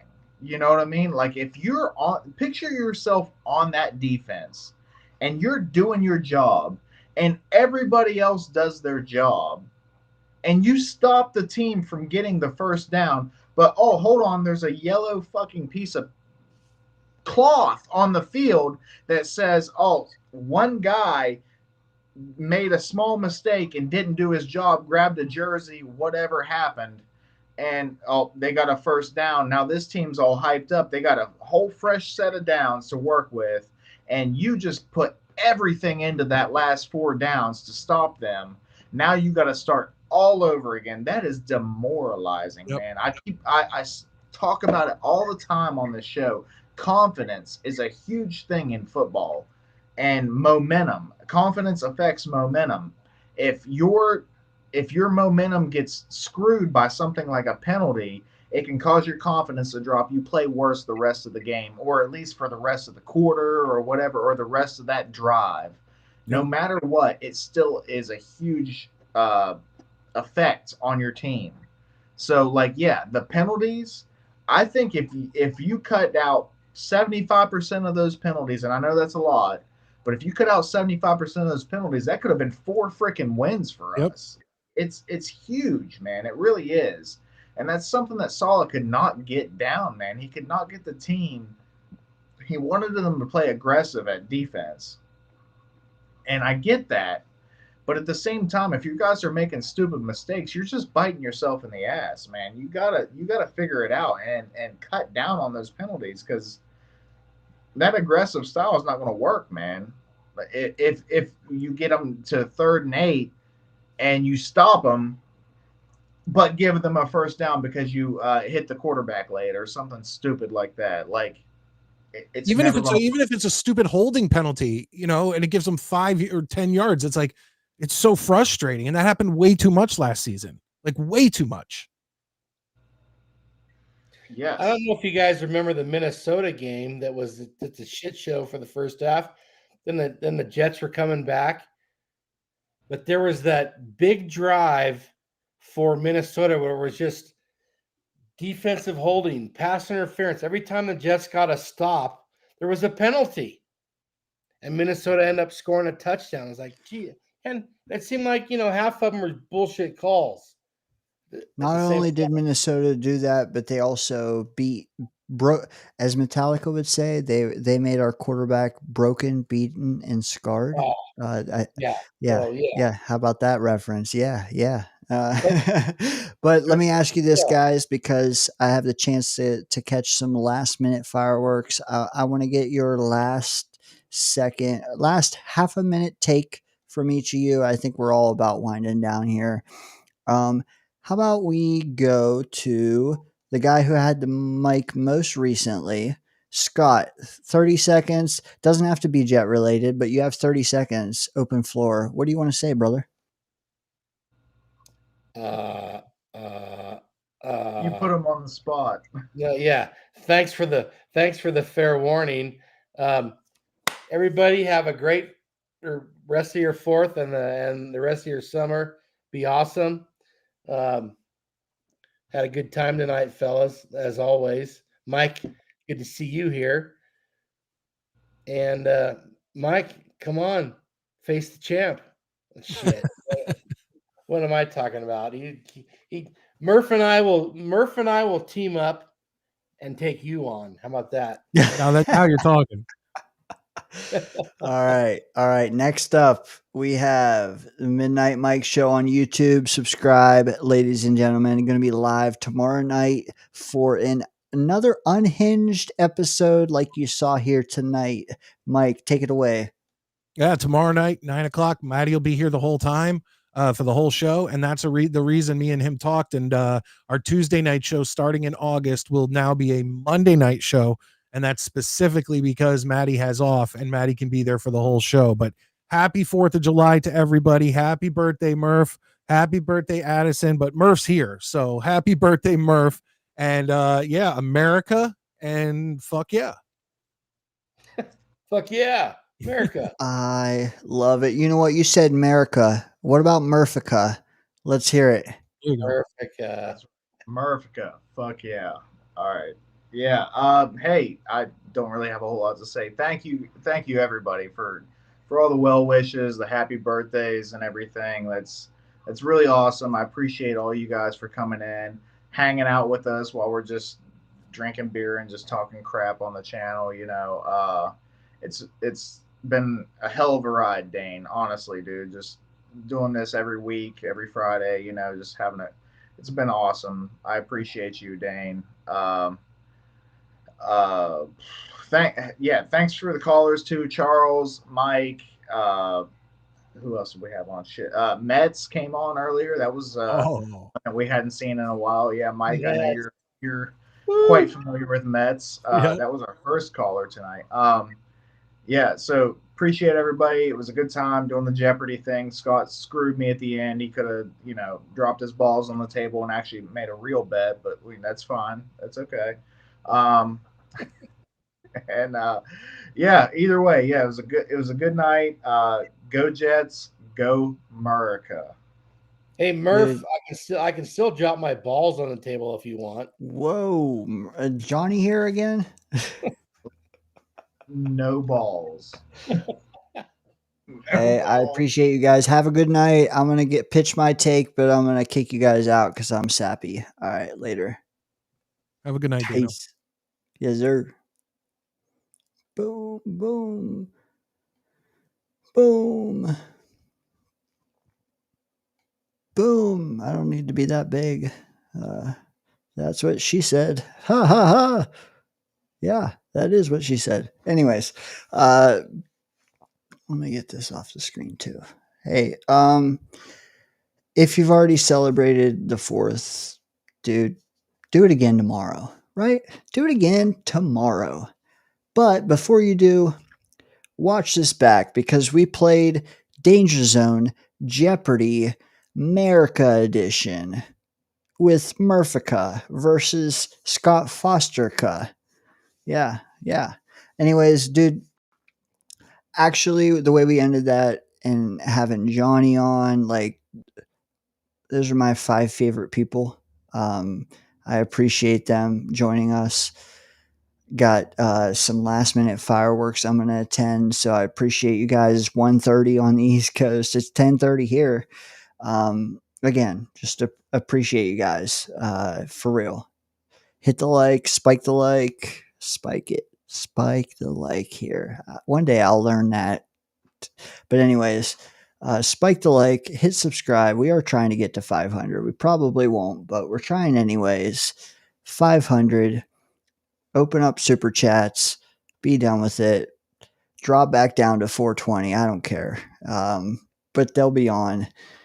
Anyways, happy birthday, Murph. You're not here right now. Wink, wink. Happy birthday. 34 was not my favorite year. Doesn't mean anything, but happy birthday, dude. Last year, these Friday nights have been an oasis. And I don't just say that willy-nilly because I actually do mean that. JT, good night, brother. Scott, thanks, honestly, your views and your takes, your views and your viewpoints. Top notch, brother. Charles, Murph said it. Charles, thank you. Mets, thank you. Midnight Mike, man. Always, dude, I love it because you call every 2 months, maybe you call, but when you do, you make a show. Like, appreciate that. I really do. Our points don't always, doesn't matter. That's perfect. That's actually great because this doesn't always work. So appreciate that. Chris B, hell of a moderator. He proved it tonight, helping with the scoring, research, his own guesses. Dude, I loved all of it. Appreciate you, brother. AMS in the house, man. Haven't seen you in a bit. Glad to have you. Spike the like. Please join us next week because we're going to do a little more next week. This is the middle of the lull. Now we're going to be ramping up toward training camp. Okay. You guys might even see me in 2 days. Okay. You might see me with NYJ Mike on Twitter, Broadway Jets on YouTube. You might see me this Sunday. But regardless, I want to thank you for tonight. I want to wish Murph a happy birthday. I want to wish Scott, Murph, thank you for the last year. And I want to thank Mike for his support of this channel as well. Also want to wish a happy birthday to our country and everyone who follows this channel. Have a good night, guys. If you haven't caught fireworks tonight, catch them tomorrow. Catch them Sunday. If you can't do any of those, then tune into them on YouTube and watch them live and pretend you're there. Whatever you got to do, man. Just make it a day that's unlike every other day of your week. With that said, thank you for hanging out in the Danger Zone. Good night. Boom.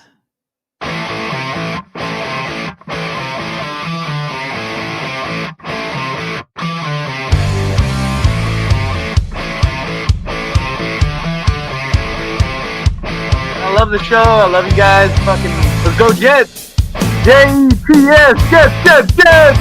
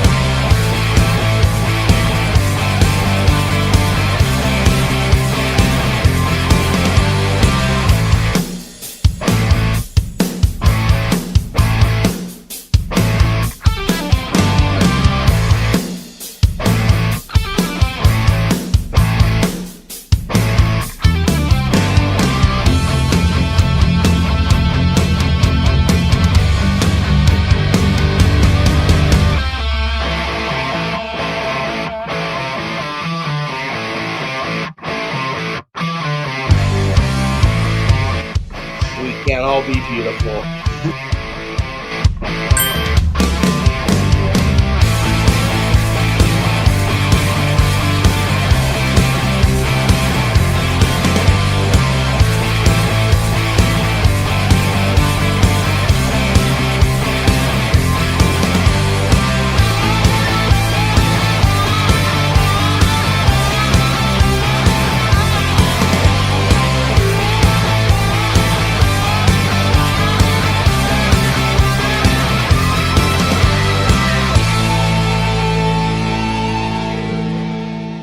You're in the danger zone. Put your seatbelts on and get ready for the ride.